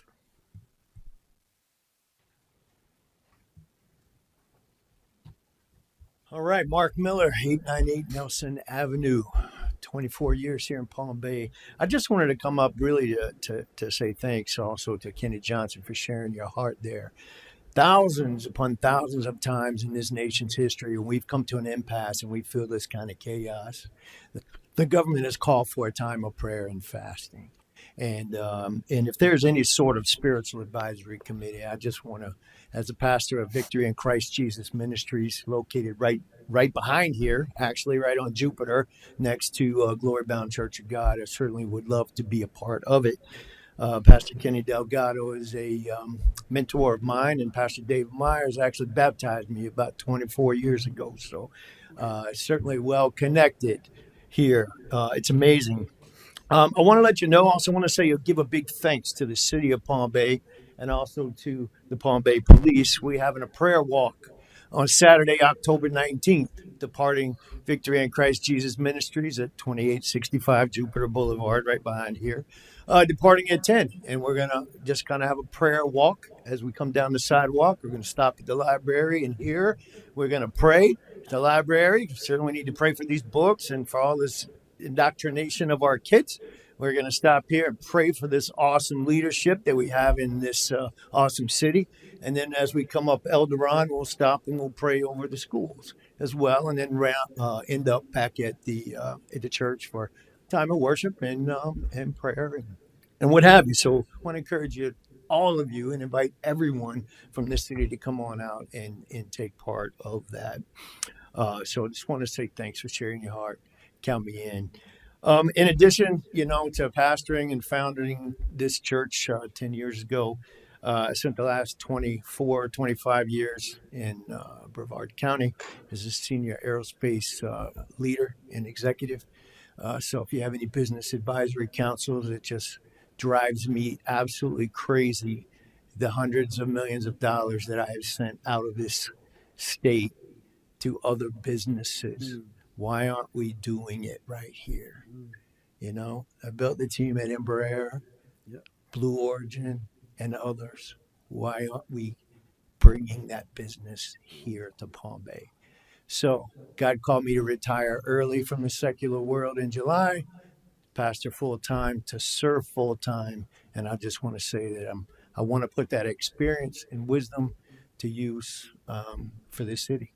So God bless you. Thank you. Thank you. Thank you. Next speaker, Mrs. Stice. Yes. Good evening, Robert Stice, 1796 Winbrook Drive Southeast.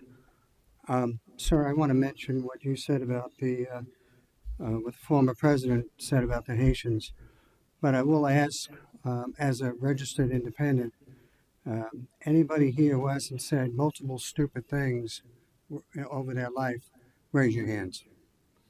It's not happening. We all do. I mean, I have the Kamala Harris accusing Trump of being the second coming of Hitler. I don't see any outrage on that. I'm seeing the state of Israel in Ivy League schools and across the rest of this nation are fearful of their lives just walking on campus, shouting, "Exterminate the Jews." Haven't we not been here before with dealing with this? Americans to attend white colleges. Where have we come? This is not about Trump. It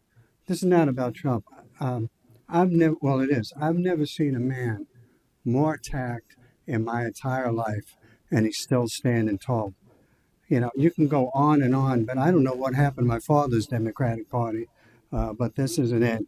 I'm watching them go ballistic on the fact that the Teamsters wouldn't support them this time around.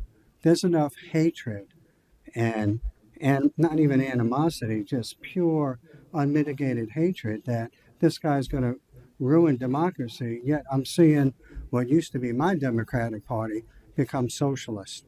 Okay, and that's where we're at right now. You're exactly right what you said, sir, but that, the state of Israel is surrounded by enemies, okay? And now they're surrounded by fellow students who are their enemies as well. And I don't see the federal government acting on their behalf. Thank you.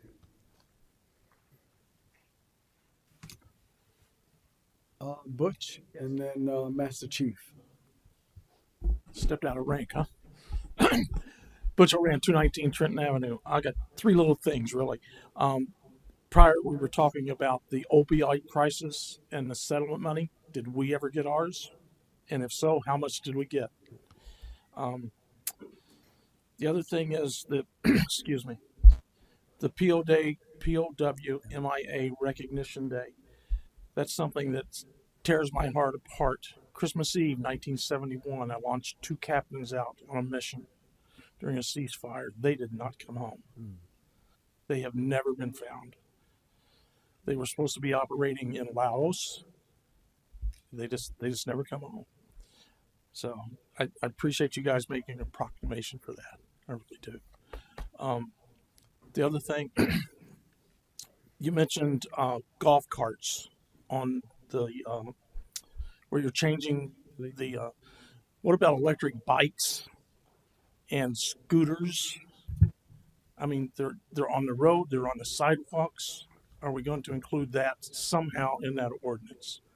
That there's some way they can be, I don't know, some law that can say don't ride on the sidewalk, but then you put them on the street, they don't obey the stop signs, they don't stop at stoplights, they just shoot right through the intersections. So, and I do thank you guys for what you do. So have a great day, evening, all that. Thank you. So Butch, we'll start off with the golf carts and that addition, Madam Brown, because that ordinance already existed. But carry on. Well, It was already in the land development code. It was adopted by council previously. We were just moving it out of the land development code and into the code of ordinances. No, it does not include electric bikes. But if it's council's desire, we could look at it in phase 2. phase 2. Master Chief.